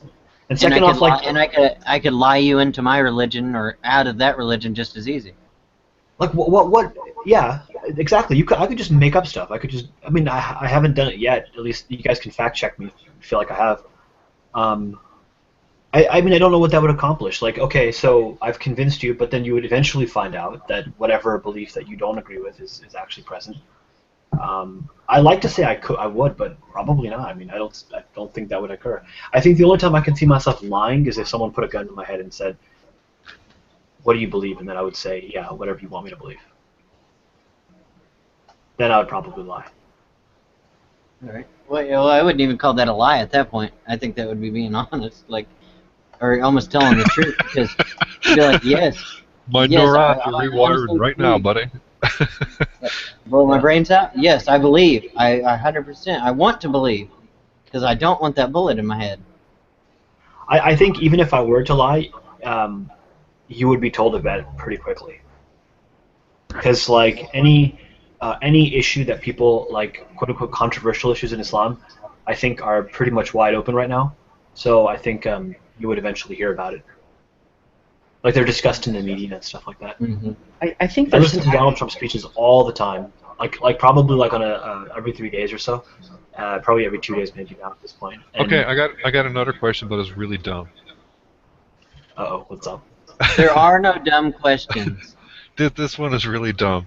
So it was Matzlik was going on about Muslims or whatever, and he said if you kill a Muslim with something that's dipped in the blood of a pig, they will go to hell. Like if I stab you with a knife that I've stabbed a pig with, you go to hell no matter how good of a Muslim you are. I don't know how to respond to that. So like, is there any basis to that whatsoever? Like, where's this coming from? I've the Bible never heard has that its in my blood entire magic. life. Maybe it was taken from them. Because like I didn't tell you how stupid he actually got. What he was giving like a speech about like how he would take the war on terror, and he was saying like we should go to these places where the Muslims are, and we should like kill a bunch of pigs in like a large place where everyone can see us kill the pigs, and then we should dip all our weapons in it and dip all our bullets and magazines in a minute and make sure everyone can see it, so then the Muslims know when we shoot them they're all going to hell, and then they won't fight us. What? I'm not making this up, dude. That doesn't sound right. That'd be awesome, though. Does blood magic work that way? Man, I'd be so scared of that bullet, that gun. I'd be terrified. Matt Slick needs to be committed if he said that. I'm not Like, making this up. really? Seriously, dude. He went on a hangout with Bible thumping. He went on about it because he said it, and I was like, dude, whoa, like I've never read like the Quran, but that sounds like really weird. And he went down with it for like 15 minutes. He made a big show. We should take the blood and we dilute it and we do all this. We have to make sure all these people know. So we have to do it in this big area, and then the Muslims just won't fight us. Yeah, really quickly, who is Matt Slick? I've heard this name a billion times. Oh, dude, you don't want to know. Christian apologist. A true Christian apologist. I mean, he I does, think of he does college debates, college speech, runs a website named carm.org. So he's a polished Christian apologist. So I think of Christian apologists like, what's his name? Kalam Cosmological. Who's that guy again? William Lane Craig. William Lane Craig. I think of him as a Christian apologist. Or Nabil Qureshi. He's in that league. He's not smart as William Lane Craig, but he's in that field. Hey, I'm just curious, Xbox. What's the difference between a true apologist and a false apologist? I can explain this really easy. You want to understand the difference between like Matt Slick and William Lane Craig? Okay, you know G-Man, right? Okay. Okay, you know Seamus? Right. That's the relation. So G-Man to Seamus is Matt Slick to William Lane Craig. There you go. Okay. Yeah, I was saying Matt Slick is an apologist, and William Lane Craig is an apologist. They're in that field. Oh, yeah. Yeah, they practice apologetics. I guess you could probably... Yeah, that's their life. That speech is about it. Debates about it. They've both, I'm sure, written books about it. I just, man, I don't know. I can't help but wonder, does it get to a point where the debating and the arguing and all that stuff, does it get to a point where that is kind of taking over and that's what it becomes about, and now you're feeding this image that you have of defeating people in debates and all that crap. I don't know, man. I have this really, just kind of really weary approach to the whole, I don't know. Yeah, seems like a lot of power to have, right? You know what I like about that is what you were saying about, like, kind of losing focus of the big picture. That's one of the things that I appreciate about James White a lot in his debates, especially if he's debating a Muslim or something like that. It's like he almost always tries to find a way to slide the gospel in there somewhere. So props to any apologist who can do that. Yeah, William Lane Craig does on the end of all of his. Okay.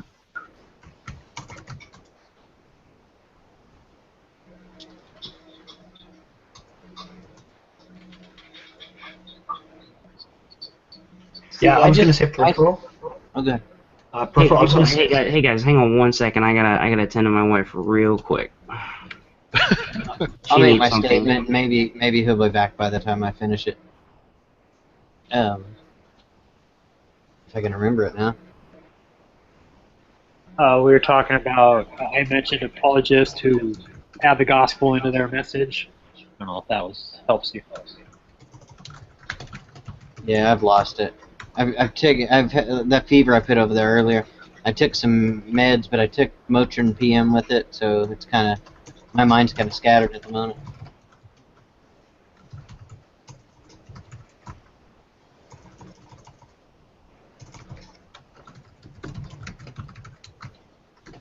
How long have you had the fever? Is it just like today? Just noticed it today, yeah.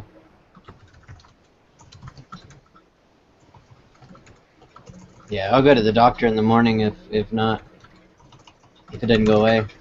Go to an urgent care center. Yeah, that's it. If I can't sleep or anything, my wife will know if I'm sweating to death and still have a fever while I'm sleeping. So. Have you tried praying? I think I would have a hard time getting an answer on the prayer, but I would love for you guys to pray for me. Before I take medicine, I say "Hada dawa wa minka shifa," which means this is the medicine, and from you, God, is the healing.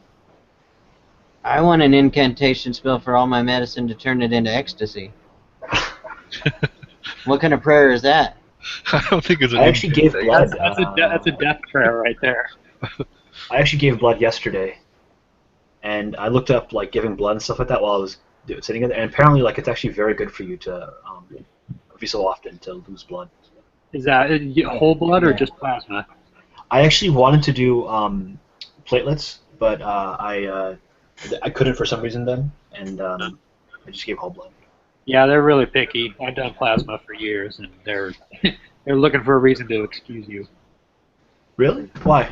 Oh, no, Well, it's just that they didn't have equipment or something like that there. Well, I kind of use that like, tongue in cheek, because obviously they want people to, but I'm just meant to say that there's like a lot of restrictions, and if you don't meet every single one of them, you can't donate. Oh, I know I know what I was gonna say now is if I were a Christian and I were coming into these rooms, my main goal would be to win souls, but the two ways I would go about it would be either preaching, just straight preaching, or having the discussions, not debates and not arguments, but having discussions with people that want to know more about my faith. I'm totally with you there.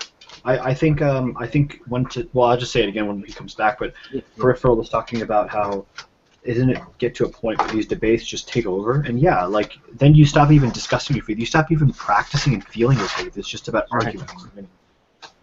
Right. Yeah. And if you say no, I don't want to hear you preaching, or I don't want the discussion, then you say, okay, well, you know where to find me. You know, you got to do the quick thing on the gospel about Jesus, and then move on. Find someone that does want to know, or someone that does need you. At the very least, too, a lot of times I kind of look at it as like, hopefully I'm being a better representative for the faith than maybe somebody else has been to them in the past. Because there's so many people that like the reason they turn away from the faith is because somebody in the faith did something to make them sad or piss them off. So. Right. If I can help repair that, I'll try to do it. Right. Let me show you guys something. Anyone here know Nabil Qureshi? And that's not to say that I do want people in here like Jimmy. I do want the fundy fights and the crazy rooms to still go on. I'm not always above that. I jump in those sometimes too. I don't want them to disappear, but I want more of rational discussions to appear. I want those to be the majority. But do you think that's going to convince you to ever become a Christian? No, I think only God can convince me to become a Christian. I think everyone would agree with that. Hey, Farhan. No, maybe I say that to be a Christian. I think God coming to me would be the only way I would believe in God. Now, becoming a Christian, I could be persuaded in that, but it would have to be through rational and logical arguments. I mean, do you think there's ever a spiritual aspect to it? To what? Well, okay, let me get not really good, but let me get kind of changing focus of the position. Let's suppose you saw like I don't know an apple, right? And suddenly like I took away the apple, so you saw it, but you can't prove that you saw it. For example, you would believe that you saw the apple, no matter what people told you. You'd be like, yeah, I saw that freaking apple. It was right there. Mm-hmm. Likewise, like if you were to, for example, in some way experience God, however people interpret that, however whatever that means, if you were to like have some experience and you were to feel without a shadow. Hold on, there's a bunch of noise when you start in on your second part of your sentence. Oh, okay. What was I saying? You were saying if you experience God, like how would you know? Yeah, like no, like look. Let's suppose you experienced God in some way, however that's interpreted. You would be convinced that you experienced God, no matter what anyone told you. So, what if you're instead of arguing, instead of having a debate, the whole thing about God was that you need to seek Him in some way, and He'll reveal Himself to you. Because no argument, I don't think, is going to convince anybody. Yeah, I'm not sure what the question was, because that would be it. I'm seeking my mind's open. It's just changing the focus, like. I don't know, like changing the focus of the whole approach to God. Instead of like saying, well, I need to have a rational argument that will convince me, which rarely convinces anybody. I think it should be something a little bit more spiritual. Hey, see, I'm more of on that type of mind. I would have to have a rational, reasonable, logic argument that made God necessarily true. I don't think there's any way you for me to believe in it, because right now I think the Kalam, if it's true, it's worded beautifully to get me to a point where it's rational to believe something started the universe. Hey, so I have a question for Farhan. Farhan, you're a Muslim, correct? Right. So in the Christian faith, kind of the way that that God has used to bring people to Himself is through the gospel message and through His believers sharing that gospel message. Is there any equivalent to that in Islam? Because as far as I know, I don't think Muslims are out there necessarily taking a message to people. We do. But I think it's like the, I mean, there's many different ways you can take that. You can say like it's through just the force of people's character is probably one of the main ones. People just being good people or just very openly following their faith. What else can I say? Recitation of the Quran. That's a big one. So it sounds like it's more kind of like you're bringing people in by your example. Well, that's one way. Some people just enjoy the Quran and enjoy its message. So it's many different things. I mean, the people are not so simple as like this is the proof. This is the proof. It's many different things. Some people like the social aspect. Some people like the message. I mean, there's many different things. I was actually anchored out in Turkey, and just not far off the land, and throughout the day, the entire city would stop, and they would play on the loudspeakers all throughout the city, whatever the prayer is, and it was beautiful sounding. It really was beautiful sounding, and I just remember being completely captivated by this. Everybody doing it playing throughout. You could hear it from every direction. So there has to be some sense of community and things like that attract people to that, and it seems pretty organized. Where the entire city stopped what they were doing to pray. It was crazy. What cities were you in? I was in Aksaz and Izmir. I don't know if I'm saying. I don't know if I know. I don't know if I'm saying those entirely correctly. And that's just a scaled down version of the people going to church on Sunday. They go every Sunday, right? They've just taken this and spread it through every day of the week, and then not just every day of the week, but a few times every day of the week. Oh yeah, throughout the day. Yeah, the reason I asked my question is just because I get the feeling that if God has a method of bringing people to Himself, and He cares about people and wants to bring them to Himself, then I figured that He would have some command or be encouraging His believers to do that. And I guess, but I guess you're saying that Islam does have that. It's just done in many different ways. Yeah, I mean, I would say the same thing is true with any religion. Probably the same thing is true with Christianity. There's not just one, like, step one, present them this point, step two, present them this point. Because people think differently. People's minds are different. Well, is there like a message of salvation as like, why do you, like if someone says, well, why do I need, why would I want to be a Muslim, or what do I need to be a Muslim for? Well, like, what would be your response to that? As a Christian, I would say, well, as sinners, we're all guilty of sinning against God, and I would go in that direction. But what would you do as far as explaining why someone needs salvation through Allah or Islam or something like that? I don't know. Is there anything like that? Yeah, I would say it's multiple things. It's not just one. It's it depends on the person's perspective. If they're someone who's, for example, just connected with the world, like they're just a worldly person, then it's beneficial for them in the world. Through many different ways, social systems, even you can even go to the extent of like health, for example. If there's someone who's connected very hereafter worldly, like they're concerned with what happens after you die, then there's the idea of heaven and hell. If there's someone who's very spiritual, then the concept of knowing God, getting to know God, different things. Like I know, for example, for myself, like I don't know if this is good or bad, but I don't really think about heaven or hell that often anymore. I used to, but I don't anymore as much. To me now, it's more about just knowing God. That's like actually probably like the number one thing. Yeah, so each person is different. I don't know if that answers your question. No, it does. Yeah, right on. So Farhan, in Christianity, there's a group of people that are referred to as sinless perfectionists, right? They basically claim that after they came to Christ and were saved, that they've never sinned since. Is there anything similar to that, or like type of group of people in Islam that believe that they just are not sinners? Really quickly, I don't know if that's true about Christianity. Well, It is. no. It's not true about Christianity, but there is a group of people that hold to that view. I think that's what Sean's saying. Yeah, Okay.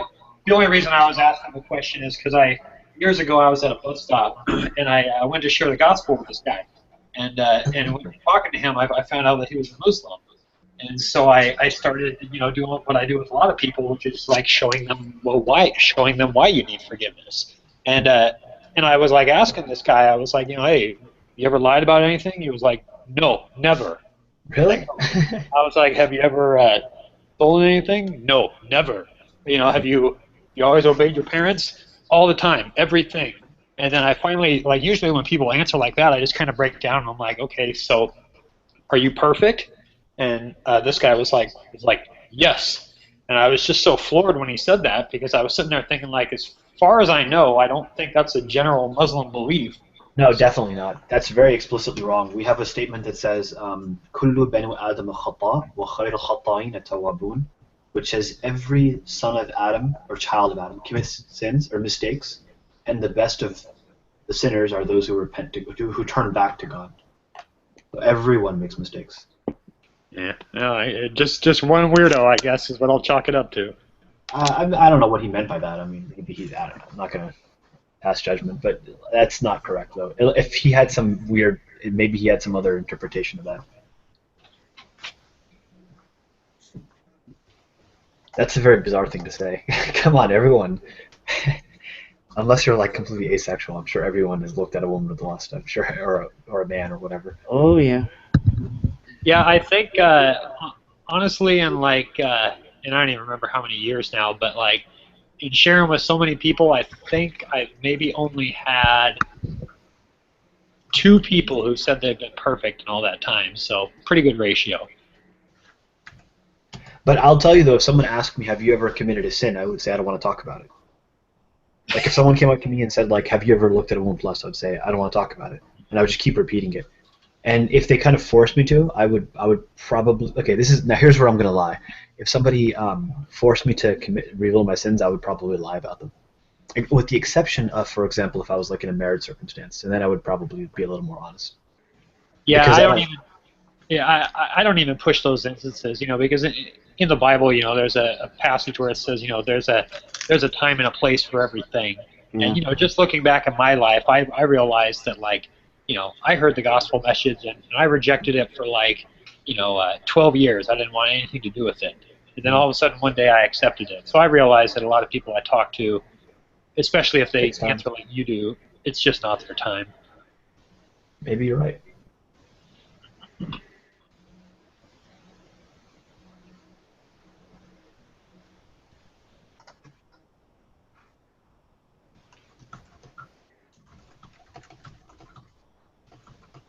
By the way, is my typing too loud? No.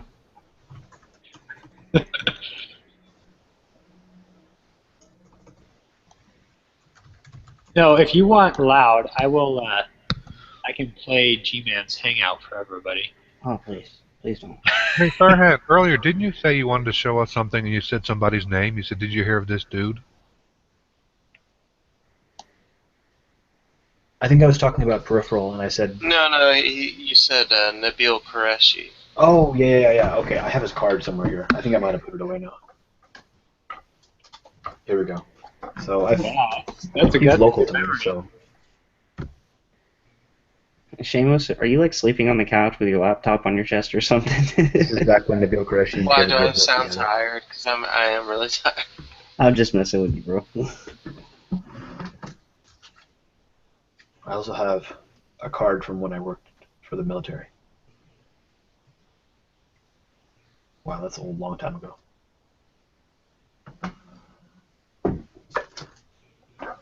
That's back when I wanted to join the army.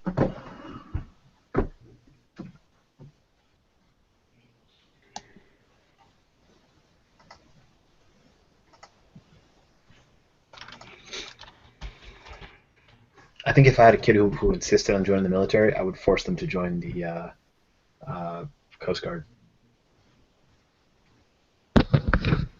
Why or Coast the Air Guard? Force, one of the two. I have a couple buddies in the Air Force, and actually two, and then one in the Army. So But they yeah, wanted guys, only. I Pardon? just saw a fireball, or I don't know what it was. It looked like a meteor that lasted like, normally you see a meteor or something like that. It's like phew, right across the sky. You barely have time to process it. But I saw this giant fireball just like falling towards Earth, taking its sweet time. It was huge. It was bright. It was like you could see this huge debris trail. Like it was wild, and it just happened in front of me. Where do you live? In Florida, Central Florida. Wow. Yeah, it was nuts. Like I Hey, just let don't me see ask you a that very question. often. Do you think these Republican candidates are like Christians that are kind of good Christians, or do you see them as more like they're using the faith kind of deal, or? I think they're capitalizing on Christianity because of the influence it has over the populace in the United States. Now, I won't say that these guys are not Christians or whatever. I don't really know any of these guys on a personal level. I know what they're presenting, but I don't get the whole Christian politician thing. I think there's an element of deception that you almost have to embrace in order to be a politician, and things that you have to be willing to do. And I can't reconcile that as a Christian. Well, I mean, aside from that too, but I also think of that phrase where they say you can't legislate morality, and I mean, there's definitely truth to that because you're not gonna fix people like that. So I often look at politics too in the same regard. Like I don't think that's where our fight is. Right, absolutely. Yeah, I don't get using the government as a means to enforce Christian values. I think it's just has a negative. It's a negative approach. I really do. I think people misplace their trust in Christ. But then again, I don't know. I really can't, and I hate going into that territory because it's like, I might be passing judgment or something. I don't know. You kind of really all you have to go off of is, what people do. And if they do and say things that are contrary to the faith, well, it makes you question. Well, I don't even. It's difficult too because like when you get into positions like that where you are like legislating laws and things like that, you're basically telling everybody, hey, everybody, you should live by this standard that I'm setting up. Right. And if I was setting up laws and standards, like I would try to make them as biblical as possible, but like I wouldn't expect or even call unbelievers to be living by Christian standards. That just doesn't make any sense to me. Well, that's why I try to tell people, like, if you want to have an influence in the community or make it make the world a better place, well, get out there with the gospel. Be a preacher, be a minister, be some kind. You go out and evangelize, but don't enforce it through legislation on people that may or may not want it. I'm not for gay marriage or abortion or any of that stuff, but I'm definitely not for using Christianity as a platform to enforce secular legislation. I really think that's a lot of Christians get a lot of bad rap because of that, because they see these politicians and people in power that are using they're using Christianity kind of as a stepping stone, and I don't really know if that's cool, man, because it just seems, I don't know, man. Well, the other thing too I was thinking of is like, even if you look back at a follower of God who was in politics, like King David, for example. Well, first of all, he was king over a group of people who all claimed to be followers of God. So that was one thing. But even in the Old Testament, it says that the laws that God gave were only given to Israel. They were not given to any other nation. Right. So that's how I would look at it in the same regard. I would say, well, look, the laws that God has given me, they're not for unbelievers. I've got a much more simple, non-biblical reason to be apprehensive about it whenever any politician starts to mix their religion with their politics. And that is, even if it's something that on the surface I think I may agree with, you don't really know if it is something that you would agree with. And what a shame it would be to have thought dictated by government, because that's what we're talking about here. It doesn't matter what kind of theology It is. Absolutely. So you're in that situation where in this mystery universe that's Where never there's going to exist, Sharia law. where religion rules the day as far as Sharia law. it's the end all government, right? So now what you Sharia have. law? Sorry, Sharia law. I don't know enough about that, Mike, to know. But say it rules the day as far as it takes over government. Now what you have is you have politicians that are legislating what you think. Yeah, that's legislating your belief. Would come from someone that's a politician at that point, and that's why I think it's really dangerous to combine the two. Yeah, I just don't vote on matters that are centered around my theology. I just don't vote on that stuff. I'm not going to vote against abortion. It's not something that I have control over, anyways. But it's I don't want to legislate my faith. I'd much rather people genuinely come to the faith and not have to be kind of forced into Christian values. That just seems to be the wrong approach all through Scripture, and being dogmatic and I don't know, man. It didn't work out for the Jews. It doesn't seem to work for the Christians. I just think it doesn't work, and I don't know. So tell me what you think about this, because with this whole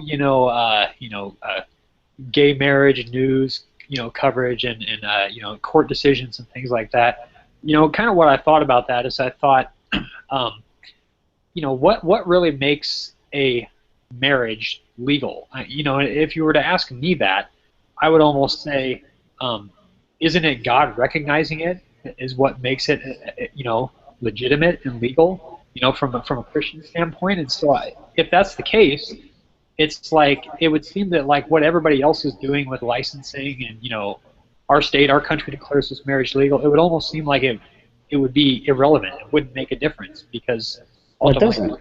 Yeah, it doesn't. If gay people want to get married, if the government wants to, make it easy for them and all that stuff, we're thinking of marriage in two different ways. They're trying to model it after the heterosexual union of two people, but without all of the theology behind it that a lot of people have. They just want to basically be recognized the same way.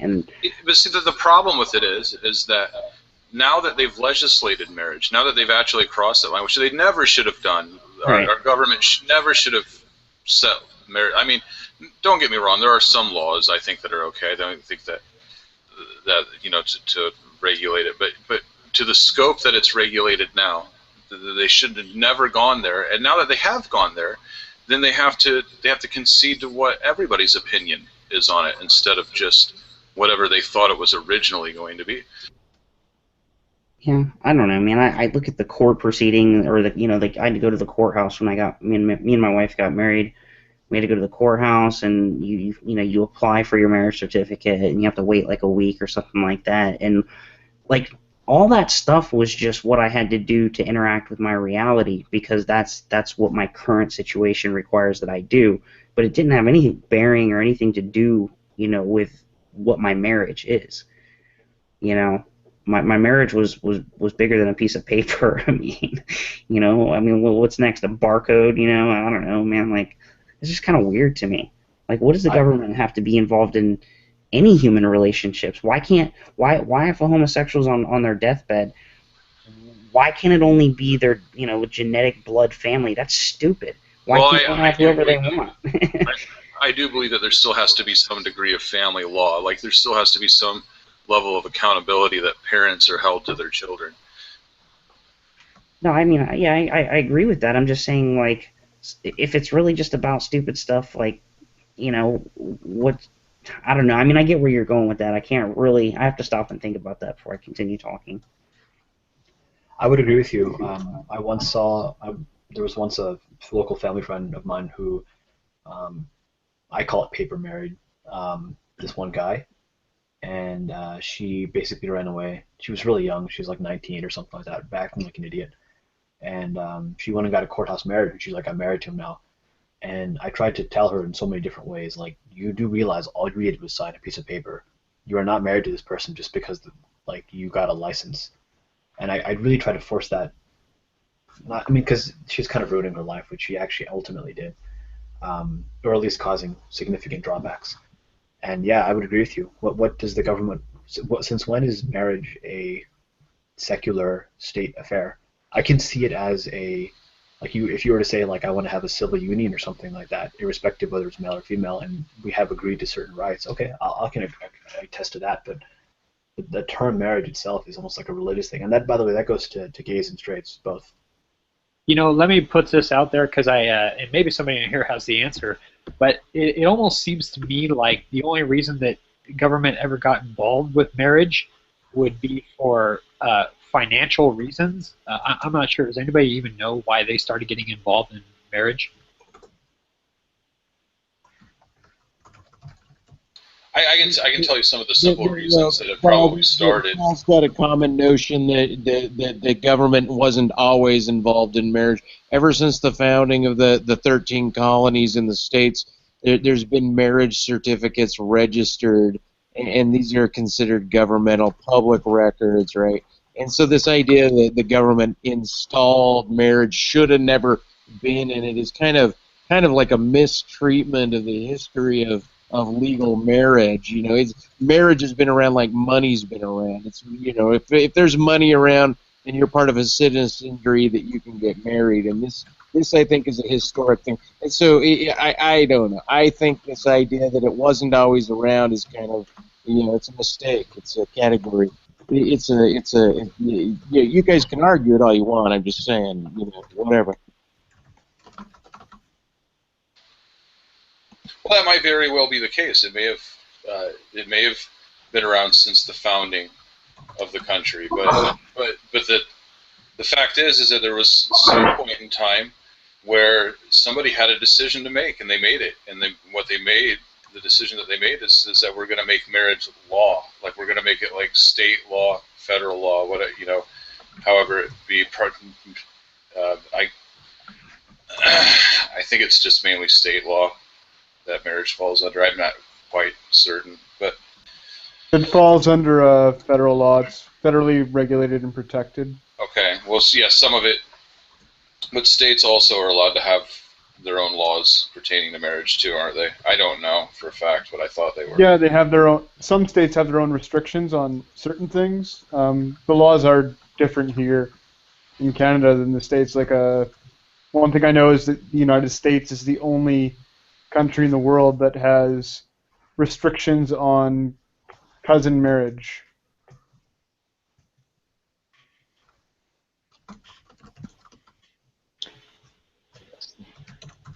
Yeah, I mean, my point is there are laws. Laws are on the books. As soon as there's a registry, there's a certificate, there's a limitation. Like, oh, we're not going to let you marry your sheep. Sorry, even though it's the 1600s. It's like, okay, there's some basic rules, some basic inheritance, some basic structure. But hey, I don't know. And if there's a tax applied, then they tax. It's a census thing. Are you married? Yeah. Do you have kids? Yeah. You live like this? Yeah. Adultery was treated socially in a little bit different way. Not saying it didn't happen, just saying it was treated differently socially, legally at a different time. I don't know. One question is, let's suppose there's a divorce, and the divorce is because the guy slept with some random chick, right? If he were to do that, why is that? I mean, I'm not saying I agree with this, but I'm saying, if you think about it, since when does the government have the right to legislate whose fault is the divorce? Yeah, obviously he's being stupid, but are they now regulating sexual behavior?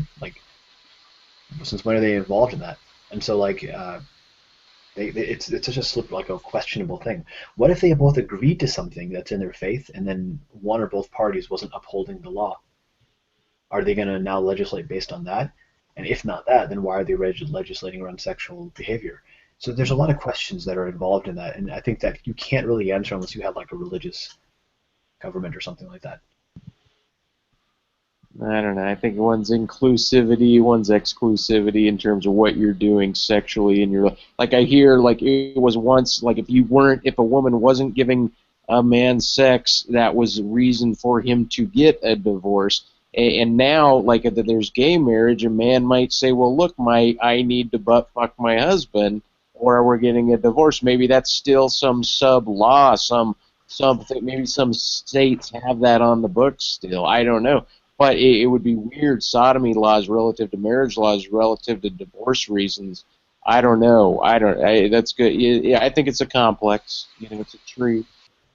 Well, we have no fault divorce now, so Yeah, and if that's federal, then damn, you just file, and regardless of religious practice.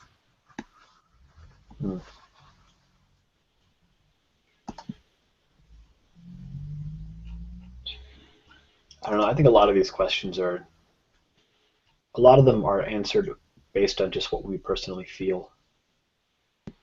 Well, but Farhan, you're talking personally feel, but you the other day were talking about, like, you think that Sharia law would be a good universal worldwide law, and I thought, wow, that would really be weird to be under Muslim sort of Sharia law, even though I could argue in a couple generations, everyone will be used to it, but just that weird sort of thing that you would say, I think for myself, and yet publicly you would religiously want to have something like Sharia, like it's your preference, because you're Muslim.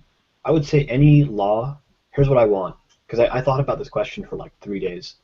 I would say any situation, any system that guarantees people certain basic rights, and maybe more than just certain basic rights, probably several rights, I would be okay with, irrespective of what that is. Yeah, but isn't Sharia law like kind of Old Testament Judaism in the sense that the government can impose death and stuff for religious affairs? And so there's a couple things about that. I could be completely mistaken on that. I'm just going off some of the stuff I see, but it would seem to be. So here's the thing. Number one, like in Sharia, it's like people will often talk about, like, in this situation, can't the government do X, Y, Z? That's true. But at the same time, the government also has like a bazillion rights that it can do. Like, it doesn't have to do X, for example. It can do a range of things. So that's one thing that I think people never seem to, not like, I'm not saying that in an angry way, but I think it's never seemed to be taken into consideration. But the second thing is, like, our law doesn't apply to anybody else unless they believe in our faith. Like, if you're not a Muslim, like, it doesn't apply to you. There was a time where the Ottomans used to actually supervise the Christians who were producing alcohol, because and saying, like, you have to follow this according to your own scripture. And even though, like, Muslims are not allowed to drink, but they were watching Christians produce alcohol, according to their own traditions. So, like, our laws don't apply to people who don't believe in them. Unless we're Christians living under Sharia law, right? I mean. No, even that's like, Christians living under Sharia do not have to follow our laws because they're not. Well, yeah, in Egypt you got the Christians that don't follow the Muslim rules, so it's interesting. I forget what they're called, like a Christian, but anyway, all I know is it's interesting. It's still an interesting ordering, because my understanding is that you still want those who are not Muslim to be Muslim, and that you would push the become Muslim and follow our law. But maybe back in the day, in the Ottoman Empire and the whole thing, it was like, hey, this is maybe a rare group. Let's going to watch them, even though we can kick their ass. Let's just going to watch them. Yeah. What about? There's a thing in Sharia that says that there's Imam Ghazali, I think, or actually I think many other people said that there's what's called maqasid al-Sharia, which is the objectives of Sharia. And it says that the objectives are to preserve, I think it's 5 or 6 things. It's to preserve family, family, religion, lineage and progeny, intellect, and property and wealth. And any system that I think can provide those things, I would have no problem with. So is there a place right now where, under Sharia law, Christians, for example, well, I don't know, like, are there Christians in, like, Iran where, I mean, isn't essentially, like, if you reject Muhammad or reject Allah, or even Islam, I guess, and isn't that considered a crime? There are Jews who are living in Iran who are openly practicing their faith, and civilly nobody messes with them. Maybe socially there's probably some this and that, but civilly they're totally fine. They're allowed to do whatever they want to do, or legally, what am I saying? And they testify that they are very happy living under Iran. And one could say that it's probably just they're being forced to. I wouldn't disbelieve that if I heard it. But being a Christian is not a crime in our like this I can say for sure. Even ISIS actually is more tolerant towards Christians than they are to Muslims. That's a very bizarre thing, but that makes total sense if you look at the history of people. They have a funny way of showing it. They kill by far more Muslims than Christians. I'm sure. Yeah. Now that also is because they're more Muslims in the area, but they have this thing where they if you're a Muslim, like you have to be a Muslim according to them, and if you're not, then you're considered a disbeliever, and then therefore you're allowed to be killed. But if you're a Christian, you just pay jizya and you live and you do your own thing. Okay, Farhan, I dropped this link to this very controversial video. I dropped it on my Facebook page. I thought it was splitting, but it was showing like dynamics of Islam relative to population, like trends. Whoever made the video has this idea of trending, but they're actually discluding Islam as a religion and making it sound more like a mode of life, right? Like a singular monism of living. And so I thought you guys might think it was topical in some manner to bring up. I think I've seen this. Is this one where all of Europe is converting to Islam like in a number of years? Not entirely. It's more like a country by country population comparison of what the per capita is of Muslims in those nations and what they tend to do via those capital proportions, those per capita proportions. But then again, it is Europe. Like, for example, if some country is like extremely backwards, for example, and it's like 80% Muslim or something like that. Well, yeah, it breaks it down. It mentions the different countries that are like 80% Muslim, the ones that are 99% Muslim, 98% Muslim. The different law structures relative to the population. I'll tell you why I don't accept that argument. You could check it out and then interact. I don't know. I've heard that argument before. I'll tell you why I don't accept it. I don't accept it because imagine if we were to do that with, for example, Black Africa, Sub-Saharan Africa rather. We were to say proof that blacks are inferior is that every country Sub-Saharan Africa is like this and that and this, which is by the way not true because there's a lot of nice countries Sub-Saharan. But if we were to just say that, well, that's ignoring, for example, the history of colonialization, the fact that there's been civil wars, that there's so many other factors involved there. So if we just completely ignore all of that, yeah, your analysis we can come to, not your, but like people can come to some simplistic, rather silly analysis conclusion. That sounds very intelligent. Well, clearly, whites are better than blacks or something like that. Look at Europe. But if you were to say, for example, if you were to include these other factors, then yeah, you'll come to a more thorough conclusion.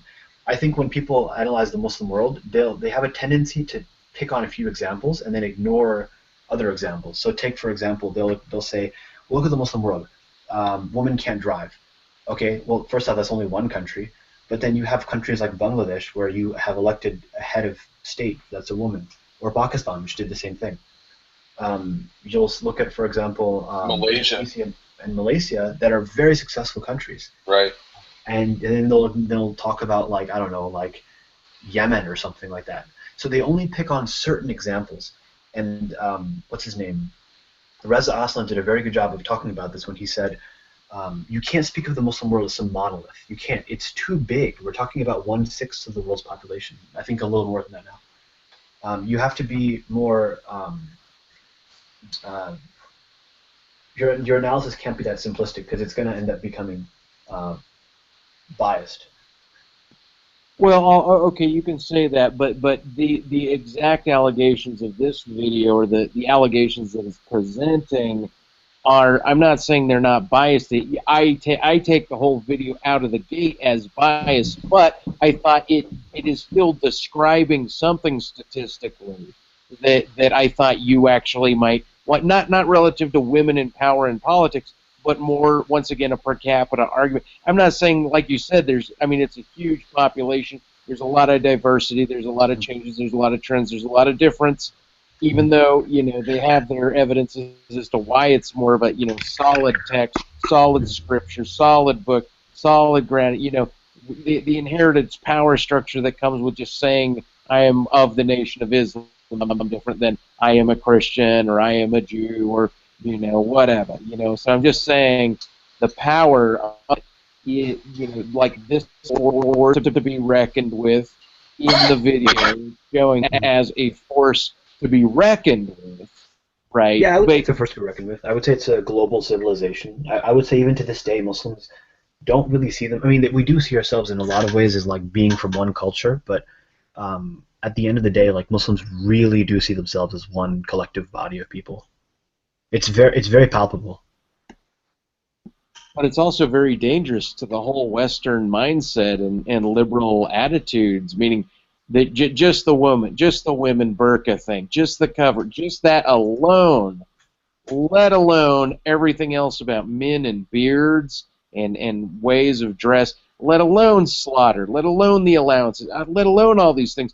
It's a very, very difficult pill for a whole civilization to allow and envelop. So I think it's the reason I would bring it on the table is because I think that Mexican people being Catholic and a lot of Muslims being darker will make good bedmates in America. Plus the gun toters and the whack jobs and then everybody else was we got the gun. I was like, whatever's happening in Europe wouldn't necessarily happen in the States, at least not in the same way. But I did think one world government. Once again, you seem as if you're kind of backing it up, like, yeah, hey, it is a one world government, and you're kind of saying it like, no big deal, like it's this way, right? I don't know. What do you think?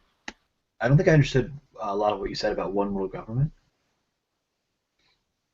I didn't understand what you just said there. Well, it was as if Sharia was, or being Islam, the nation of Islam, is a way to run the world as a one nation, as a one people, right? Which then implies it's their way, your way, the Islamic way, not the Western way. I'll tell you what's happened historically. Okay. Are you meaning like do you mean like in the sense of like, for example, the way that Russia challenges the West? Do you mean and like you saying the Muslim world is like another alternative to that? Is that what you're saying? Well, I don't know quite how you want to fit that in. Meaning, I'm not going to say no, but I'm not going to say I'm not certain what you mean. Challenge it like Russia challenges the West. More like no, not well. Yes and no. It's like a cultural inheritance. It would be as if China took over the Middle East and demanded that everybody wear the little kooky hats and that they're in gowns and all the guys have Fu Manchus, right? It's that kind of shit. And I'm saying if that's the Muslim thing, like, hey, get your woman in the bag and guys, we're certain you have a beard and we're all going to move on. Like that kind of monism, like, look, we don't have the freedom to run on titties and go to Burning Man with your tits out. Women will kill you for that. You're going to be Islam. Get under the bag. It's a cultural thing. Look, just bring it together. It's one world government. Don't you understand? It's God. God. We love God. Here's what I would say to that. I would say that the exact opposite is actually what's occurring. Oh, okay. Meaning, like, there's actually like a forced secularism. Okay, let's talk about the Muslim world. So if you look at Egypt, for example, if you look at parts of Central Asia, which people forget is part of the Muslim world, Turkmenistan, Turkmenistan, Uzbekistan, Tajikistan, Kyrgyzstan, I think they call it. All of these countries are actually very militaristically secular, to the point where like they have a book called the I forgot the guy's name. He's like the founder of the country of Turkmenistan, or the current head, Turkmenbashi Nama or something like that. Like it's like their book, like they almost like worship this book, but like secularly. I would say that the exact opposite is the case, where it's not that by and large Muslims are forcing, for example, women to do this or men to do that. I think by and large it's actually the opposite, where if you are dressing a certain way, then you will be ridiculed and you'll be called backwards. What else can I say? I think there's probably more Western cultural encroachment than there is anything else. and that's evidenced by so many factors. Just one small off the cuff example is that if you dress a certain way, people will call you modern. What else can I say? Yeah, I would say it's kind of the other way. And there's a quote I'm trying to look for by Duncan MacDonald. Hey, Farhan, this is Piro. We've talked once before or twice. I don't know if you remember me, but I'm curious. So something very practical as opposed to the philosophy, and I appreciate your stance in general on that. We can get along. But what do you think we should do in the ISIS territory? I mean, I'm of the view that America, the U.S., should not, or for that matter, NATO, should not go in there and do the whole boots on the ground, the ground troop thing. But I do believe that, Jordan and Iran and Israel, if, United Arab, whoever over there they should make a coalition and do have to go in there and break up that on-the-ground situation. It's not a dispersed group. We can't let them have taxes and black market oil money. But, I'm a don't interfere and make it worse by having a unifying enemy, but I think somebody has to do that. It should be a local coalition. It could even include Israel if you had the balance of Iran. But if not them, then let's just say Jordan and the United Arab Emirates and Qatar. Yeah, that'd be a day. Saudi Arabia. Yeah, but well, Pakistan's kind of, maybe Pakistan. But I mean, my ideal, Turkey. Sorry, I meant to say that. But my ideal, so at least those like to the edge of Turkey. Ideally, also Iran and Israel.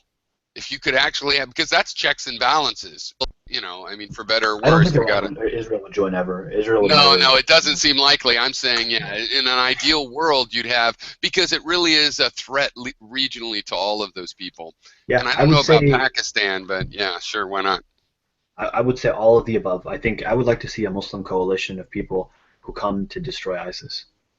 And I want preachers to say things openly. They already do, but I wish it was more known that calling them the dogs of hell and calling them Khawarij, which they are. Khawarij being are extremists, which have a historical terminology, or call them Hurayruya. I can't pronounce that word. And then open, I want there to be a multi-pronged approach. I want them to be challenged openly, which they already are, by religious scholars. I want Sheikh Muhammad al-Yaqubi has done that. He's written several books on this, and there's many speeches, and it's all over the place. But it doesn't really penetrate the Western world. Well, I want to see boots on the ground from Muslim countries that destroy them, and to say you are the Khawarij, you are not, you are. I don't want them to say you're not Muslim, because you can't technically say that, but I want them to say everything but.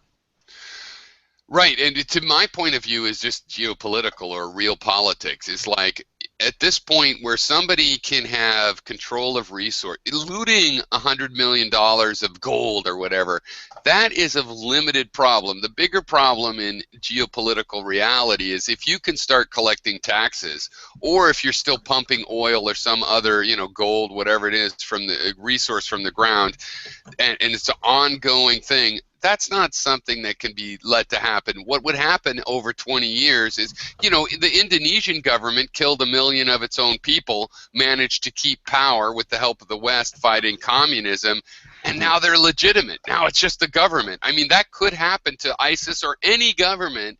That legitimization, it should not be allowed to happen, and it has to be local people, because if we knock it down from the U.S. or England or France, that's not going to be a legitimate knockdown. It has to be someone local. So I guess we agree, and I just wish somebody could do that. I mean, Bernie Sanders, that's his plan.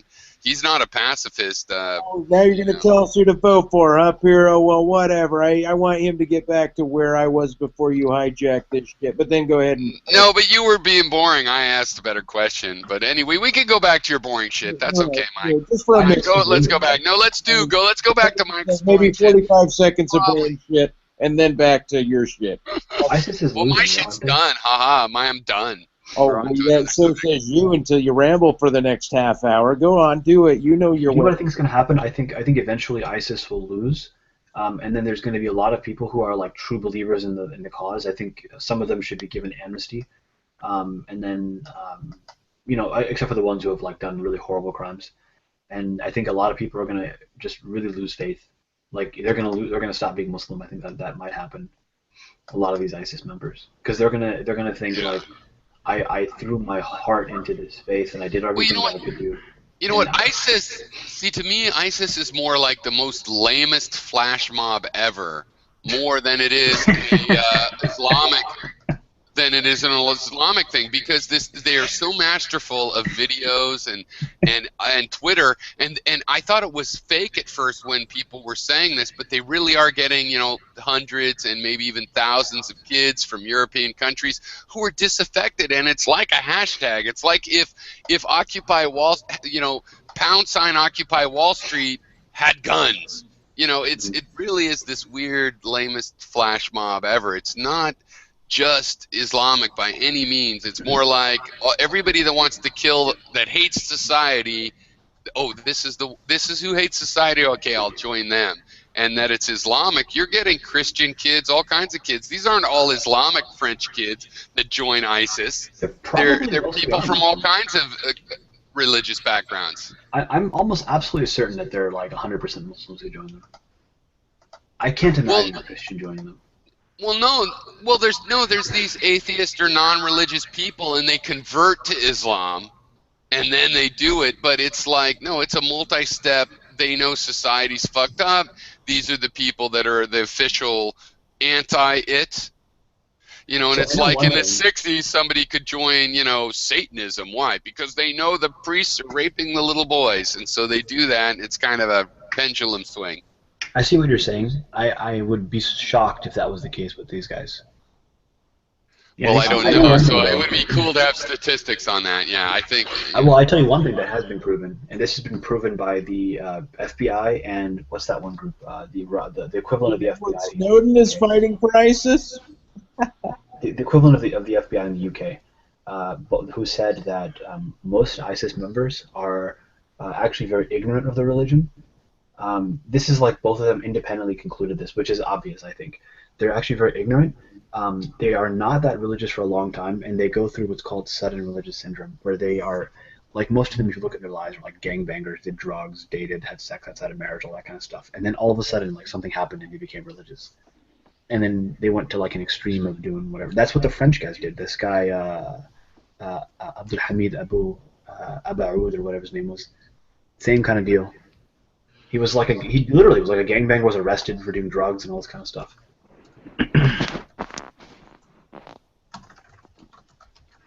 These are not people who are learned in their faith.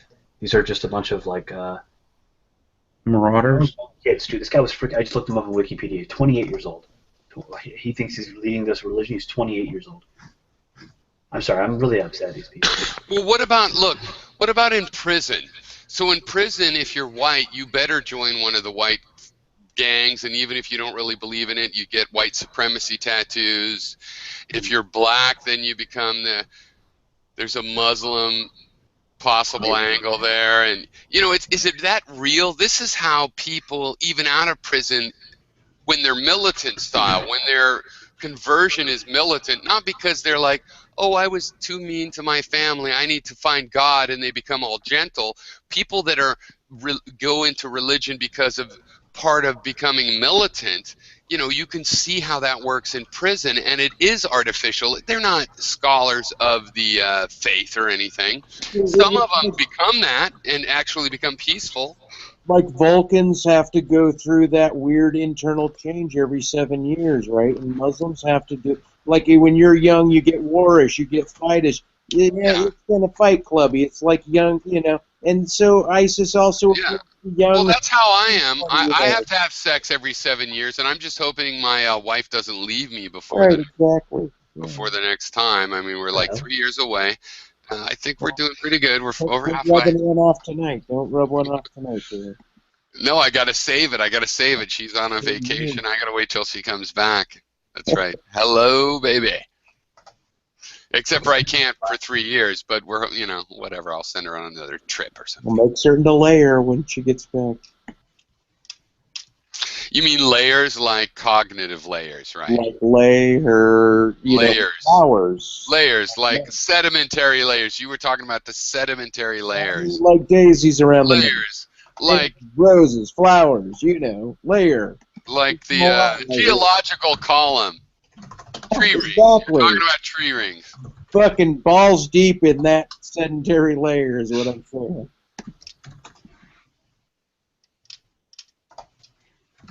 Okay, back to Farhan, or whomever. What's up? Yeah, hey, so Farhan, let's follow up on that then. So, yeah, I think the Israel-Iran thing, maybe they should stay out of it. But how can they stay out of it? They're going to have some involvement. But, okay, let's say they stay out of a coalition. So do you want to list them? Because I was getting a little sloppy on. But who is a realistic coalition? Because I think right now it's realistic. I don't know if Turkey, after Turkey blew up that Russian jet, I don't know. Are they fucking psychos? That's the crazy. They're NATO. What the hell? But so maybe Turkey, I thought. But Jordan, Saudi Arabia, who do you think could realistically we get to do it? And we can give them tanks. We can give them money. Russia, everybody could help them. But who do you think that's local could do it? Like the realistic version of, is that even possible? Do you mean like an alliance against ISIS?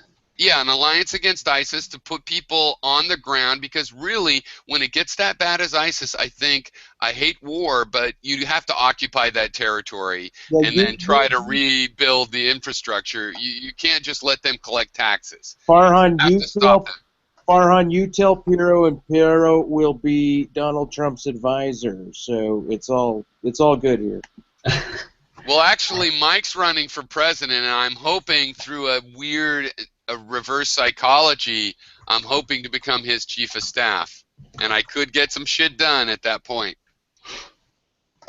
Yeah, I mean, I would say there's no shortage of allies against ISIS. The problem is that the allies all hate each other.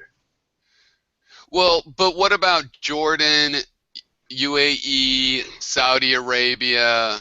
Look, there's two coalitions, okay? There's two coalitions that could form. It's going to be, for example, Jordan will not submit ground troops, but they will fly planes. It would be Jordan. It would be Turkey. It would be Turkey might be willing to submit ground troops, but I doubt it in the near future. It would be. See, that's Turkey, why Jordan, that, because America, don't they? I think over there they have about 1 million.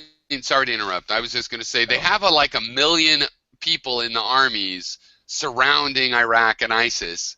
The only country that would. Why would they not do ground troops when it's their actual fucking neighbor? Okay, so it would Americans be will send ground troops fucking halfway around the world. What's your guys' problem? Because America needs to. Well, America shouldn't have done that. Also. No, I know exactly. I'm enough American to joke about it, but it's like, what? Don't you like war? It's smart not to do it, but I think it's the time to do it. I'm sorry. Now go ahead and finish. Who do you think would send some ground troops? Okay, I just want to interject real quick. As far as I know, I'm pretty sure Farhan is an American. I am an American, yeah. Did I say otherwise? I kind of thought that he was an American, but I'm just asking his opinion over there. Did I say you guys? I'm blatantly racist like all Americans besides... No, I'm sorry if I did that. No, so, but who do you think would... No, not you, Mike. Who do you think would send in ground troops, and then I'll shut up so you could actually answer? Ground troops? I don't know. Well... Really? No, he was talking about two things. Let him say it was one of two things. He was explaining it to you. Okay, yeah, whatever you want to explain. Yeah, finish that. Okay, I think it would be an alliance. I don't know who would send in ground troops. I don't know. Maybe nobody. I think they would just. I think it would be an alliance between America, Saudi Arabia, some of the Gulf countries, so Qatar, maybe Kuwait. It would be the Shi'i government in eastern Iraq, I guess. It would be Turkey. I think I already said them. It would be Jordan. I don't know if I said them already. This would be one alliance that would be formed against ISIS. They would also, on the side, be against Bashar al-Assad. There's that group. Then, on the other side, there would be the Russian/Iranian Hezbollah alliance, and that would be the other side. And their end goal would be to prop up Bashar al-Assad. So the thing is, there's no shortage of allies against ISIS. Hezbollah will fight ISIS, and they probably have on the ground. They will fight them, and they're an effective fighting force. They are not some rinky-dinky. They are a professionally trained army. However, I don't care whatever you want to call them, right? But and Iran is on the ground, right? Yeah, they have some troops on the ground, yes. But I think the main thing is going to be that it's not a question of do we have allies against them, or even if we could get ground troops. The question is which of these are the fact that they're going to undermine each other constantly because one of them is trying to prop up Bashar al-Assad and the other one is trying to make him fall. That's the real question. Well, we were on Assad's side my whole life until the Arab Spring, and suddenly it was like, oh yeah, no, we're against him. I mean, it was just like Jordan. It's like, hey, you let the Christians live. I mean, it was a place that the West basically was like, okay, we have the neutrality we want there. So I just feel kind of like it's when we attacked Ortega or Noriega or any of these people that we just turn on, that we're propped up by the CIA, you know, until then.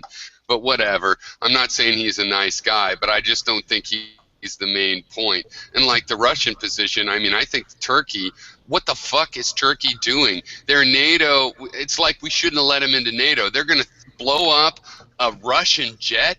If Russia decides to retaliate, that's historically precedented, and then we have to protect Turkey. I'm like, fuck Turkey. I mean, I think this is fucking terrible. So, but as far as who's going to do something, I mean, to be honest, I would like to see Iran take influence in the Middle East, just like for thousands of years there was the Persian influence over there. And as far as I know, they want stability more than anybody else, including the Israelis or anybody else. So, I mean, that's here's the thing. Inflammatory. Russia has been pissing off Russia. Okay, don't forget the fact that America has been consistently pissing off Russia. Mm-hmm. Sure. Right. But so it's not like this is unprovoked. But Russia had attacked northern Georgia with the Ossetian War. It had tried to take over South Ossetia and gave them passports, Russian passports. It had taken over Crimea. It had pissed off lots of Eastern European countries, Eastern, which actually a lot of them joined NATO. And what do you mean? Turkey has a bitch about that, as you're saying? Well, and here's what I'm getting at, is that we've been consistently pissing off a lot of these countries, and also they fly planes like right next to, because they have. But Turkey versus Russia, there's like 3 million Russians go party in Turkey every year. What I was saying was that part of their country, because their country is divided, they have a province that's right next to like Finland, I think. And they fly planes really close to like England just to piss them off. So the thing is, Russia has been Russian. Okay. That sounds Russian. So they've been rising, and the thing is that the first country to say Turkey doesn't play around with its military. They have a very strong military. It's the second strongest in NATO. For them to shoot their plane out of the sky, whether we want to call it stupid, whether it was on their side or not, the point is they're like, we don't play games, and we're not Crimea. So don't. It's like shooting the Archduke Ferdinand. That's the kind of friend you don't need to have. I think it's pretty fucked up. I don't get it. But what I'm saying is that, like, I don't disagree with you. But what I'm saying is that, from their perspective, it's like, don't try to pull this crap on us like you pulled on Ukraine, because we will fight back. That's their deal. The Russians aren't trying to invade Turkey, though. What kind of crazy shit is that? But maybe they're trying to push them back and to kind of like intimidate them and to establish themselves as the dominant. I don't see how Turkey's borders are threatened yet. They're bombing at the border because there's Assad rebels. You know what I mean? Establish a norm of becoming the regional hegemon. It just shows you how close we are to World War III, because a NATO country blowing up on purpose and saying, yeah, we did it on purpose and we're not going to apologize. I mean, because there is this stage of doing it on purpose and going, oops, our bad. They aren't even doing that. It is very provocative in a World War I and World War II way, and it's lucky that we're beyond that and that Russia hasn't fucking bombed them already. It really is, and I don't think they're going to.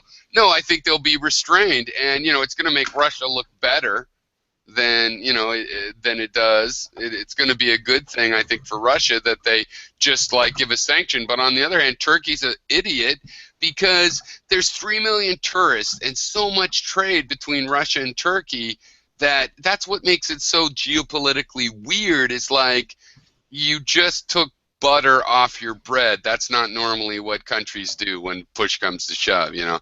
So I don't know what's behind it. I don't understand the leader of Turkey. Maybe he's more zealous than I thought, or like you said, there's this international tension and somebody said, hey, Turkey, you know, blow up one of their planes, you know, you'll get away with it. I don't know, but it's scary because this is the kind of thing that causes the world wars that we've had.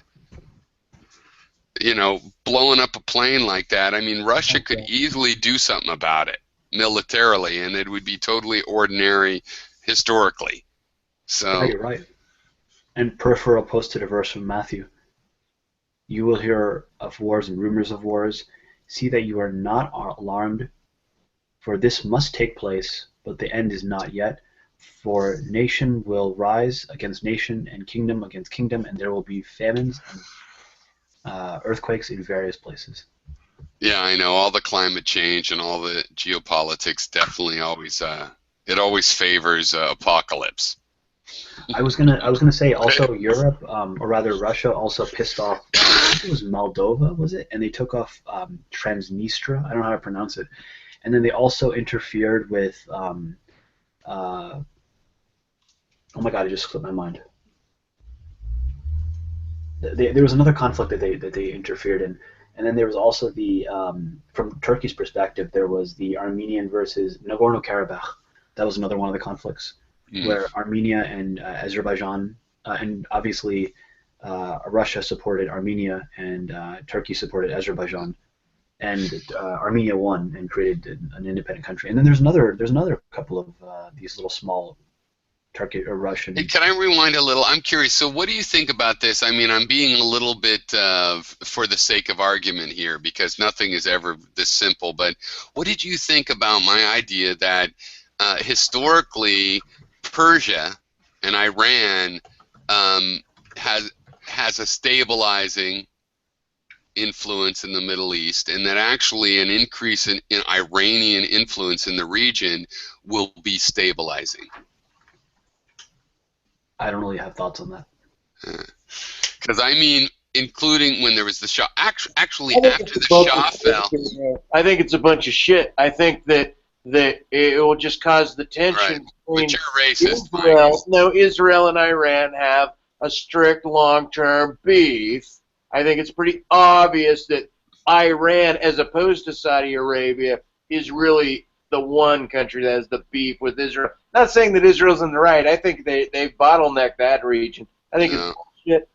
But whatever. That's what I'm saying. So, but maybe you're right about stability. Maybe it would stabilize it. Maybe it would. I don't remember. Are the Palestinians Shia? I don't think so. They're Sunnis. Yeah. So, okay. Sorry. Utah fails. Well, it's about 20% Christian or so. But, yeah. Yeah. So it's actually funny. There was a you know, Ted Cruz. He had a thing with like Middle Eastern Christians who were supporting like the fact that a lot of Christians are being murdered in the Middle East. And so he starts giving the speech about Christians being murdered, and then in the speech he says like, and we stand with Israel and the Jewish people, and anyone who's an enemy of the Jewish people is an enemy of Christianity or something like that, and everyone starts booing him. Like all the Christians in the audience are like, this is crap. You guys, you know, Israel's a terrorist nation. And he eventually says like if you don't stand with Israel, I can't stand with you, and just walks off. What's weird is that a lot of these evangelical Christians, they're totally anti-Semites, but they have this pro-Semitism because it's the end of the world and the rapture is going to come through the rise of Israel. So it's this weird, you know, love-hate relationship. If I was Jewish, I would not really welcome their friendship. It's sort of, you know, sort of apocalyptic. Well, part of Christian theology is no, and I include Ted Cruz in that. Sorry, go ahead. I was just going to say part of Christian theology is to show mercy to the Jews because of their ignorance.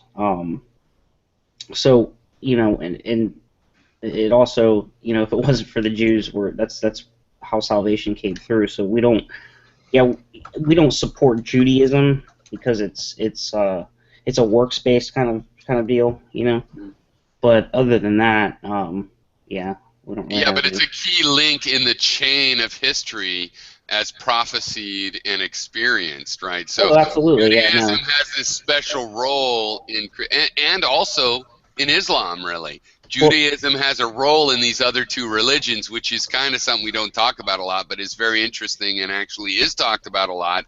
But in these other issues, like how does the rapture come, or well, Israel is kind of like the prophetic timepiece. It's like, you know, we're watching what's going on. I'm waiting right now for a peace deal in Israel, right? I think prophetically speaking that a peace in Israel with their neighbors, or you know, some kind of a peace arrangement would signal that, raise the hairs on the back of my neck. Isn't the issue the rebuilding of the temple? Well, there would have to be peace and the ability to even build the temple in the first place, but they're ready to go. They can have the temple up in about 8 months, I think. So what's going on? Isn't that funny? Because that's, everybody knows, believe me, all the Jews and the Christians and the Muslims all know that's prophetic. Wall. Pieces of the Wailing Wall. Oh wait, what? Huh? Well, they could rebuild a temple at Temple Mount. I forget exactly what verse and why it's verse and chapter, but you know, supposedly that is like, oh, that means it started. But is that really a classical Christian interpretation? Isn't that a new interpretation of Christianity? I don't know where it comes from. I think it's called dispensationalism. Well, there's a reference to the temple in Revelation regarding the Gentiles that possess the outer court of the Temple Mount, and that would be where right now where the Al-Aqsa Mosque and the Dome of the Rock are currently resting would be considered the courtyard of sorts, not the actual temple. No, I get that. What I'm saying is that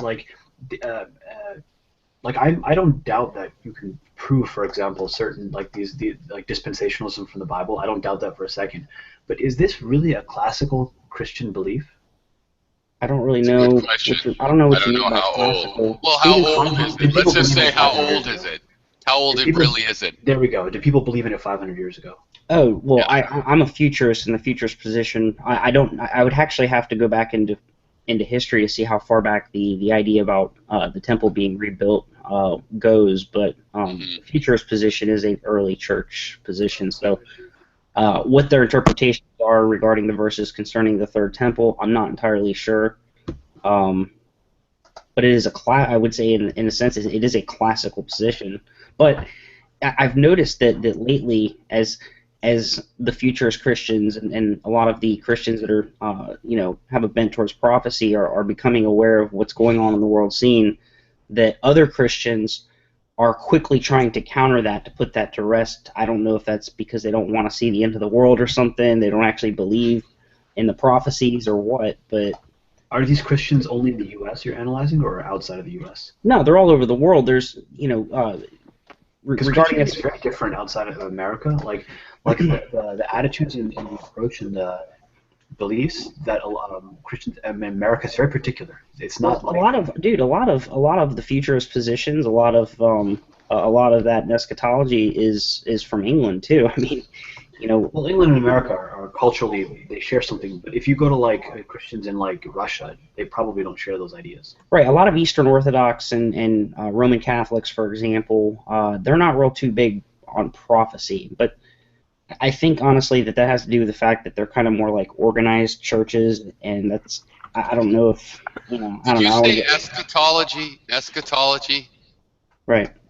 Oh, because for a second I thought you said neschatology, so I totally neschatology. What's that? What about other Protestant opposite of eschatology, probably. Okay. There's some Protestants. There's some Protestants that hold to amillennialism, and they have some unique views. And then there's preterists that they bury as much prophecy in the past, and I guess they're just waiting for Jesus to pop up one day. I don't know, but there's a lot of events surrounding. I have a weird kind of belief in prophecies. It's like I would almost accept the prophecy from any tradition, assuming it ends ironically. You know what I mean? Like, it's a final battle, and what it turns out to be, it's a dance battle, and everybody just grooves out and then says, okay, forget it, let's be atheists. You know what I mean? As long as it's ironic, it's almost literal, but then with an ironic interpretation, it turns out, funnier. That's what I'm going for. There could be, like, what if peace just broke out in the Middle East? We'd all be like, really? Okay, let's just stop fighting in general. It could, like, overnight, we could go, wow, really, it's that easy? I think it's going to be more of a platform. I think it's going to be peace in the Middle East, and whoever achieves that is going to use that as a platform to step onto the world stage as some kind of a visionary or a leader of sorts that the entire world should kind of look to for guidance. Like, I really believe that. Well, the thing is, the reason I say that's going to get cut off short is because we are going to get off the oil economy. The fact is, we could have a nuclear energy system that was safer than the current idea of nuclear, that is cheaper, creates actually less radioactivity even than like burning coal. And at that point, then the Middle East will be on its own. And if people don't really need oil, then they'll have to burn it themselves or whatever. It won't be, it'll be a difficult thing. So I think that the time is running out. Now, the Middle East could solve the problem before we get off oil, and it would be a great world lesson. The second option is we're just going to get off oil before they solve the problem, and it'll become a lesson that way. I mean, I know that's just kind of wild bullshit. I'm just saying that is the opinion that I have. Fair enough. Prif, I'll tell you a prayer that I say in every prayer that I do. It's Allahumma inni a'udhu bika min adhab jahannam wa min adhab al-qabr wa min fitnat al-mahya wal-mamat wa min sharr al-fitnat al-masih ad-dajjal, which means, oh God, I seek forgiveness or refuge from you in the punishment of hell, wa min adhab al-qabr, the punishment of the grave, wa min fitnat al-mahya wal-mamat, and the trials and tribulations of life and death. And the evil, I seek refuge in the evil of the Antichrist, the false Christ. Oh. I say that like every day. So how did you learn is that Arabic then, I guess? Yeah, it is, yeah. So, and how did you learn that if you're American? Well, I speak a little bit of Arabic. I speak like liturgical Arabic. Would your parents spoke it, or how did that? I mean, if it's too private, don't tell me. But no, it's not private. They don't speak it, but I kind of learned it myself. Interesting. Oh, cool. Yeah. Like, it's kind of like Arabic is kind of part of Islam. Like, you can't. When I went to college, there were a lot of people, Muslims at the college, Holy Names College, a Catholic school, and some of them were Saudi royal family. And I remember one of the Saudi royal family guys who were very decadent with their Swedish girlfriends and stuff at the time, but arguing with a Malaysian friend of mine who I thought was much more, devout in any way you could notice. She was a great person anyway, and a moderate Muslim, and went back and become a CEO kind of. She was well educated and everything, but this guy was insulting her. He was arguing with her because she was Malaysian and didn't know Arabic. And he's like, well, I read the Quran in Arabic, so, I know it better. Meanwhile, he was going to, Reno and gambling and having sex with girls, and it's like, I don't know how he explained that to himself. But because he knew Arabic, that was a grounds for being, bigoted against a very devout Muslim who was Malaysian and spoke Malay and didn't read the Arabic, didn't know the Arabic translation. So, I mean, I would assume you seem very moderate. You probably wouldn't approve of that kind of attitude. That kind of stuff pisses me off. So yeah, it made me have a bad attitude about the royal family. I mean, there were four of them there. The Saudi family, I'm sorry, I think they're a bunch of, searching up rape porn on the internet kind of guys. But I might be biased, but, when you have a personal anecdote, it really affects you. No, this is a known thing. This is not something, this is like an open secret. You may call it a secret. It's very common. A lot of people will testify that, the Saudi government, unfortunately, not all, but many of them are, have a lot of money, and they use that money for fun. So many trust funders. Yeah. I mean, I think the president of Saudi Arabia, as much as I could criticize them, they're actually intelligent people kind of controlling it. The problem is they've got so many trust funders now for so many decades. They got a lot of real losers that have, you know, hundreds of millions or tens of millions to blow being assholes. I mean, but I don't want to be. Yeah, I think, you know, America should not. We should keep our alliance with Saudi Arabia because it's an alliance. If you have a friend who's kind of an asshole, but we should use a lot more influence to say, hey, how do you treat women and this and that and the other thing, and put some pressure on them and see how they react. The moment Saudi Arabia starts to become an enemy, then we're going to start to call out their cultural practices. But until then, we're going to ignore it. But wouldn't it be nice if we didn't do that? If we said, thanks for all the oil, we've been good deal makers with each other, but you know what, we noticed we thought women should drive. What do you think of that? And just press it. Don't invade or nothing, but just do you know I was going to mention, you were mentioning how there's a lot of like Saudis that are wealthy, but they're like cousins of a cousin, forced removed, whatever. Yeah, a lot of those guys, you know what they'll do almost as a rite of passage? They'll sponsor a Palestinian family, right? In the West Bank, Gaza, right? And they'll help them out, you know. But what they'll do is they'll set one of the sons or kids aside to go off and raise shit or strap bombs to themselves, right? And it's almost like a rite of passage for them to go in there to the Palestinians and, you know, rile them up and get them to fight the Israelis and you know, support them. They help them, but with a pretense to it, right? That they're going to do jihad, and then they set one of the sons aside to get his ass blown up in a suicide jacket. And then the other kid they help. It's just really weird. I've read about it, and watched a couple documentaries about it. That's bizarre. Well, I haven't heard of that, but it's known through Wahhabism. I mean, that's how Osama bin Laden got all his cousins' money and more than his own money and stuff. Yeah, and I don't know how wide it is, but yeah, among this royal family, it's a weird thing. But you know, America's totally complicit. We know that they were like, hey, we're going to do whatever the West wants. The way we're going to pull it off is create a really extreme version of the religion, a whole new school of the religion. They've never done what the West wants, man. So what happened was that... Are you kidding? They gave us the oil, and they said the way we can keep our people... Give anybody any oil? What happened was that at the end of the... Hey, what's coming through connection? I keep on voicing you, and you keep on dropping out. Dude, when America, here's the thing: the British got it in Iran, the Iranians got shit all. Fuck you, nothing, no training, nothing. And then we went and found there was oil in Saudi Arabia. It was like, oh, nobody thought that would happen. We gave them a 50-50 deal, meaning 50 to the Saudi family, 50 to us. And the Iranians were like, that sucks. We want the same deal. You're talking like the turn of the century now or something? You're talking many years ago, right? I mean, no, like in the 40s or 50s when it finally got to Saudi Arabia. In 1908, BP, or you know, the Anglo-Iranian oil company, found oil in Iran and basically started raping Iran. There was no refineries or nothing. They took the oil. It's been proven they didn't even pay for all the oil. They cheated. And the Iranians were living thousands of families in big warehouses all together. It was totally slavery plantation. And that's what led to the Iranian situation. When we tried to get in the U.S., there was oil found laterally in the Saudi Arabia, and we gave them a better deal. It was like 50-50 between the government, the controlling structure, and the U.S.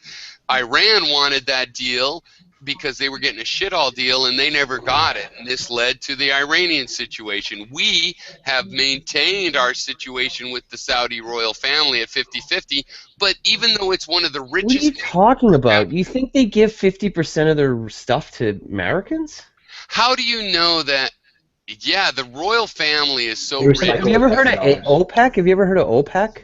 They recycle their petrodollars in America. Remember the 70s? I don't even know what. Do you remember OPEC in the 70s? Do you remember OPEC in the 70s? Yeah, I remember OPEC. In the 70s, like OPEC still exists, but I'm saying the original deal was a 50-50 deal. Whether it's become skewed now is a separate matter. I think the Saudi royal family's making plenty of money off of it, though, would be my position. The point is that it was set up as 50-50 with them, which was a good deal at the time for the region. And we have kept that deal with the Saudi family, the House of Saud has kept control over there. They have kept control by creating Wahhabism and fucked up the whole region, really, by supporting terrorism in other regions, as you or whoever it was said. They're the real problem. We need to pressurize them, right? It's a criminal family that we have worked with because we got oil out of it. I'd like We're to gonna have see to face from that. one angle. I'd like to see is the religious community push back against Saudi Arabia. Their religious variation. There's actually a pretty active movement to do that and to call them deviants and you're not really Sunnis and stuff like that. Well, especially the royal family, because they're not. Oh no, They're they'll never. Saudis. They'll never. Yeah, they're The royal Saudis family that will are that never way. betray Wahhabism. They'll never do it. They're. It's pretty much part of the But history. wait, do the royal family, they don't even claim to be Wahhabi, right? I think they probably do. Here's what happened actually. If you want to know like the history of how Fund Wahhabism. what happened was that in the very beginning of Saudi Arabia, before it was even called Saudi Arabia, after the fall of the Ottoman Empire, there were a whole bunch of autonomous regions, and Arabia had one region which was run by the Sharif of Mecca. There was a conflict between them and the Saudis in the eastern part of the country, the Saudi family, which eventually took over the kingdom and started the first regime called Saudi Arabia. That government, because it kind of was like fighting against other Muslims, needed some legitimacy. So it allied with this new Wahhabi movement, which was there earlier. And so the Wahhabis and the early Saudi family teamed up and they started this thing. And so to this day, they have a very close relationship. Yeah. This new variation of Islam, they started to propagate around the world, and they were legitimized by these religious leaders. But there's a lot of evidence that the House of And so Saud the isn't two really are- Wahhabi at all. The two are inseparable. Like you can't. Well, except for the fact because they're in an alliance. I agree, but there's evidence. I mean, I've read and tried to follow that the Saud family is not really Wahhabi at all, and that's what I'm saying. I was with some of them, and they didn't see very Wahhabi at all. They were like, "No, I can fucking do whatever. I'll go home, and then it'll all be fine, and I'll be a prince." You know what I mean? They were not very Wahhabi. It's also sometimes just like Or adherence. Wasabi, maybe. It's also sometimes adherence to like saying like, okay, I'm not a good Okay, here you are. Exactly what you're saying, 50-50. Oh, sorry, I was reading out loud. I thought I was muted. But anyway, here's what he's saying. Yeah, in 1952, they struck a deal. Yeah. To go 50-50 with because they didn't have the expertise to get people in there to refine it to drill for it, right? Well, then we weren't in there, so it was like, hey, we just want in. Look how good the UK's doing. So, people hadn't thought there was oil in Saudi Arabia, and there was a shit ton. It was like being, Beverly Hillbillies, man. There was oil there. Right. That's the funny thing. People didn't think there was oil in the Middle East, and then they found it in Iran, and they're like, oh, it's only in Iran. It won't be everywhere else. All the geologists were wrong, and then eventually it was like, oh, it's everywhere. But that's what we grew up with, but that's not what they originally thought. It was really a slow process of, really, there's oil everywhere?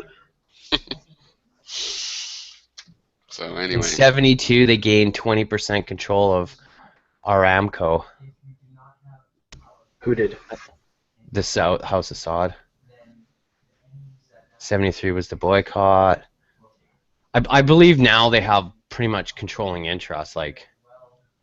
Well, Ludic, that's all. It was in progress. Yeah, if you were saying they've managed to get more and more, I mean, I wouldn't deny that. But on the other hand, we've kept the price down. Wait, they've kept the price down. This goddamn thing that said that everything you look up on the Sods on Wiki is complete fucking bullshit, including Iran. I'm going to link all of them for you. It shows how they're infiltrating, they're changing Wiki to change public opinion. It's all bullshit. That might be true, but let me just say this, not quite as a thing. The thing is, you also have to think that the House of Saud has kept the price of oil in the U.S. down. So that might make it 50-50 again, but it probably has drifted. I tend to think that we've done okay in the U.S. in terms of the basics of the price and their side of the deal. But yeah, of course it is drifted. And they're so fucking phenomenally rich per capita in that family that you know, it shouldn't be 50, it shouldn't be 20%. That size of people should not be getting oil profits. So, but yeah, no, but anyway, you're right. I mean, I think they probably have gotten it bigger than 50-50, except for that it's hard to judge in the end because, you know what I mean? All these. Well, when you say 50-50, think of it this way. In Canada, when the government allows a corporation to go in and, for example, cut down trees, the land that they go in to cut down the trees is owned by the state, right? It's owned by the Crown. It's Crown land. It's not privately owned. But what they do is they put a tariff on it, and they say, okay, for every tree you cut down, we get $20. They call it stumpage fee or whatever.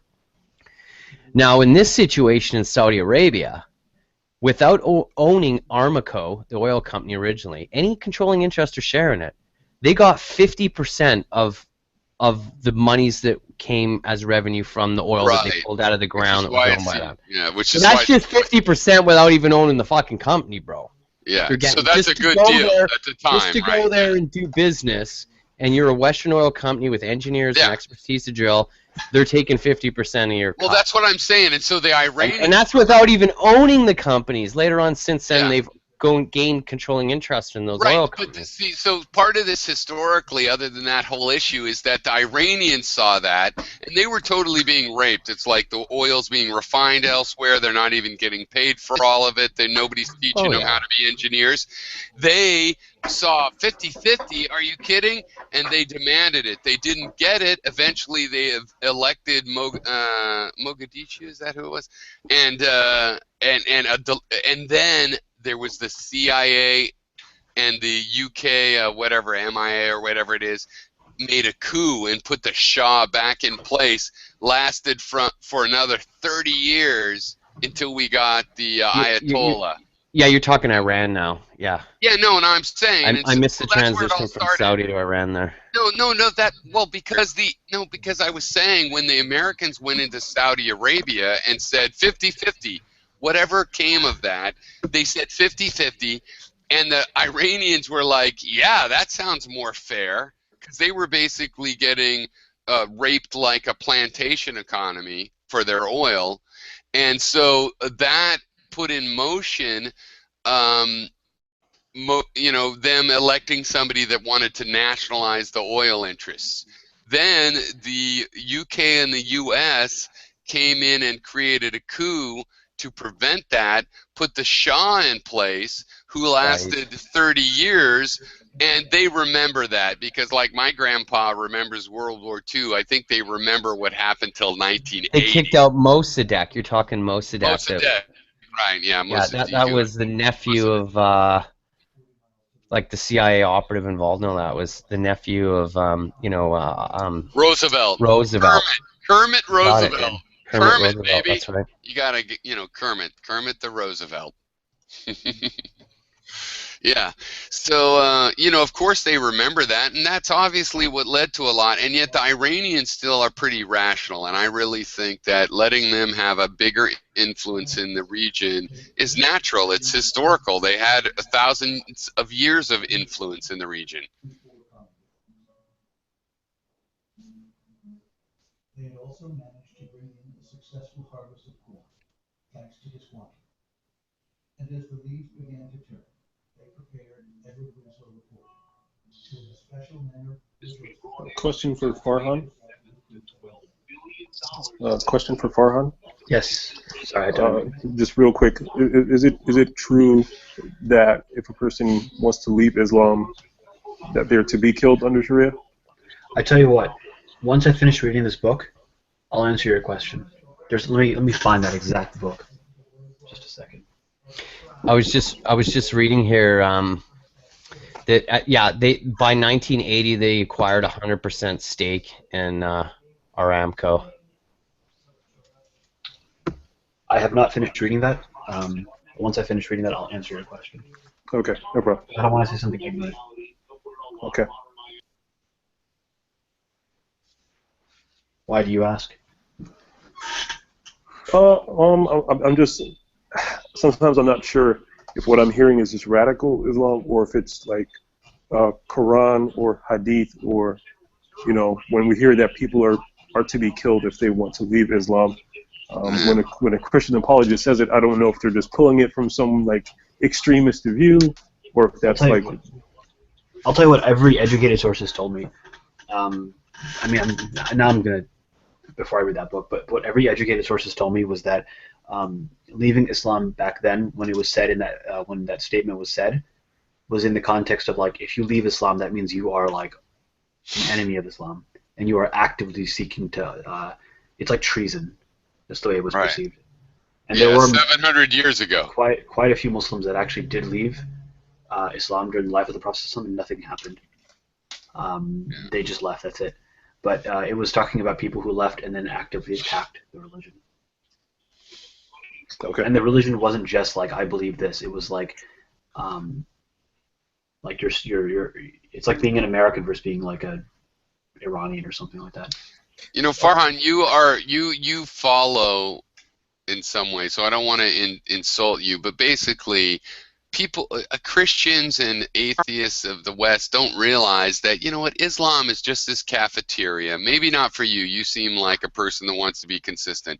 But it's just this cafeteria, pick and choose what you want, as all the other religions. You know what I mean? So it's like, hey, I do this holiday, but I don't really care, and I ate pork or whatever it was when I went to this friend's house because I didn't want to insult them. You know, people are really kind of flexible, and it's just as much right now. The only reason there's an inflammation in the virus of religious extremism, or like Nietzsche would call it, religious neurosis, where you want to kill people and throw them into the volcano, is really because of economic conditions. And, you know, other than that, yeah, there's harsh things in every religion, and mostly normal people just, being barbers and engineers and stuff, they don't fuck around with that stuff. They don't care. They're not trying to be extreme. They're just trying to have a tradition and have a Christmas tree or a menorah or whatever. You know, you want to have some traditions for your kids and stuff. And it's really pretty just much for fun. Even people that take it seriously, it's for good reason. It's not to be hateful. It's so that you cannot be hateful. And I think we're in a real problem. I've been arguing with a lot of people, including liberals, that are just fucking, like Michael. Is he still here? Michael, totally, psychotic about Muslims. Michael who? Michael Fall there, totally, he's a nice guy, but you'd think he doesn't understand. He's psychotic. He lives among Mormons, and he's worried about Muslims. I'm like, fuck a motherfucker, watch out for them Mormons. I am not. You've mistried me, characterized me, but I characterized you I characterized you miscorrectly. Okay. What's your buddy's name there who ran across the screen? Nice gray cat, eh? Tabby, gray tabby, is that what it is? Kind of half tabby. That's my lady cat. That's Lily. Oh, excuse me, that's his familiar, aka to devil. It's the cat that I like to fuck, and then I got a little boy cat, my Tom, and his name. He says he likes to fuck him, but it's really that cat rapes him. Well, his is not Ludic, it's Loki. Yeah, I shouldn't say that I fucked that cat too, but I like to act like I fucked both my cats. I think it's a good shtick. I think there's something to work with there. But no, I'm not. Don't try to back out of it, Mike. Don't try to back out of it. Admit it. Your cats rape you regularly, and you just put up with it out of affection. And when get some Thanksgiving to be right back. I don't have any bad thing. I don't believe you've ever had sex with a cat. You're not that cool. You're not. No cat would have sex with you. Believe me, I know. I've had sex with some cougars, Pierre. Cougars, sure. Well, I guess that's a feline, but I mean, house cats. I mean, sure. Full-size cat, a big cat. Yes, they have lower standards. I mean, a house cat, they are, no way. Like, okay. The biggest things I have against Islam is that I think that dogs are dirty animals.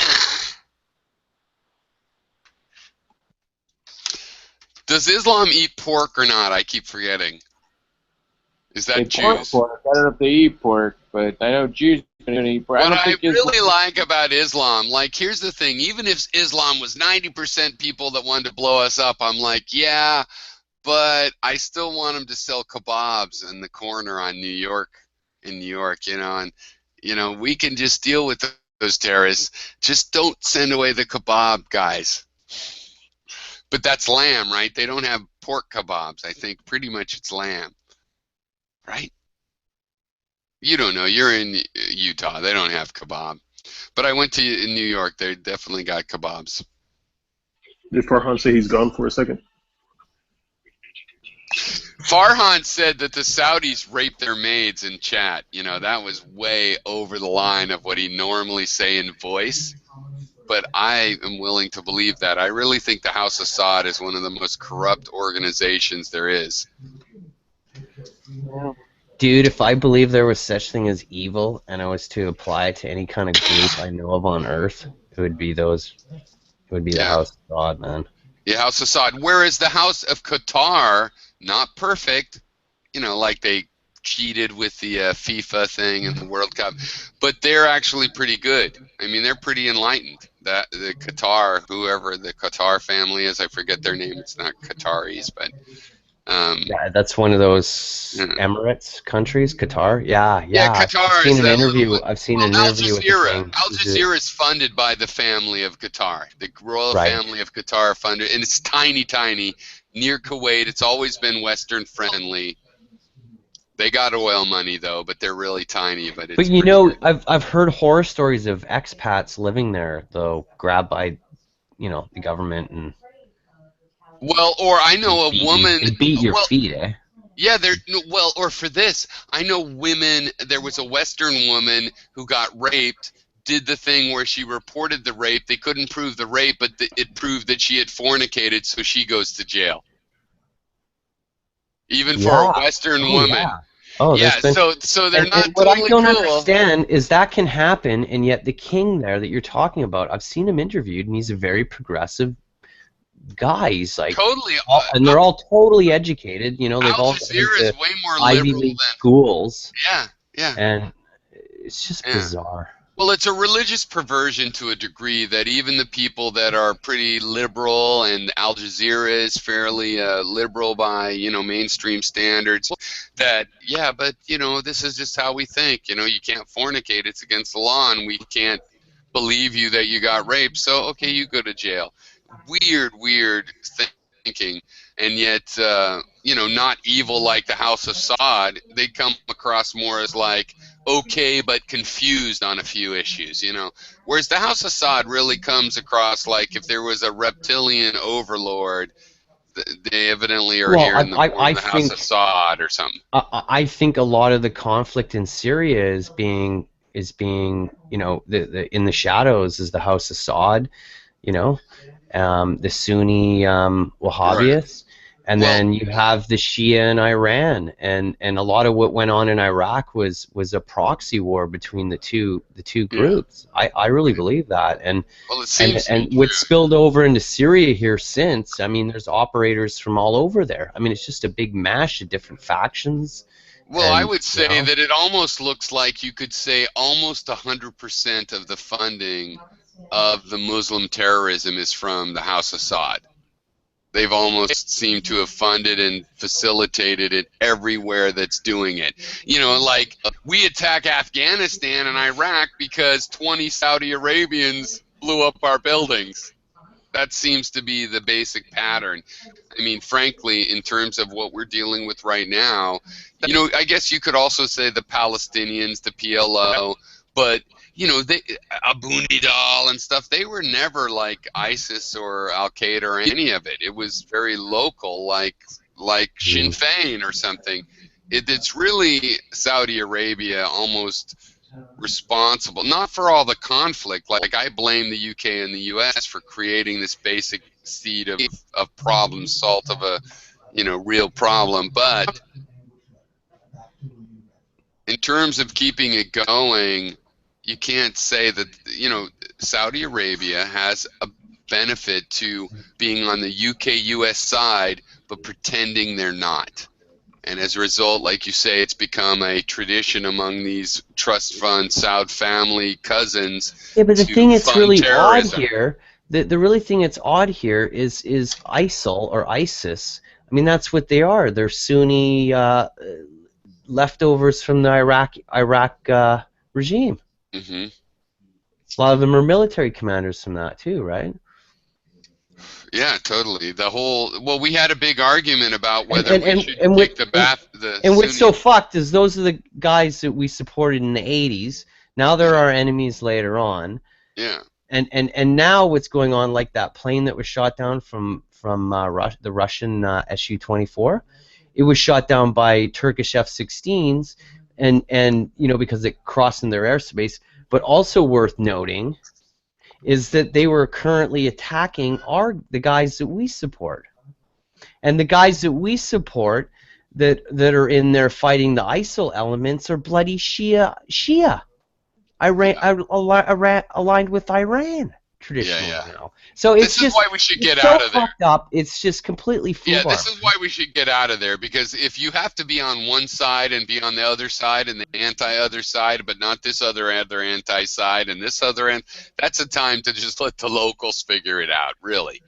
You know, make sure they don't put off a nuclear bomb, and other than that, do stay out something of it. though. It's like the what's that Zafarian people? There's a group of people in there that was Zafarian, they were all stuck up on top of this mountain. I mean, we had to save those people. Yeah, no, I believe. Well, I don't know about missions, but we can definitely keep selling F-16s or whatever, which as a semi-pacifist I feel bad about, but sure, it's bad enough we could supply people. I don't think we should be doing missions over there, though, because ISIS wants to fight us. No, you made your point. You don't want the missions. Now let me speak before you give your reason. Okay, here's the thing, is that in philosophy you got netty, not right, but ISIS is.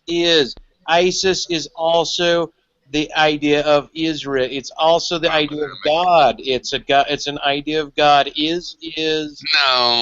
it's a presence of godliness. It's a call, and we have called terrorism the head of terrorism. Dude, it's just a hashtag. It's like hang on. The other thing I was ISIS. going to say is this. The other thing to compliment what I'm saying is, obviously, we're actually going into Syria at this time in our lives. I know you guys don't think the world was created when you were born, but it was. And the thing is that Syria is where the Garden of Eden actually is. And if you go there, you can eat from the apple of life, and you'll never die. You'll be a vampire. That's why we're in there. Okay, yeah.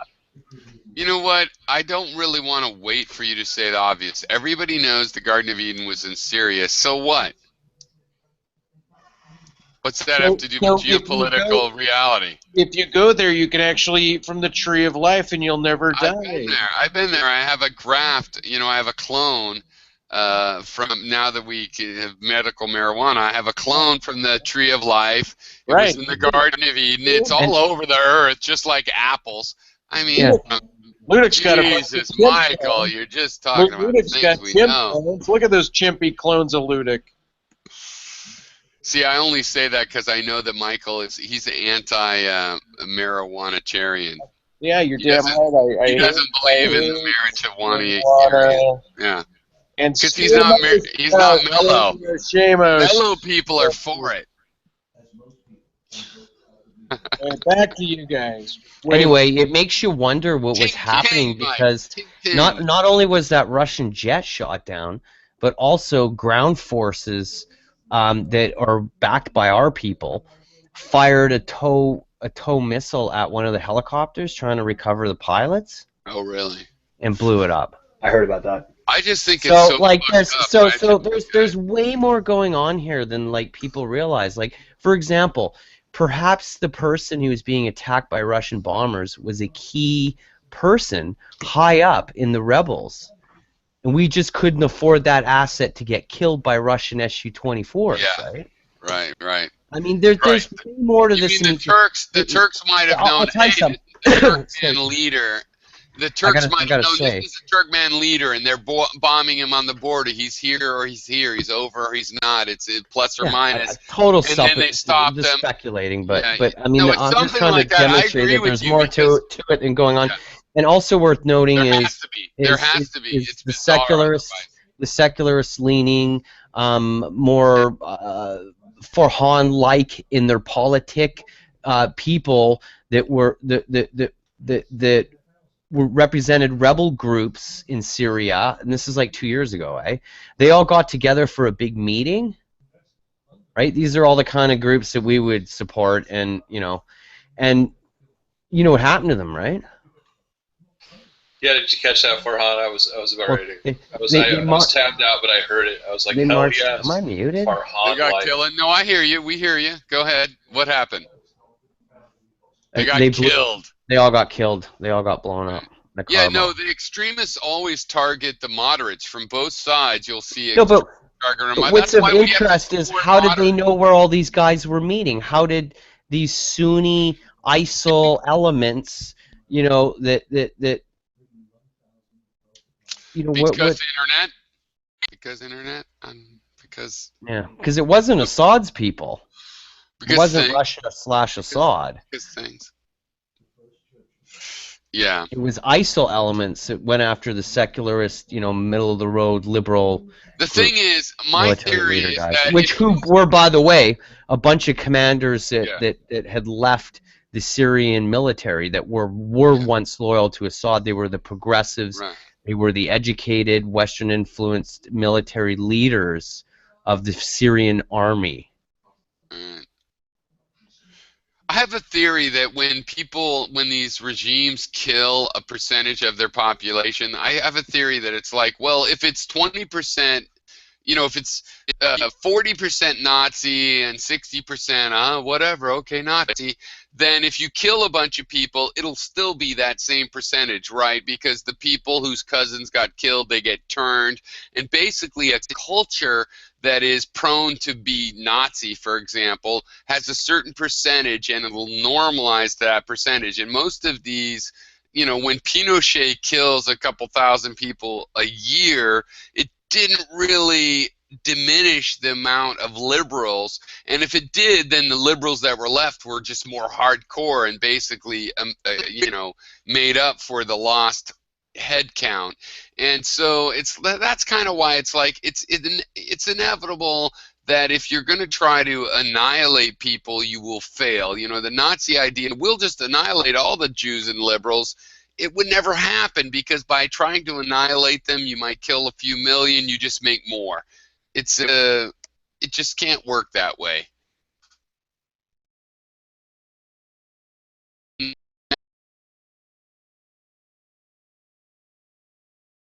I'm with you on the conclusion there. I kill the room better than Nadia. I'm with you on the Nadia's passed out asleep, I gotta do it. I was fucking muted. Anyway, so you had this proxy conflict going on between, I believe, House Assad and Iran to some extent, with other stuff thrown in there, but other operators that are loyal to one of those two houses. But now what you have happening since Russia's involvement is you have Russia attacking the guys that we support, right? They're saying on the news in Russia Today stuff that they're attacking ISIL. Yeah, they're attacking some of the ISIL elements for sure, right? But they're also attacking the guys that we support. The Russians? That's what everybody The Russians says. are. I right? wonder if it's propaganda. Now I we have a actually kind of proxy. trust the Russians at the moment. I think both of those rebels are more worse than Assad. Maybe I'm. Then so now we have this moderate rebels. proxy Remember going when on we there. were But what's supporting of interest? What's of interest is remember when how that guy ate the that Russians are. Jesus Christ, dude! You know how to have a conversation. I do. Yes. Remember when that guy ate a heart before ISIS, and we were supporting these rebels, and there was a viral video where the fucking ISIS, the anti-Assad rebel, ate a fucking heart out of a guy that had been killed. That's what those guys have been the whole time. And all of those Assad rebels, they're not that great. Okay, I'm sorry. Go ahead. I don't want you to think I won't listen to you. I'm just saying they're all fucked up. Oh, I'm sorry. Hey, just had to grab a smoke. But anyway, yeah, no, I agree with most of what you're saying. Okay, I'm sorry. You forgive me for being so loud. Yeah, no, except for the part. No problem, dude. Yeah.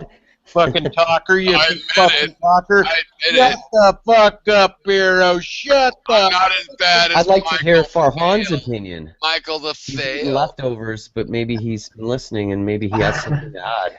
I am having Thanksgiving leftovers. No, I think No, everything I you just said, I agree. multitask. I listen while I interrupt. I do, actually. I will claim to that, and you can test me on the thing you said while I was Everything you talking. just said, I pretty much agree with.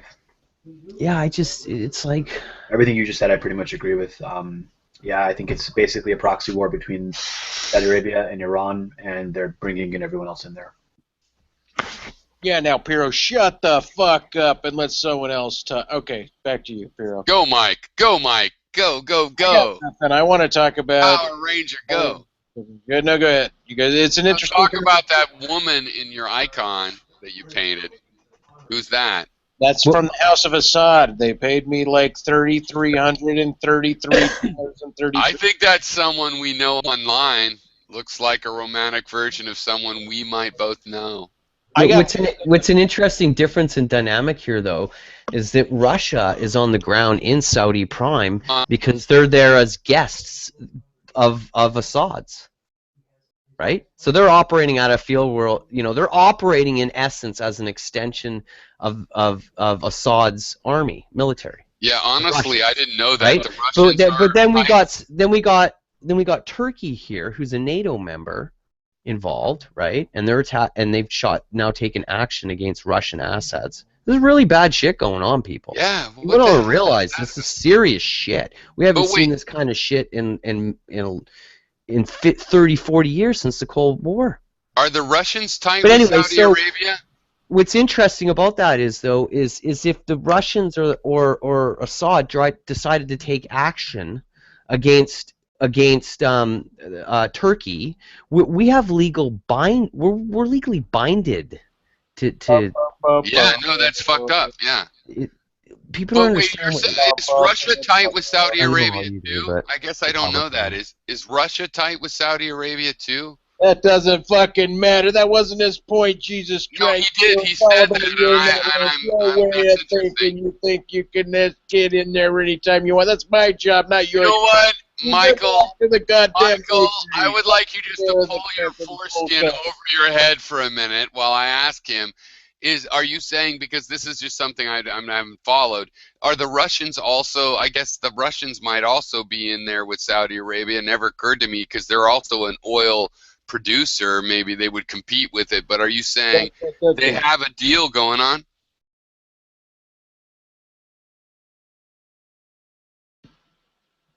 Now that just sounded like fucking words. Does Russia have a deal with the Saudis? Great. Have a deal with the Saudis. Now we're all wrapped up in your foreskin. Okay, Michael, what do you want to talk about? Probably some sort of a cartoon situation.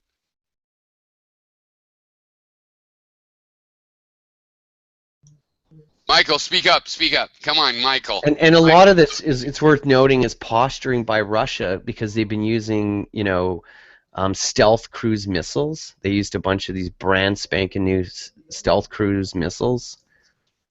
Right, like a startup. They put an S-400 system in there. I don't believe it's a 300. I believe it's a 400. Which, by the way, is capable of shooting down an American spy satellite as it passes over. Oh, wow. Really? I'm not surprised. Yeah, the Russians are on equity with the technology. We, I think, have a few more numbers and everything, but they have a little bit of everything still. Yep. Well, communism seemed to work for Russia. I don't see any other way they would be on equity with so maybe capitalist countries. Maybe this is World War III, and I don't mean that as a joke. Meaning, like, this is exactly how World War I started in 10-year alliances. This Everyone's is great. Allied and went with their boy, and pretty much it's happening. Yeah, no. Wait, World War I was the one in Sarajevo and whatnot, right? Right. Yeah. I think it is like that. I think Russia, luckily, is not being reactive, because if it was 70 or 50 years ago, it would be like, okay, well, we'll bomb you, you little country. They could easily. Turkey is nothing to them, but there's the alliance. And actually, that's the funny Turkey thing. Is no joke, man. Turkey can fight Russia by itself. You think so? I think you could put on a pretty good. I mean, I've heard that they say it's this huge military, but it's hard for me to imagine. Turkey is not a third world country. Turkey is definitely a strong. No, I know that. No, I know. But come on. And well, actually, okay, anything, maybe you're right. But whatever, it doesn't matter. problem- Whatever the the thing is, reason, at Farhan, least Russia Turkey would recognizes never- it.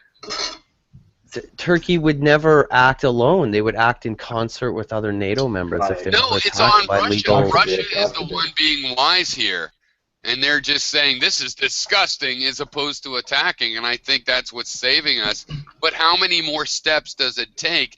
And there is an agreement where, like, we, the Europe and America and U.S. are supposed to defend Turkey if it gets any worse. So it's really very much like the Axis and the Ally, trigger domino thing. So, I mean, it is scary. Yeah, I mean, I really think the Russians deserve credit for being restrained at this point. I really do. For what? That fighter plane being, or that Su-24 for being shot down? Well, the bomber got shot down, and what have they done? They've complained about it. To me, it's like it is actionable in history. That's an actionable thing. I mean, Well, even Turkey says it just barely came across the border. That's pretty badass. You could have fighters fly parallel and guide it to the ground and hold that guy prisoner for years, and there's all kinds of stuff you could do without killing a dude. yeah, but they it's were not actively. like it was a black guy this is and a why I white suppose. This is why I supposed a scenario where a high an MVP rebel was in the vicinity and the Russians were attacking them with that Yeah, no, I think Su-24. that might be the true story. Yeah, and we got to Right? bring that out then. Yeah, no, that could And be. those guys are saying, "Hey, if you leave us high and dry here, well, fuck you." They've Well, already. no, The Americans have. You guys piss off everybody, eh? You're like the English that way, You everyone that deals with you gets pissed off. It's like, well, it's the English fault. and you're pissing me off now by interrupting. Well, you there you fucking go. Yankee doodle. There you go, you Yankee. But I'm in But fucking. anyway, so We're practically a part of Canada now. Our power, fucking you oppressor. Okay, go ahead. Sorry, I'm sorry. I am a dirty American. Go ahead. Well, you guys are. You're like the English. It's like when they would travel around. This is when the world was being, explored and whatnot. The natives, when the Europeans would show up, the natives would be the first pick's the French, second pick is maybe the Spanish, with the last pick the fucking English, because they were known to screw over everyone that ever did any business with them, including their own goddamn guys. Like, for example, when the British were attacked by the French, and the British went in there, and I watched a whole documentary about it, and then afterwards I went and read a couple texts on it. This is a number of years ago, and I can't completely remember exactly what occurred, but anyway, in essence, part of the British attacked the French, or French or Spanish, I gotta get my history right, but anyway, they attacked them, and then part of them went off to privateer, to loot ships, and then they came back and attacked, and this guy was made a lord, had some of his guys were going rogue to go and loot and stuff, and then after they defeated them and saved the English, they came back to port, and then the English leaders wouldn't let the sailors off the ships, right? Because they didn't want to pay them. So they let half of them die off on the dock, with guys standing around it with muskets, not letting them off. That sounds like So my that's great-grandfather. the kind of fuckers you're dealing with, man. That sounds like my great-grandfather. And I've just been watching a whole thing about PBS about the Puritans in the background coming to America. You guys have been religious kooks since day fucking one. Yeah, so. You know that? They showed up, first wave of them Puritans die off because they don't know what the fuck they're doing. Second wave shows up, the natives actually help them through the winter. And you know what they do in return? Killed them. Yeah! Attack them. So you're just... Because irony. Oh, and dude, you get epitomize irony? it how you're acting to me right now and you're talking and stuff. I do. You represent. It's like a caricature curve. Well, because I'm playing into it. But let's play the real game. Who raped the world first? Europe, and then U.S. was called in to be sloppy seconds in the Middle East, in Asia. A goddamn extension of the British, and you always we have helped been. out with the opium. We helped out with the opium. We went into the Middle East and helped out with throwing over the Shah. It was Europe that fucked it over. And as far as you're still part of the British kingdom, so hold your tongue. At least we fucking broke out and became equals. All right, let's all calm down for a second. I gotta say, this is pretty funny, by the way. I really love Canada. I want to invade Canada because you have a higher. I want to get your resource of Part voters. of it's a put on. I hope you know that. But you are joking, right, Ludic? Well, everything he just said is kind of serious. facts. There's a grain of truth to it. At least I think It's a so. part of put on. It's a put on with a grain of truth. Yeah, because I agree too. I would be a self-hating American, except for let's all have a sense of humor. We've all been Machiavellian, and I actually was poor the whole time, so I actually am a little bit not as guilty as the rest of, the ruling class. So I can take it, but I think there is a grain of truth, and I would agree with it. I thought it was funny. You just touched on it. This isn't an us, them, British, blue flag, red flag.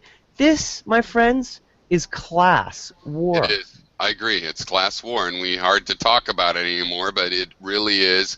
And it doesn't mean all rich people are evil. It just means that statistically, You want to have good fuckers rich that own people in your everything. country, or at least controlled, regulated. Well, what I'm saying is I could imagine all the rich people are kind of okay and want to make libraries and everybody do okay and they have the money to make it happen. No, it's not them. It's their fund managers and the people that work for them. Yeah, the MBA. upper middle class, which are like the support structure and enablers for those people. They're their lawyers and whatnot, you see. Yeah, there's this. I read a couple books about what happened with the U.S. in the Pacific, and basically the short form is Harvard. Harvard fucked it up. Bunch of Harvard assholes. They were kind of racist over the last 100 years, and they fucked it up and made a lot of money doing it. Yeah, a lot of the Northeast money is off of that opium war. That opium war is a major thing that happened that is a huge influence on who has money now. Queen Victoria made a shit ton of money. Roosevelt's, a lot of the rich families from America and the UK, it's all opium war. One half of the family was right wing and the other half was left wing, Roosevelt. In which family? Right? Sure, yeah. Well, it's hard to call them, they're like liberal Republicans even to the day. Well, they named themselves after the little bay that they lived in, where just east of Nadia, where all the rich live. Well, FDR's grandfather was Warren Delano, and he was like the guy that helped with the British invaded and made Hong Kong like a drug capital, injecting opium into China. So the Hamptons. Wait, opium into. That's it. Who injected opium into China? Well, the Opium War was basically there was a war. The UK fought China and took Hong Kong and then traded opium into China, and they had a restriction that the British, merchants couldn't trade opium, but they were getting it from India, through the India interests of the UK, and British people like Warren Delano, Franklin Delano was grandfather, was the major opium introducer, and a lot of East Coast families were into it because what had happened is they were shipping families in the oil, the whale oil, and then when whale oil died out, they started trading silk and stuff, and then the opium came along and they made fucking shit tons of money. Yeah, they're almost like gangsters, really. Totally. Just Queen Victoria, biggest drug dealer ever. Yeah, the Skull and Bones founder guy. Yeah, they're all heroin dealers. I believe and that the Kennedys were bootleggers. Well, that I don't believe. That's not true. I was going to say they weren't bootleggers. I thought they were. They said that, but that goes back to a slur of somebody that was running against Joseph Kennedy. And the fact is, Joseph Kennedy made at least most of his money. If he ever bootlegged, might have happened. Who could say? But he made most of his money on insider stock trading. Right. Well, he was a lawyer. Illegal. He was a lawyer. Before it was illegal. Yeah. So I don't know about that, but it was a slur. I wouldn't be surprised if he. But well, there you go. You characterize him as being a crook or a gangster, like a fraudster. Yeah, but before it was illegal. Right. Yeah, no, the Kennedy family, I don't have totally positive ideas, but, you know, they did have a liberal influence, so good for them to a certain degree. But then, like Teddy Kennedy, I always thought he was a murderer, Chappaquiddick, and all that. It's like, no forgiveness. Sorry, you can't do that. What's it going to take for America to realize that the oligarchs are running things? If this election comes up and when all this pans out, you have Hillary Clinton against Jeb Bush. Yeah. Like, is that going to be enough for people to wake the fuck up? I don't get it. I don't get it. We're creating new families like Clinton. It'll probably be Rubio or Cruz, one of the two. I doubt it'll be Jeb Bush. Right. Yeah, it probably won't be Bush at this point, but I mean, what you're saying though is that both of these two people are total like sellouts to corporate power. Is what you're saying. Well, and just the creation Republicans, of obviously, and the Democrats. of dynasties. I'd almost rather have another Roosevelt or another some old name, but creation of new dynasties. Like, hey, we had a Clinton. How about his wife, and now his kid, and now his daughter? Look it up here in Canada. Our new prime minister is the son of Pierre Elliott Trudeau. That's right. Yeah, that's right. And he's kind of a moron compared to Trudeau, but maybe not totally a moron. But I mean, he's no. Oh, I agree. I can't agree more. He's definitely on the average of at his best. daddy. He's a 2.8 at best. He's got emotional intelligence. It's almost like people think that a 2.8 with a good father might have a clue better than a 3.5 with a bad family. Maybe. A lot of really smart people are messed up. Yeah, because at one So point an you average think, guy, maybe slightly above average, he's a good person morally. Who knows? Sometimes he'll think, what would Dad say? And he'll pull off a 3.5. I think that's what people think, right? I don't know if it's true because I got a bunch of 2.1 parents. But anyway, I don't really know much about Trudeau, but everybody says he was pretty fucking smart. The original, I mean. He was a Rhodes Scholar, wasn't he? I don't remember. That's Canada. I'm lucky I even know that name. I'm American. You guys have leaders up there? I'm just kidding. It's self-effacing American humor. That's all I'm saying. So, yeah. What else is going on? I just got in here. What do y'all think about Bernie Sanders? I would vote for him in a heartbeat. I would vote for him. Love him. I probably can see myself not voting for Hillary Clinton. Who would? Yeah, no. People are totally sold on her. Yeah. She's winning like by a margin. What about versus Trump? That would be the thing. She could win that one probably. No, Trudeau wasn't a Rhodes Scholar. Looks here, because John Turner was one of our prime ministers, but and a bunch of other. Ludic, there's a certain mythology of America, and I use that term mythology on purpose because there's a lot. I mean, there's truth in it, but there's a lot of falsehood in it, which is that when we go to schools, I'm going to go on a bit of a rant, hopefully not too long. When we go to schools, we learn about like we have overcome racism, we have overcome prejudice, we have overcome so many of these problems. We've overcome and we've gotten past. And look, this is something that I was taught, by the way, which I now know is completely false. We've never lost a war. Never lost a war. This is part of, even the military. Wait, where are you from? I'm from the D.C. area. America's never lost a war. No, we have. But I'm saying that we were told. I was right. Okay, sorry. I was people from the Army. I was interning with them as a kid, and they told me flat out, we never lost a war. Yeah, I heard that too. Don't let anyone tell you otherwise. So we have this mythology that we are progressing as a society and we're getting better and we're doing all these things, and then we don't realize sometimes when we've taken the wrong path, which I think we've done for the last 15, 20 years to a higher degree. We kind of been on the wrong path for a while, but it's really picked up in the wrong way. Started out with the Reaganites and 80s. Yeah. It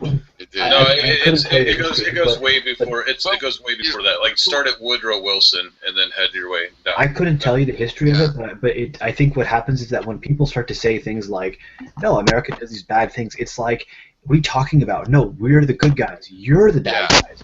And so that mythology that's in their mind doesn't really internalize. And if we talk about, for example, like black people, just as an example, when we talk about America, we like what was the culture of the 20s, what was the culture of the 30s, so on and so forth.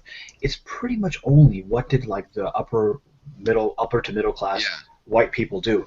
And no, but that's how history is. About what happened to, for example, the black communities in this country. We don't know about them, and so our perspective is like, no, we've gotten rid of racism, and these Black Lives Matter protesters, they're reviving racism. They're talking about race, and aren't we past that as a society? That's the kind of crap I think that, unfortunately, Ludwig, you see it because you're not sold into our mythology, but a lot of people here in this country don't see it. Well, I think you're probably 10 years younger than me or something, and I would say that in my 10 years older, it was totally assumed America was the freest and everything else. We lived when there was the Soviet Union, and we didn't have to carry our papers. We could get on a plane without our papers. Now we have to give our fucking papers on the fucking plane. So, and I mean, I actually was countercultural, raised enough that it's like, we're not cool. But can I point out, Kyle, that was the feeling in most of the world too? Yeah, no, exactly. Yeah, we all like even after Vietnam and the loss in Vietnam and all this other stuff had happened, when America provided aid or the Americans came in and they had bags of rice with American flags on it and all, people loved you guys. Yeah. What was our problem? Why didn't we just keep what the hell went wrong? At what point did you piss off everyone? Yeah, in World War II, we were famous for not torturing people, and so the Germans surrendered to us at a high rate rather than the Soviets, who also weren't very bad, but we had a well, I mean, not by war standards. I mean, saying pretty horrible standards, ordinary standards. We were like, hey, yeah, surrender to us. That's a good thing. We totally fucked that over, and I don't even think Vietnam we fucked up and did some atrocities, but really this official policy of having torture prisons and stuff, that we went too far. It was really the Iraq War #2 where we went so far that now, I mean, Americans don't realize it, but my view is that we have some Nazi kind of stain on our reputation by endorsing torture. Yeah, George Bush, the damage that George W. Bush did to America in terms of international politics cannot be underestimated. I'd like to ask Farhan something. Do you see like an equal amount of self-loathing Americans as well? Because I see an equal amount of Americans that are like really self-loathing and hate the country that they live in. Do you think I'm self-loathing? I think that might just be the community you run in, but I think overall, if you look at the Democrats and Republicans obviously they're like in love with the mythology of America. The Democrats, there are some, but probably the Bernie Sanders supporters, Hillary Clinton supporters are totally bought into it. Do you think that what I've said is like self-hating American? Like to feel like there's like a feeling of shame involved with like living where we live. Yeah. There can be, but I mean, I don't feel shame because I'm not ashamed one bit. Like I can't help that I was born here. Like yeah, I mean, there's nothing wrong with being American. That's not a bad thing. Besides which, why be ashamed? Like I've had Europeans try to make me ashamed for being American. It's like you raped the world first. You set up the whole thing, and we were like the little cousin that said, "Oh, really? Yeah, we'll take over the Philippines from you, Spain." Fuck it. There's no guilt. But realizing how, rough and gritty it has been is just realism. I don't feel a guilt, I don't think, but I do feel there is responsibilities. There's things we can do about it. Like the Philippines should be pissed at us, but they're not because the Japanese, we freed them from the Japanese, so they forgot all the shit we did before then. And, good, okay, yay, we're friends, But we also imprisoned the Japanese. We actually made the Japanese be warlike, right? You know that we directly made the Japanese have a military-industrial complex. They had a wooden society cut off from the West. We went over there with steel ships and basically said, we will blow you up and burn your cities unless you start trading with us and open your borders again. they did and realized we better have a military-industrial complex. We encouraged them to invade Korea, and all the rest. It was entirely us. The Japanese had become non-warlike for like 2 centuries. So there's two Americas, I would say. There's the America of like what we're taught in schools, which if you think about it, it really is a beautiful thing. Like, you know, everyone has equal shot of life. Everyone has equality under the law, and these types of wonderful things. And then there's the America of like what we've done, unfortunately. What we've done overseas, and also what we've done to like non-white people in this country. Which is it's really simple. We had an Indian. We wanted to be a non-military nation. Benjamin Franklin. You were, you were for many years. We never did. World War II. No, we never did. Benjamin Franklin. Really, until World War II, America never went out very much. I mean, it did in the 30s. It built up prior to the war. Okay, let me put my historically before the 20th century. People like Ben Franklin wanted to have no standing army. That's why we have the right to bear arms, because maybe we wouldn't have a standing army and it wouldn't have to go international. What really happened is we fought the Indians, justifiably in that they had joined up with the French and stuff, and they were organized armies. So we fought the Indians until the late 70s, maybe 1880. Then we ran out of Indians. You decided to attack us. And we went into the... Well, there's that, whatever. You had your asses handed to you on a plate, too. Yes, I know. Our one thing. But, by the way, I've been to Quebec, and I can see why... how times that was the first... I never would have attacked Quebec. That's the first politically motivated war in America, where the military... Well, you motherfuckers built a wall. We didn't expect that. Cheaters. Anyway, so then... But a wall of snow? No, Quebec has a wall. But anyway, just to finish, so when we ran out of Indians, literally right then they started going over to the Pacific and insisting on trade, and within a couple decades it was the opium situation, and then that brought us into World War II, really. So it's like... I always feel like I'm like in Bizarro land when people say like we ran out of Indians, we killed off all the Indians, because my family is like on my father's side is first wave Irish and Apache. Yeah. Yeah.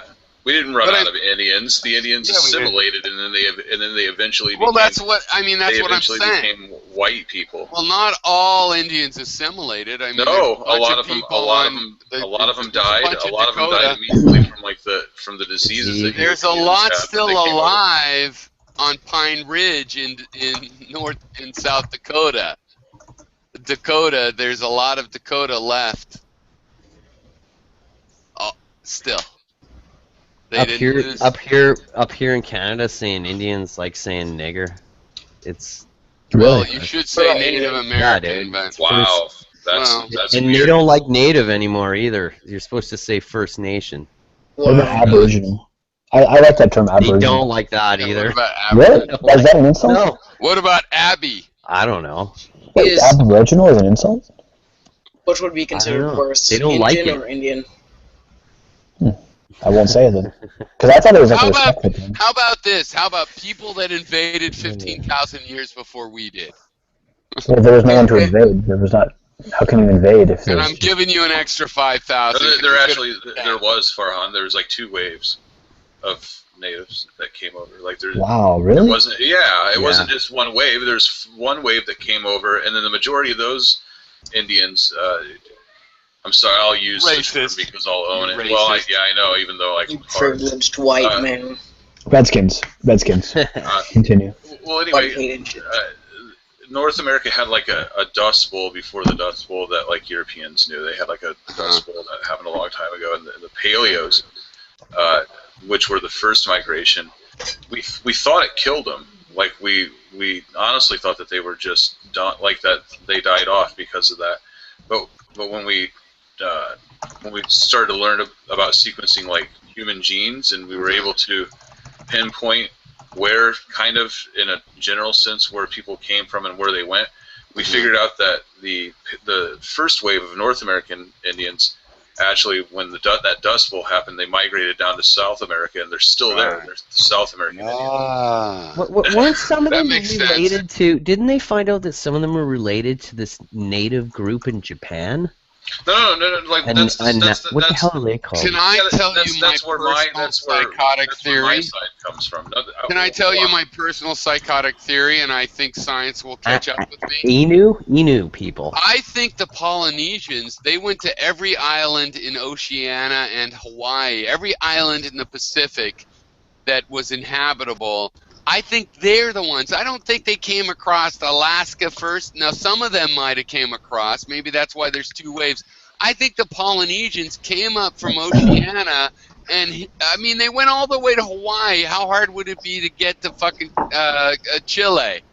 I think that the Polynesians went directly to South America and maybe even went north from there. Or maybe they met the Alaskan natives, the Inuit coming down. But anyway, I know there's no support for that scientifically, but I keep waiting. I think they're going to prove I'm right. Luke, I actually watched a documentary on it. I wished I could remember what the documentary was called, but it was a documentary about where did the second wave of Native Americans, like the bulk being like Apache, where did they come from? And it was the Japanese that were interested in it because they suspected that they were like in the same, like they suspected that they were in the same like family. Yeah, the Inu people. Well, this was the second wave too, and second wave too. Yeah. Wait, so would it's the same people. I might be first wave be Polynesians? No, so pretty Mongolians, man, Chinese. The Japanese, actually, like that's the same, whatever the same. You don't realize how good of the sailor the Polynesians were good. They'd had no problem going thousands of miles. That's easier. Oh, than I wouldn't doubt it. Ice bridge. The same thing goes for these Inu people from Japan, which were the original tribe there before the Han came in from the mainland. There's a small colony in South America that has chickens and stuff that seem to be related possibly to Polynesia, but they said they didn't survive, but maybe it does seem like at least some Polynesians went over there. But the Polynesians were really amazing sailors. I just feel like hiking across ice is also possible, but well, anyway, they checked their genes, Ludic. I know, but you know and they were of the same. They were right, basically. Right, they the Japanese. They checked the second wave. And they were right. You can see it. You can see it in the people. You can see it. You can sort of see it, man. You know what's funny though? Like I have a great aunt that But the Polynesian language is much like Indian languages on the West Coast. Very similar. She would have been like mistaken for black, like one of my great aunts, and she wasn't. And I know, isn't it though? And she wasn't. Sorry. And she would have been. She would have been mistaken for black to some people, even though it was all Native American traits. Well, my grandmother was Cherokee. You got Irish blood? Yeah, that's what it is. It's first wave Irish and Apache. The Irish got to get mixed into a lot of Native First Nations groups. Well, you know, the Irish I have a lot of Native friends who are part Irish or Irish with Native blood, right? There's also a lot of black Irish too. The Irish have jungle fever. There's also a lot of black Irish as well, right? Well, I guess that explains it. I guess that explains why I'm always down. My grandmother was half Cherokee, and she looked white, you know, very white skinned. But then I saw a book of sketches that had done by some guy, you know, of Cherokee tribe people, and she looked exactly like a Cherokee woman, but very light skinned. So, you know, it's very hard to tell in one sense because skin color is the most variable. Like if you mix, you can easily have a facial structure of a very, you know, Slavic or this or that, and the skin color is just something totally else. I mean, skin color is like fur patches, you know, black and white dogs mixed with a brown dog. You know what I mean? It's the body build is more indicative, really, of you know, whatever your genealogy is. If you have a round face, a square face, you have my friend's wife, and she's native from Ontario. I don't know if it's Mohawk. I believe so. Really? And Like that? I'd be surprised if it was. But anyway, people see her and they think she's East Indian. They all think she's. Everyone always, when she was living in the UK, they always think she was East Indian. Oh, and Inuits are even they're like even a third wave. They really came in the tail end. Like they're not even as old as like the Apaches are. They came in yet another wave, or at least they think that. Some people think they did. If you type in Mohawk on the internet, you just get the haircut. Cree, I think. Fuck the race, fuck the tribe. You just get Cree. Mohawks. Okay, Cree. Is that Mohawk? Is that another word for it? That sounds right. No, it's Cree. Cree. What's Mohawk then? I'm not sure, man. Well, don't make me racist. Whether is Mohawk a tribe or not? Sounds like Mohawk's a haircut. It's. I just looked up Cree Corporation. Thanks, fascist. Cree. What am I supposed to do? Cree race of people. Let's try that one. Right there. I just gave you a link. Oh, there we go. Oh, you did. Okay, good. Oh, smart ass Wikipedia. So, small topic change. It's a pretty short. Wow, that's a pretty short article. I think this shows a little bit of our, where we are at as a culture. It's like one sentence in Wikipedia. So I have this like fear that like if Trump gets elected, that like he's gonna make like a national registry list of like Muslims. So sometimes I'm at work and I kind of like daydream what it would be like if like that were to actually occur. And so I'm writing like this little like short story for myself, just kind of to myself about what would happen Like you don't think if there was like a national registry if you went around like registering. Are you saying you don't think Obama is a Muslim? You know what we're gonna do, Farhan? We're gonna make you stitch a gold star on your front of your shirt. That's kind of my That's such a dark joke because like Trump is talking that way, and we have to take. No, you know what it is. He could become president. Instead of the star, we'll make you stitch the moon. It'll be it'll be that of moon. course. It'll be. And we have to put him. I wouldn't laugh at it, man. I'll tell you, a lot of Jewish people that were progressive and educated and smart in circa 1932, when they looked over at Hitler, thought, "Hey, man, what a this joke! guy's an idiot," and they laughed at him. Yep. Yeah, he went through that. As a matter of fact, he never won the majority, right? He won a plurality where other people cooperated to let him be the chancellor, and then he did the Reichstag fires and stuff and became a dictator. I'm not making light of it, Ludic. That's the punchline of the joke. Is that I feel that that's how extreme that it would be to do. Dark humor is serious. Well, imagine you guys catch a nuke in the face of terrorists, and the kooky religious Christian right come to the forefront, and one of them does like V for Vendetta, with the cross with the two red lines across it, and something like that. I mean, you guys. The nuke thing is what we really have to stop. Yeah, that would drive everybody nuts. It would be all chaos after that, no matter who got hit. Once we're off air, I'll tell you guys like a story. I think I've already told it on air before, but I'll say it later on. But no, it's kind of something I'll say it when we're off air. I say it. I know it's just like a daydream I have of like what would happen if like for real like that started happening, and I was at work and like people busted in and was like, Mr. Farhan, you didn't register on this little list that we have, and you were required to, and it became this whole deal. Just the fact, as an American and a great guy, Farhan, that you even contemplate such, ought to tell you there's something wrong. There is something wrong, obviously. I say all about it, but it's been dark. Farhan, in that scenario, upsets me deeply to hear you say that. Farhan, as a Canadian, I'm not even. If I was an American, I would be even that much more disturbed. Farhan, I want to be honest. But nobody here gets disturbed by it. I'm disturbed by it. I think you know what I think. I think it's like everyone in America thinks they're living in a fucking movie.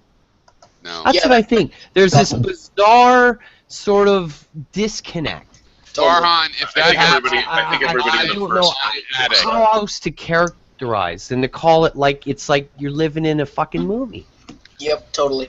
I think everybody in the Farhan, first world thinks that. To be honest, like I think that's a could first hide world in my problem. attic if it comes to that. Totally good. All right, point. sounds good. Not just America, the first We'll world. still end up dying if history is to be trusted, but I will also die with you because seriously, you've got to. I believe that Underground Railroad. That's what we all have to do. Underground Railroad. Be brave.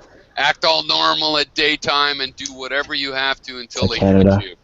No. I make jokes and stuff like that because like when I'm with my friends, like on my WhatsApp group, we kind of, because there's like a group I have from college buddies, and we kind of joke about this stuff, and a lot of times we'll say stuff like, all right, man, if we're gonna be in the camps, as long as I got Wi-Fi and I have the top bunk, I'm good to go. Like stupid jokes like that, but there's like a dark humor there because like we're being silly about it, but like it's kind of like a way to like express like a real legit like oh crap kind of deal.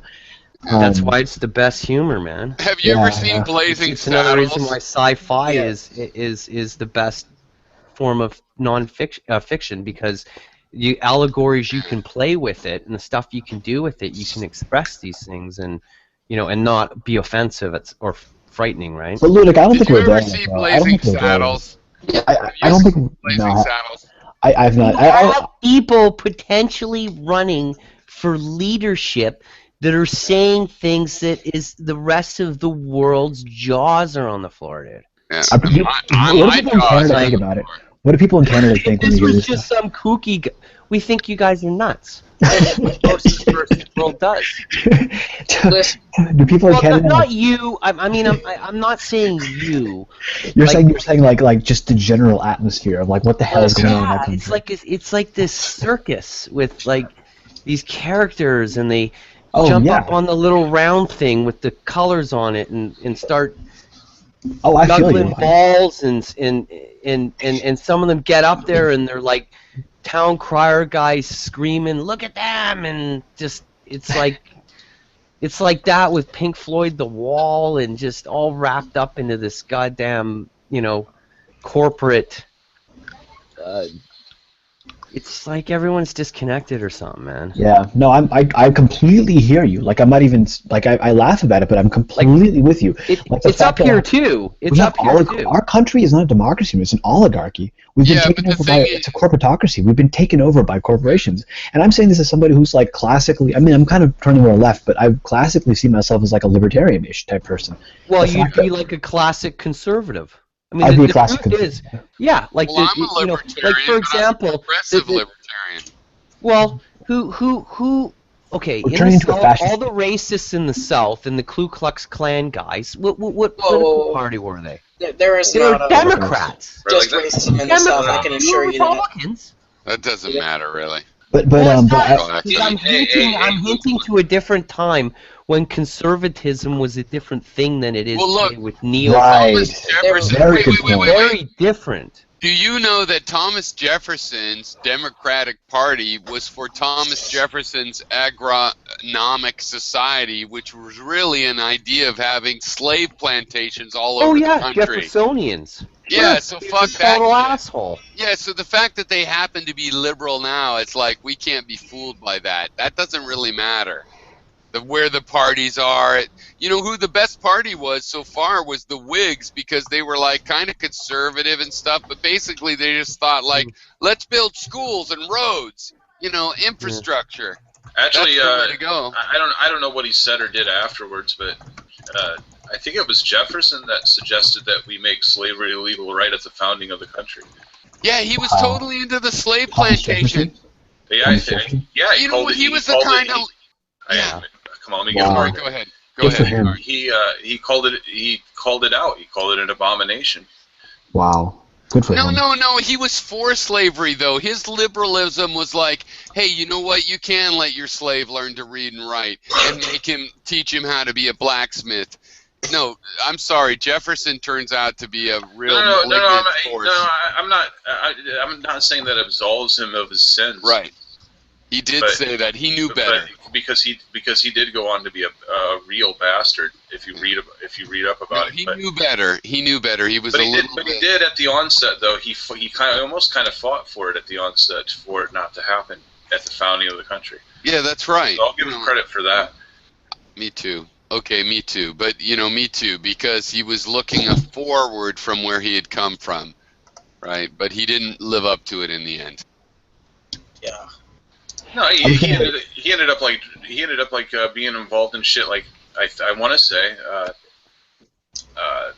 dropping off like TB or pox infected blankets to like Native American tribes for free, of course. Oh, I forget about that part as far as I've heard of that thing, but like I will say he was unequivocally a damn good architect. It was the Indian removal program. Fair enough. I was going to say, I would say like also one of the things that's happened in this country also is that historically, if there was like a progressive movement, there was like a lot of people who supported it in mass, and it was seen as a good thing, especially even by like the media, for example. And there were social movements that were pushing towards positive change in this country. And if you look at just Black Lives Matter, it's such a demonized movement, which you would not have seen historically. Really? Why is that? I haven't really been following it. That sprung up since the cop violence and shootings. Yeah, so basically there's always been cop violence. It's not just one. There was one of the things I think people make mistakes about, and I'm not accusing you of doing this, but is that it's like, oh, like the cops are just killing these are just isolated cases. But the thing is that there's so many cop killings of primarily black people, and it's just like this extreme excessive violence. And and it's not that it just started. It didn't come out of nowhere. It's been the case. It's just that now we have cameras. And every once in a while, long-haired, white, homeless people that kind of count as black. So yeah, I mean, it's a real thing. I agree with you, and it's something we've known about as activists the whole time. And when Rodney King happened, we thought, hey, we got videotapes. They always said this never happened. Look. And then the whole society goes, oh, we saw it. Yeah, that's still okay. And we were like, what the fuck? And now we've been waiting 20 years of these videos, and just in the last year, 2 years, there's, like, you can't deny this shit. What about Sandra Bland? Fucking had a job, gets pulled over, won't put out a cigarette, ends up dead, committed suicide. Seriously, who could fucking believe that? That's unbelievable. And even if she committed suicide, it would be the cops' fault as far as I'm concerned, but I don't believe that. I believe they killed her because of doesn't brown-nose the cop is the violation. Excuse me if I'm a radical. I read a Huffington Post. They had a whole page the other day that covered, it's a lot of lefty kookdomness there too, but whatever. And I'm left wing, right? But anyway, they had this thing, and it was giving the rundown on the Chicago Police Department and the kind of troubles and complaints they get and all the stuff that's been going on. Yeah, it's just outrageous. Yeah, I mean, it's really outrageous. The last 70 years, by the way. So Democrats, they're liberal. They wouldn't. And it's not like these cops aren't making good money either. These guys are making 80+ K a year. In some places, over 100 grand. Yeah. I'd like to pose a question to all of you. What do you guys think about this? I guess hyper liberalism that's kind of been spreading around of recent. That's toxic. Yes. What do you mean by hyper? Like as in like radical leftists claiming that what happened at Missouri University or Missouri State or whatever is worse than Paris or on equal level of that. Some of their hyperbole is out of control, and they need to cool it. I don't like this. I don't like the extremes or the uncompromising, nuanced like a take of like power politics. So like, I'm of this group, and this group has no power in society. Therefore, I have no power. Therefore, I cannot be racist, or I cannot be this. I find that very problematic. You know what my retort is? That you know what my retort is to that? Yes. Google. I don't know, some Canadian thing. Google non-linear warfare. Okay. And Google this guy's name. Actually, I'll post it in the side there. Okay. Wait, are we talking the same thing? This Russian guy. Are we talking about the same thing?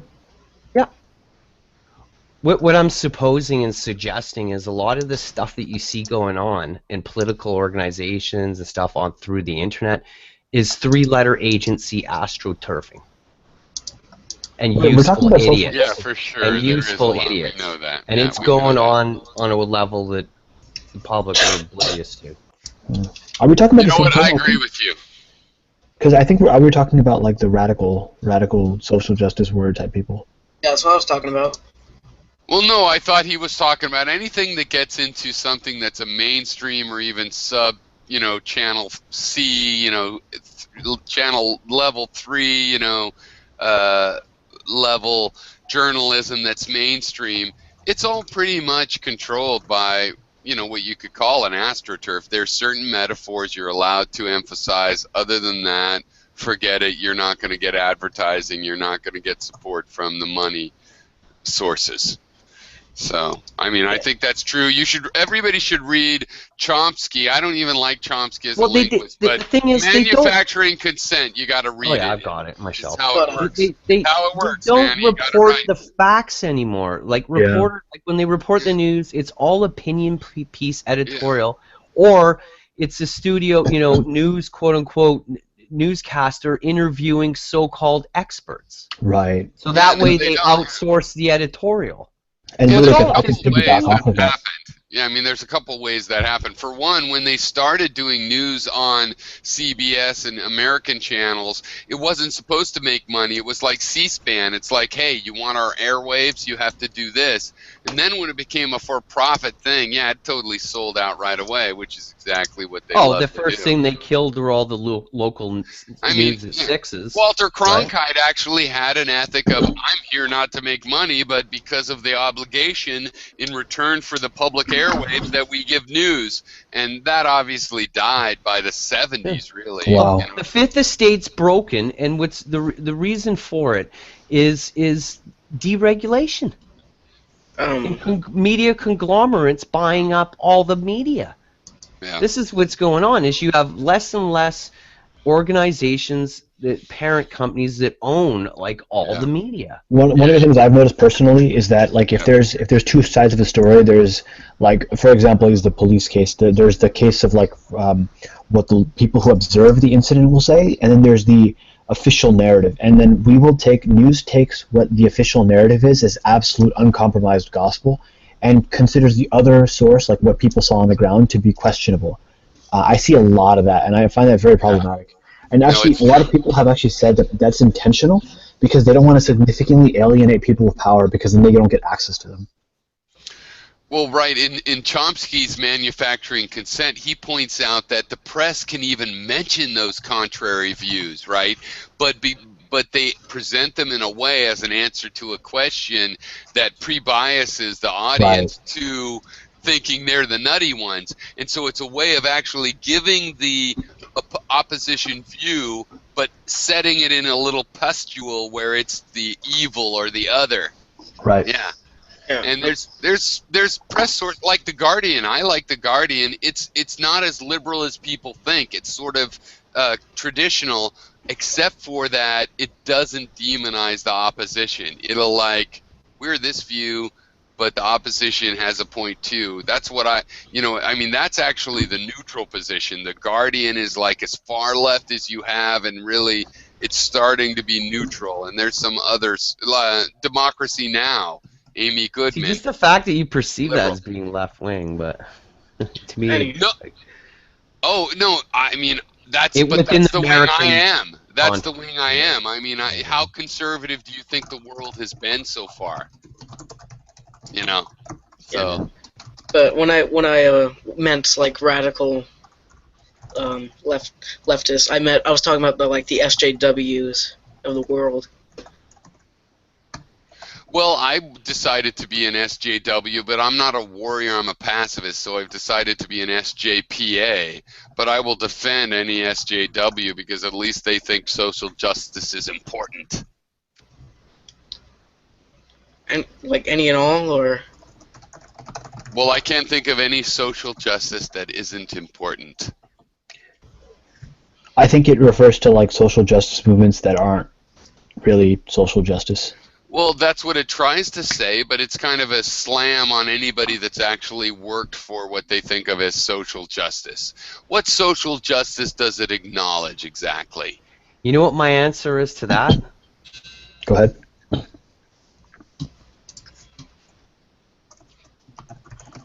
Posted it in the side there. This is Pandora, and what are his boxes and voxes?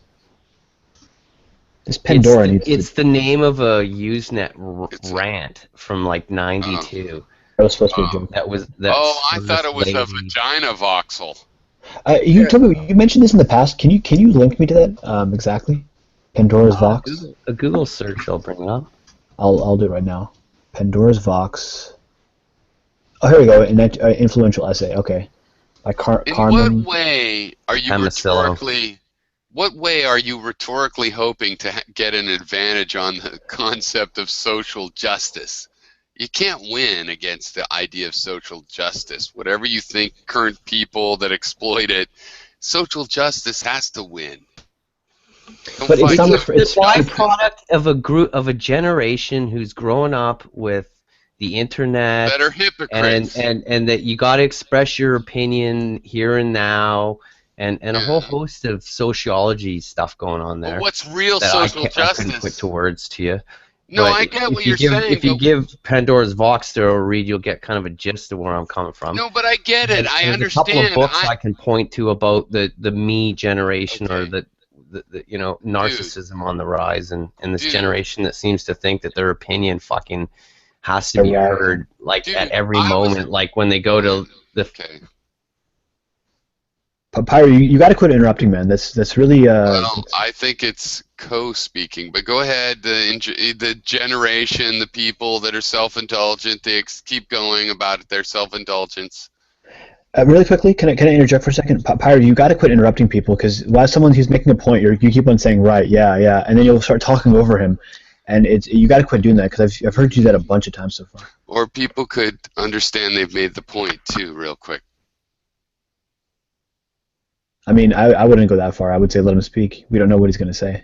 All right, I concede to you. Excuse me then. But I'm trying to find. Is this? I think I found something unrelated. I'm trying to find the actual post you're referring to. Ludic, are you there? Yeah. I found the Wikipedia page, but I'm trying to find the actual post. Pandora's Box. Oh, here we go. 7. Should be at the bottom. Here we go. By Humdog. That's right. So before reading this, I agreed with what you said. I think it's a byproduct of people thinking that their views are, unique flowers and stuff like that. I also think there's a groupthink aspect to it, and there's a desire not to, from the other perspective, the one that's getting beat up on, there's a desire not to be perceived as the racist or the sexist or the whatever. And so there's less willingness of a desire to fight back.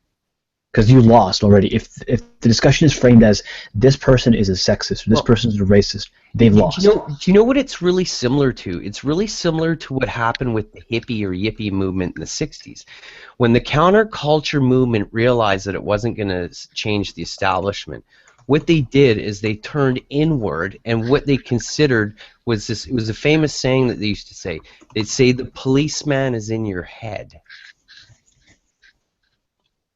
What does that mean? It'd be tough for me to explain, but you can Google it. Just type in policeman in your head.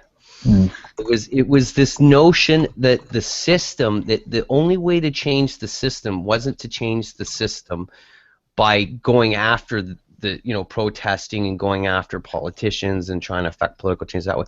The way to affect change was to change the way you think. Yeah. Yeah. The change within yourself, right? It's sort of a similar, I think some of the emotional governorship of this type of thing is sort of coming from that idea, in the sense that that's where this guilt thing is, like all male white guilt or whatever that some people say. I think it's a similar kind of thing to that notion of a policeman in your head. Mm-hmm. I agree. You're right. I think one of the I have a big issue with some of these analyses. I mean, if you're talking about, for example, like something clear, like for example, slavery, I think that's very clear. But I think some of these things need to really be taken in a more nuanced perspective. Like, you know, I think you can make a pretty I don't buy this crap, but I think you can make a pretty reasoned argument that actually there's a matriarchal system, not a patriarchal, and that if anything, men are actually held down, and there's, you know, and part of the deception is that, you know, they trick. In some ways, socially, you could say that. In some ways, you can make a very strong overall, argument. in terms of real power, in terms of real power. Oh my God! What is the very strong patriarchal. argument then? It's a very weak. I agree. There's a grain of salt for a weak, very weak salt kind of watery argument. I'm not actually saying I agree with it or not. I'm not actually saying I agree with it or not, because I don't. I know, but what is what I'm the saying strong is, one with the benefit of the doubt? I know you're not saying you. Okay, well, I'll tell you. What is it? I don't get it. Sure, I'll tell you that. Okay, good. That, for example, most social benefits have actually been, like, most changes in society have actually been for the benefit of women.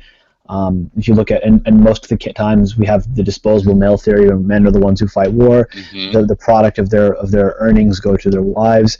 Women are more free in care. Of course, there's the whole marriage and divorce thing. There's the fact, like, there's so many things I'm just rattling off, like, off the top of my head. But the fact that for thousands and thousands of years, men have actually been the ones who you're referring to a very specific woman here. Who am I referring to? What I think. Well, I would say a white Anglo-Saxon Protestant woman living in the Western world. Oh, and then also the fact that, I mean, that doesn't speak to the world as a whole. It certainly doesn't speak to all cultures, and it certainly doesn't affect the grand situation the world over that women face. Are you talking about matriarchy or patriarchy? So you don't think, like, Ludic? So you don't think that, like, the Hispanic Catholic woman has, like, the same advantages, or or you know what I'm saying, like, or any I don't know of any other but culture? I can certainly tell you that that's not the case. That it would be all women in the U.S. would benefit from whatever I understand what Farhan's saying from the. Yeah, and you're agreeing with me by saying what you just said.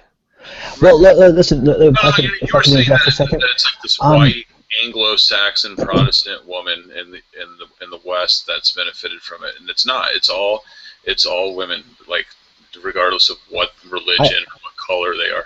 Tell that to the single mom who's black working, you know, two shit jobs at the same time to barely get by. Okay, so I don't buy this whole thing of, like, men versus women. I have, like, a complementarian approach to this whole thing. But my overall point that I was getting at was that we've kind of infused a certain viewpoint into society, and to question it is blasphemy. And, like, we start from that premise that men are oppressing women, and I think when you start from that premise, you've already lost. No matter what men are. Well, the context is important. Within what context? Within overall, I guess, really. The social dynamics of the family unit, within the politic of the civic politic, within the job place. I mean, these are all different places with different rules and different I agree things. with you. Okay, I've waited long enough to and not companies interrupt. Can I have a aren't turn? democracy. Can I go? Tell me when I can go, you guys. Not interrupting style. Go ahead. People often tell me not interrupt, and then I find if I wait, they don't fucking, you know, I can wait. I have that emotional ability, and then they don't fucking, you know, turn it over. So, okay, here's the thing. Yeah, activism. I'm an activist. So labor rights and everything, all of these things are way the most severe, and they affect a lot of men. The men die in suicide because they don't feel up to it, and they die in jobs because they're shitty jobs, and et cetera, because we're fucking slaves. But women also are oppressed on their gender, but yeah, they got to get out of war for a few, you know, centuries, and they got to get out of these other things. So you can say that obviously men are more punished. Why? Because men are the mainstream citizens of our society, and our society's fucking oppressive, so it just spends them like a resource. It doesn't invalidate Christianity, funny. It doesn't invalidate feminism, and it is true that men have a lot of things that they could fight for, like war hurts men, labor safety hurts men. So let's just do that and not fight the women on their issues. Thank you. Had a chance. No, I would actually agree with that pretty much entirely. I think there definitely are cases where women are, many cases where women are screwed over, and there's many cases where men are screwed over, right? But what I was getting at was, my original point was that we've only come to accept one narrative, which is that men are pretty much the oppressors and bad. And so the argument against the social justice warriors is that all you, like, if you're a male, you are bad. Like, you are an oppressor. You have power. Actually, that's the term. You have power. Women don't have power, and therefore anything that they can do is good, and anything that a man does is wrong. I don't know if it's that simple. I don't think they're maybe I'm blaming men oversimplifying. specifically. I think that, like, if you look into the Go ahead. deeper views that some of them have, I mean, they're speaking to, you know, the behaviors of both men and women, and in roles. It connects to gender roles, and it connects. It's complicated stuff. You're talking about sociology here, man. Get Helena in here. Don't listen to what I have to say about it. I don't have a clue. I hate large groups of people. I always have. I've never identified with any. I've always been apprehensive of groups that go rah, rah, rah. You know, like they want to join in for some cause. I don't know. I actually overall support a lot of feminist movements outside of the U.S. in large groups of people. Oh yeah, for sure, man. That's what I was pointing to earlier, and that's the only reason why I mentioned that theoretical woman who doesn't have to necessarily be white, because we did agree earlier that we noted that a lot of this stratification that we're talking about is class-based. It actually is really needed in other countries outside of the U.S. Right. Really needed in some places. Yeah, so if you were to look at the plight of any individual demographic the world over that's suppressed or whatever, downtrodden, and I'm not talking the world over here, I mean, it's got to be women, man. I think if you look at, for example, Saudi Arabia or Pakistan or something like that, yeah, women are extremely oppressed, and yeah, sorry to interrupt you. And the thing is that happened with, you know, these atheism plus people is they were naive in that they thought, well, they looked at it and they said, okay, well, where's the majority of the suppression coming from for women in that? Well, it can be linked to religion and to the church, of course. So this is where they just thought that, oh, it's a natural for secularist atheists to, you know, jive with that group because, you know, because don't you understand the root of this is fucking religion, right? Yeah. I think a lot of the Western world... I mean, I'm not saying I agree with that. By me saying that, these aren't my words. Well, I mean, I think there's some fairness in the idea that the people that are, you know, like kind of offended how far feminism has come in the West, you know, it's like, oh, yeah, but compared to the rest of the world overall, we know that there's still like some crazy number, like 60 or I forget what the percentage is of women where it's allowed to beat your wife. If you don't hurt her too bad, you know, I mean, that's a lot of countries.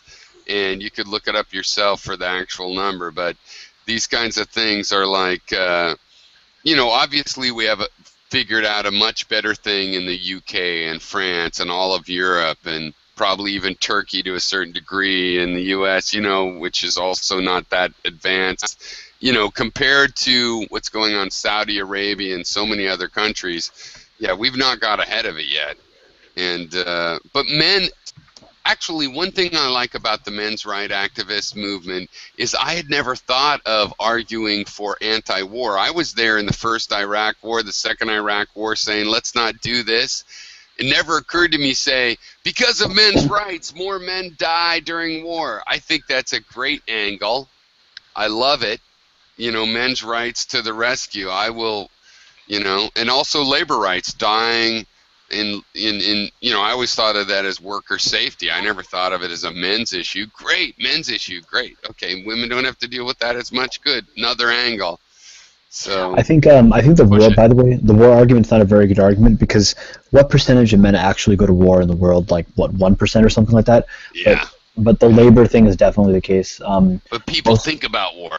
Most labor laws are going to benefit men by far more.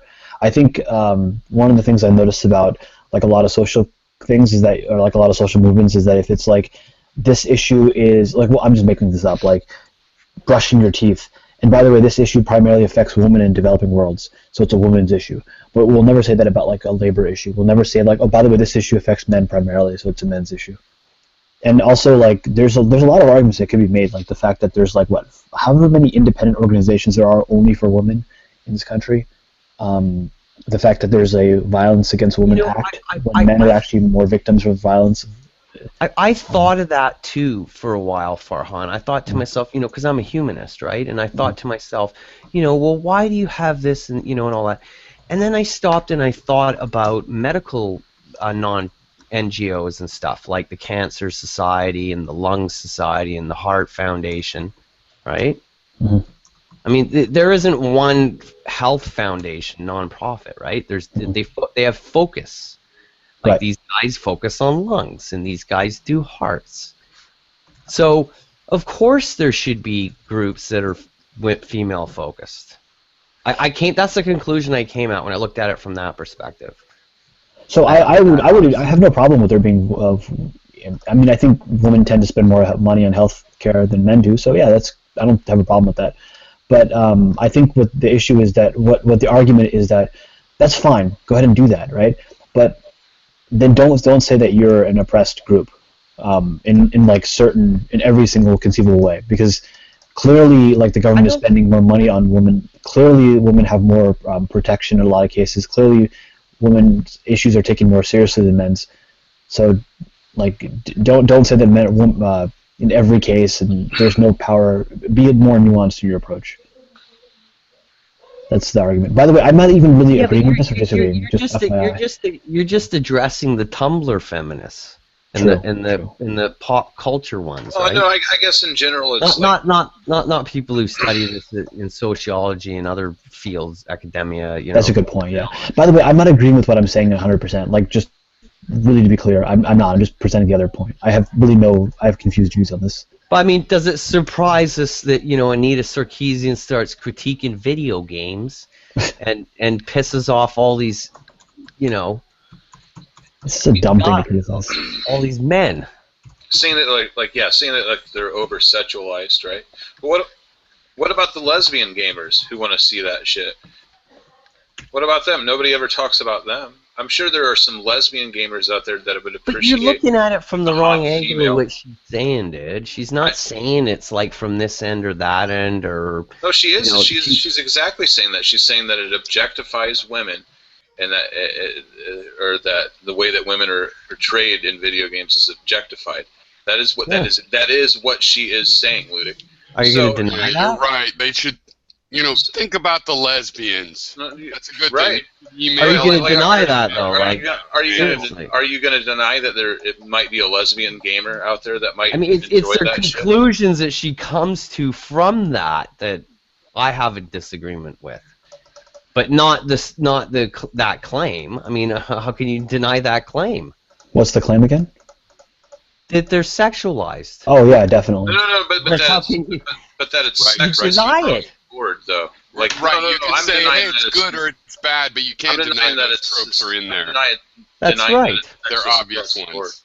There's obviously those tropes in there, but you could say, hey, that doesn't, so what? It's a little bit of a the argument becomes, is that trope healthy or not in a greater societal sense with attitudes, right? Does it affect attitudes is the question here. Does it have an effect on the attitudes of people towards women? Well, I think it's kind of a negative. They're negative tropes to begin with. Oh, but man. what you say is still true. They could be okay. Who cares? It's like a fairy tale that nobody believes anymore. But it's the poor little guy. I feel so bad. What a shitty thing to wake up to. What happened? What happened? Nadia just nailed a little one. She just woke up to a mouse trap catching a mouse. Oh, I didn't see it. That it's still kicking. Can you show that again, Nadia?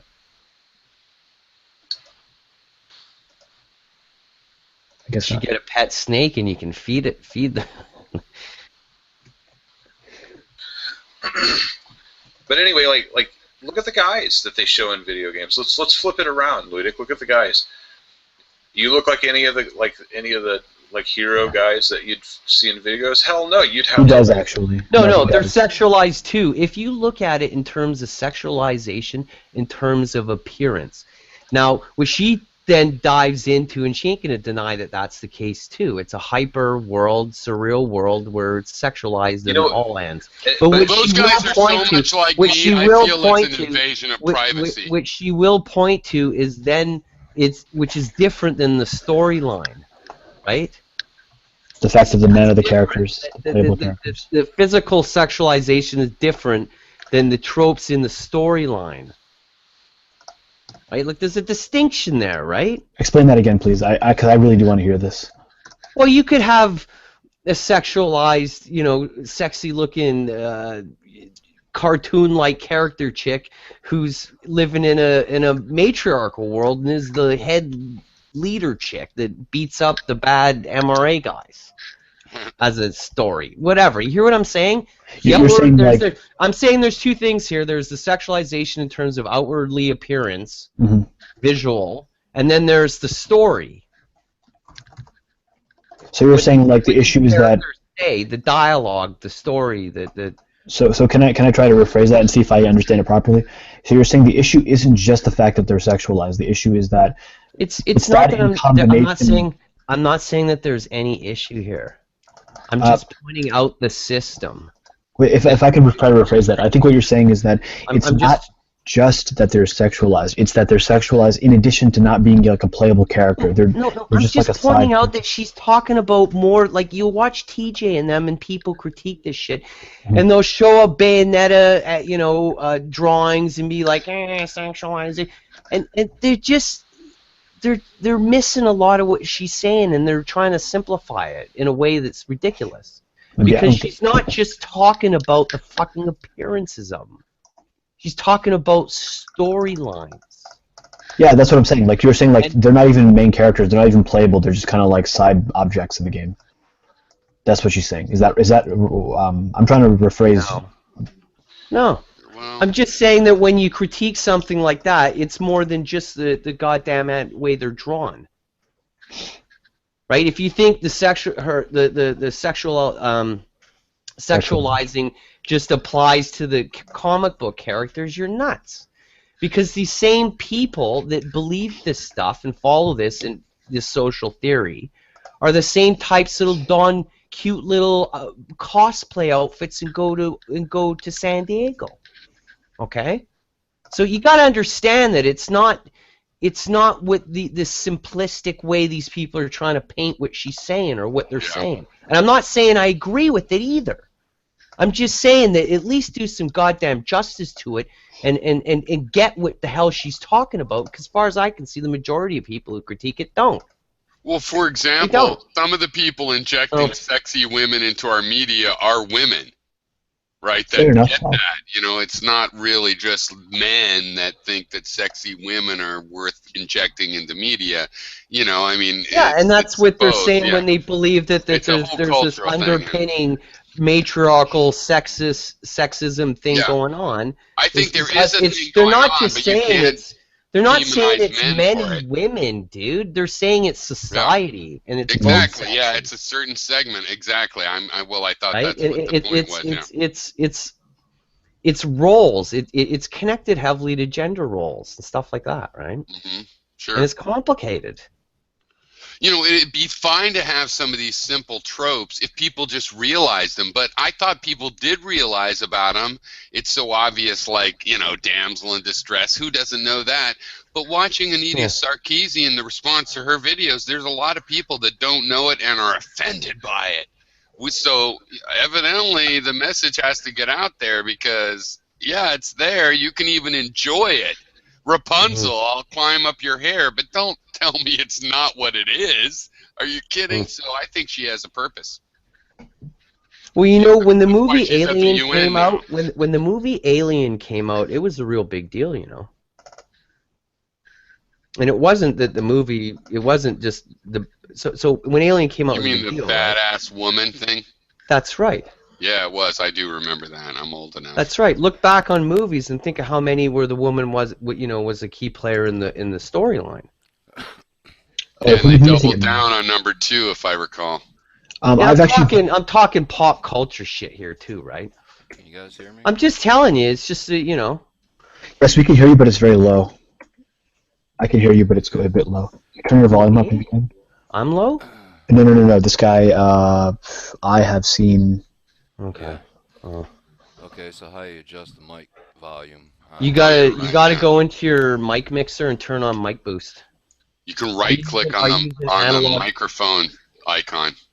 No, that doesn't control it. It's in the driver. Well, are you in for the Windows? sound. Yeah, there's the question. Well, you can right-click on the speaker icon, and it'll say recording and playback device.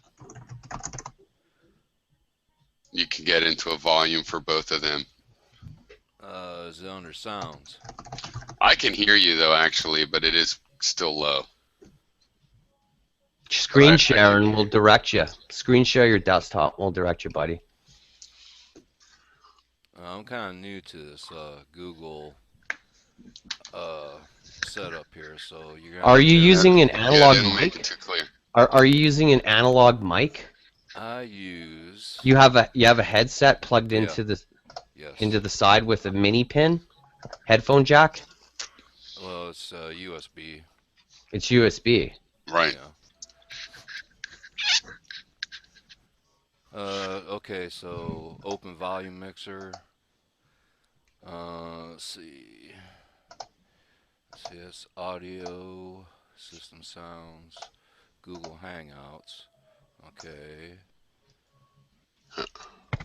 All you do is you right-click the little speaker icon in the tray. The tray is the name of the area where the clock is located, where it has smaller little icons. You right-click on the speaker, and then you go to recording devices. Oh, okay. It brings up the sound control panel applet, which is also accessible from control panel sound. Yeah. And in there's a series of tabs: playback, recording, sounds, and communications. You click the recording tab in the list there. It should be populated with the mic. You click the mic. You could click then you click properties, radio button for it, and then again microphone properties comes up. It's got a series of tabs: general, listen, custom, levels, advanced. You go to custom. Usually, it depends on the driver. It enables. It depends on the sound card, but you'll see a volume there for input. Okay, somewhere in there. Okay, can you hear me now? Yeah. Yeah, you're getting a little louder, I think. Okay. How about now? Yeah, that's definitely louder, but I could hear you. Look at, am I soft now right now? Am I soft right now? I just don't want to blow you guys out of the room. Yeah. No, there you go. That's about balance between. Am I low? Can you guys hear me? Can you guys hear me? Yes, we can. You're about the same. Okay, now, as I bring this up, is it getting louder? Am I getting louder? Am I getting? Yes. See, that's. Yeah, got it. Well, I think, I've seen you. I can hear you pretty good. Then under now. custom, you should check microphone boost, but that normally is only for an analog device.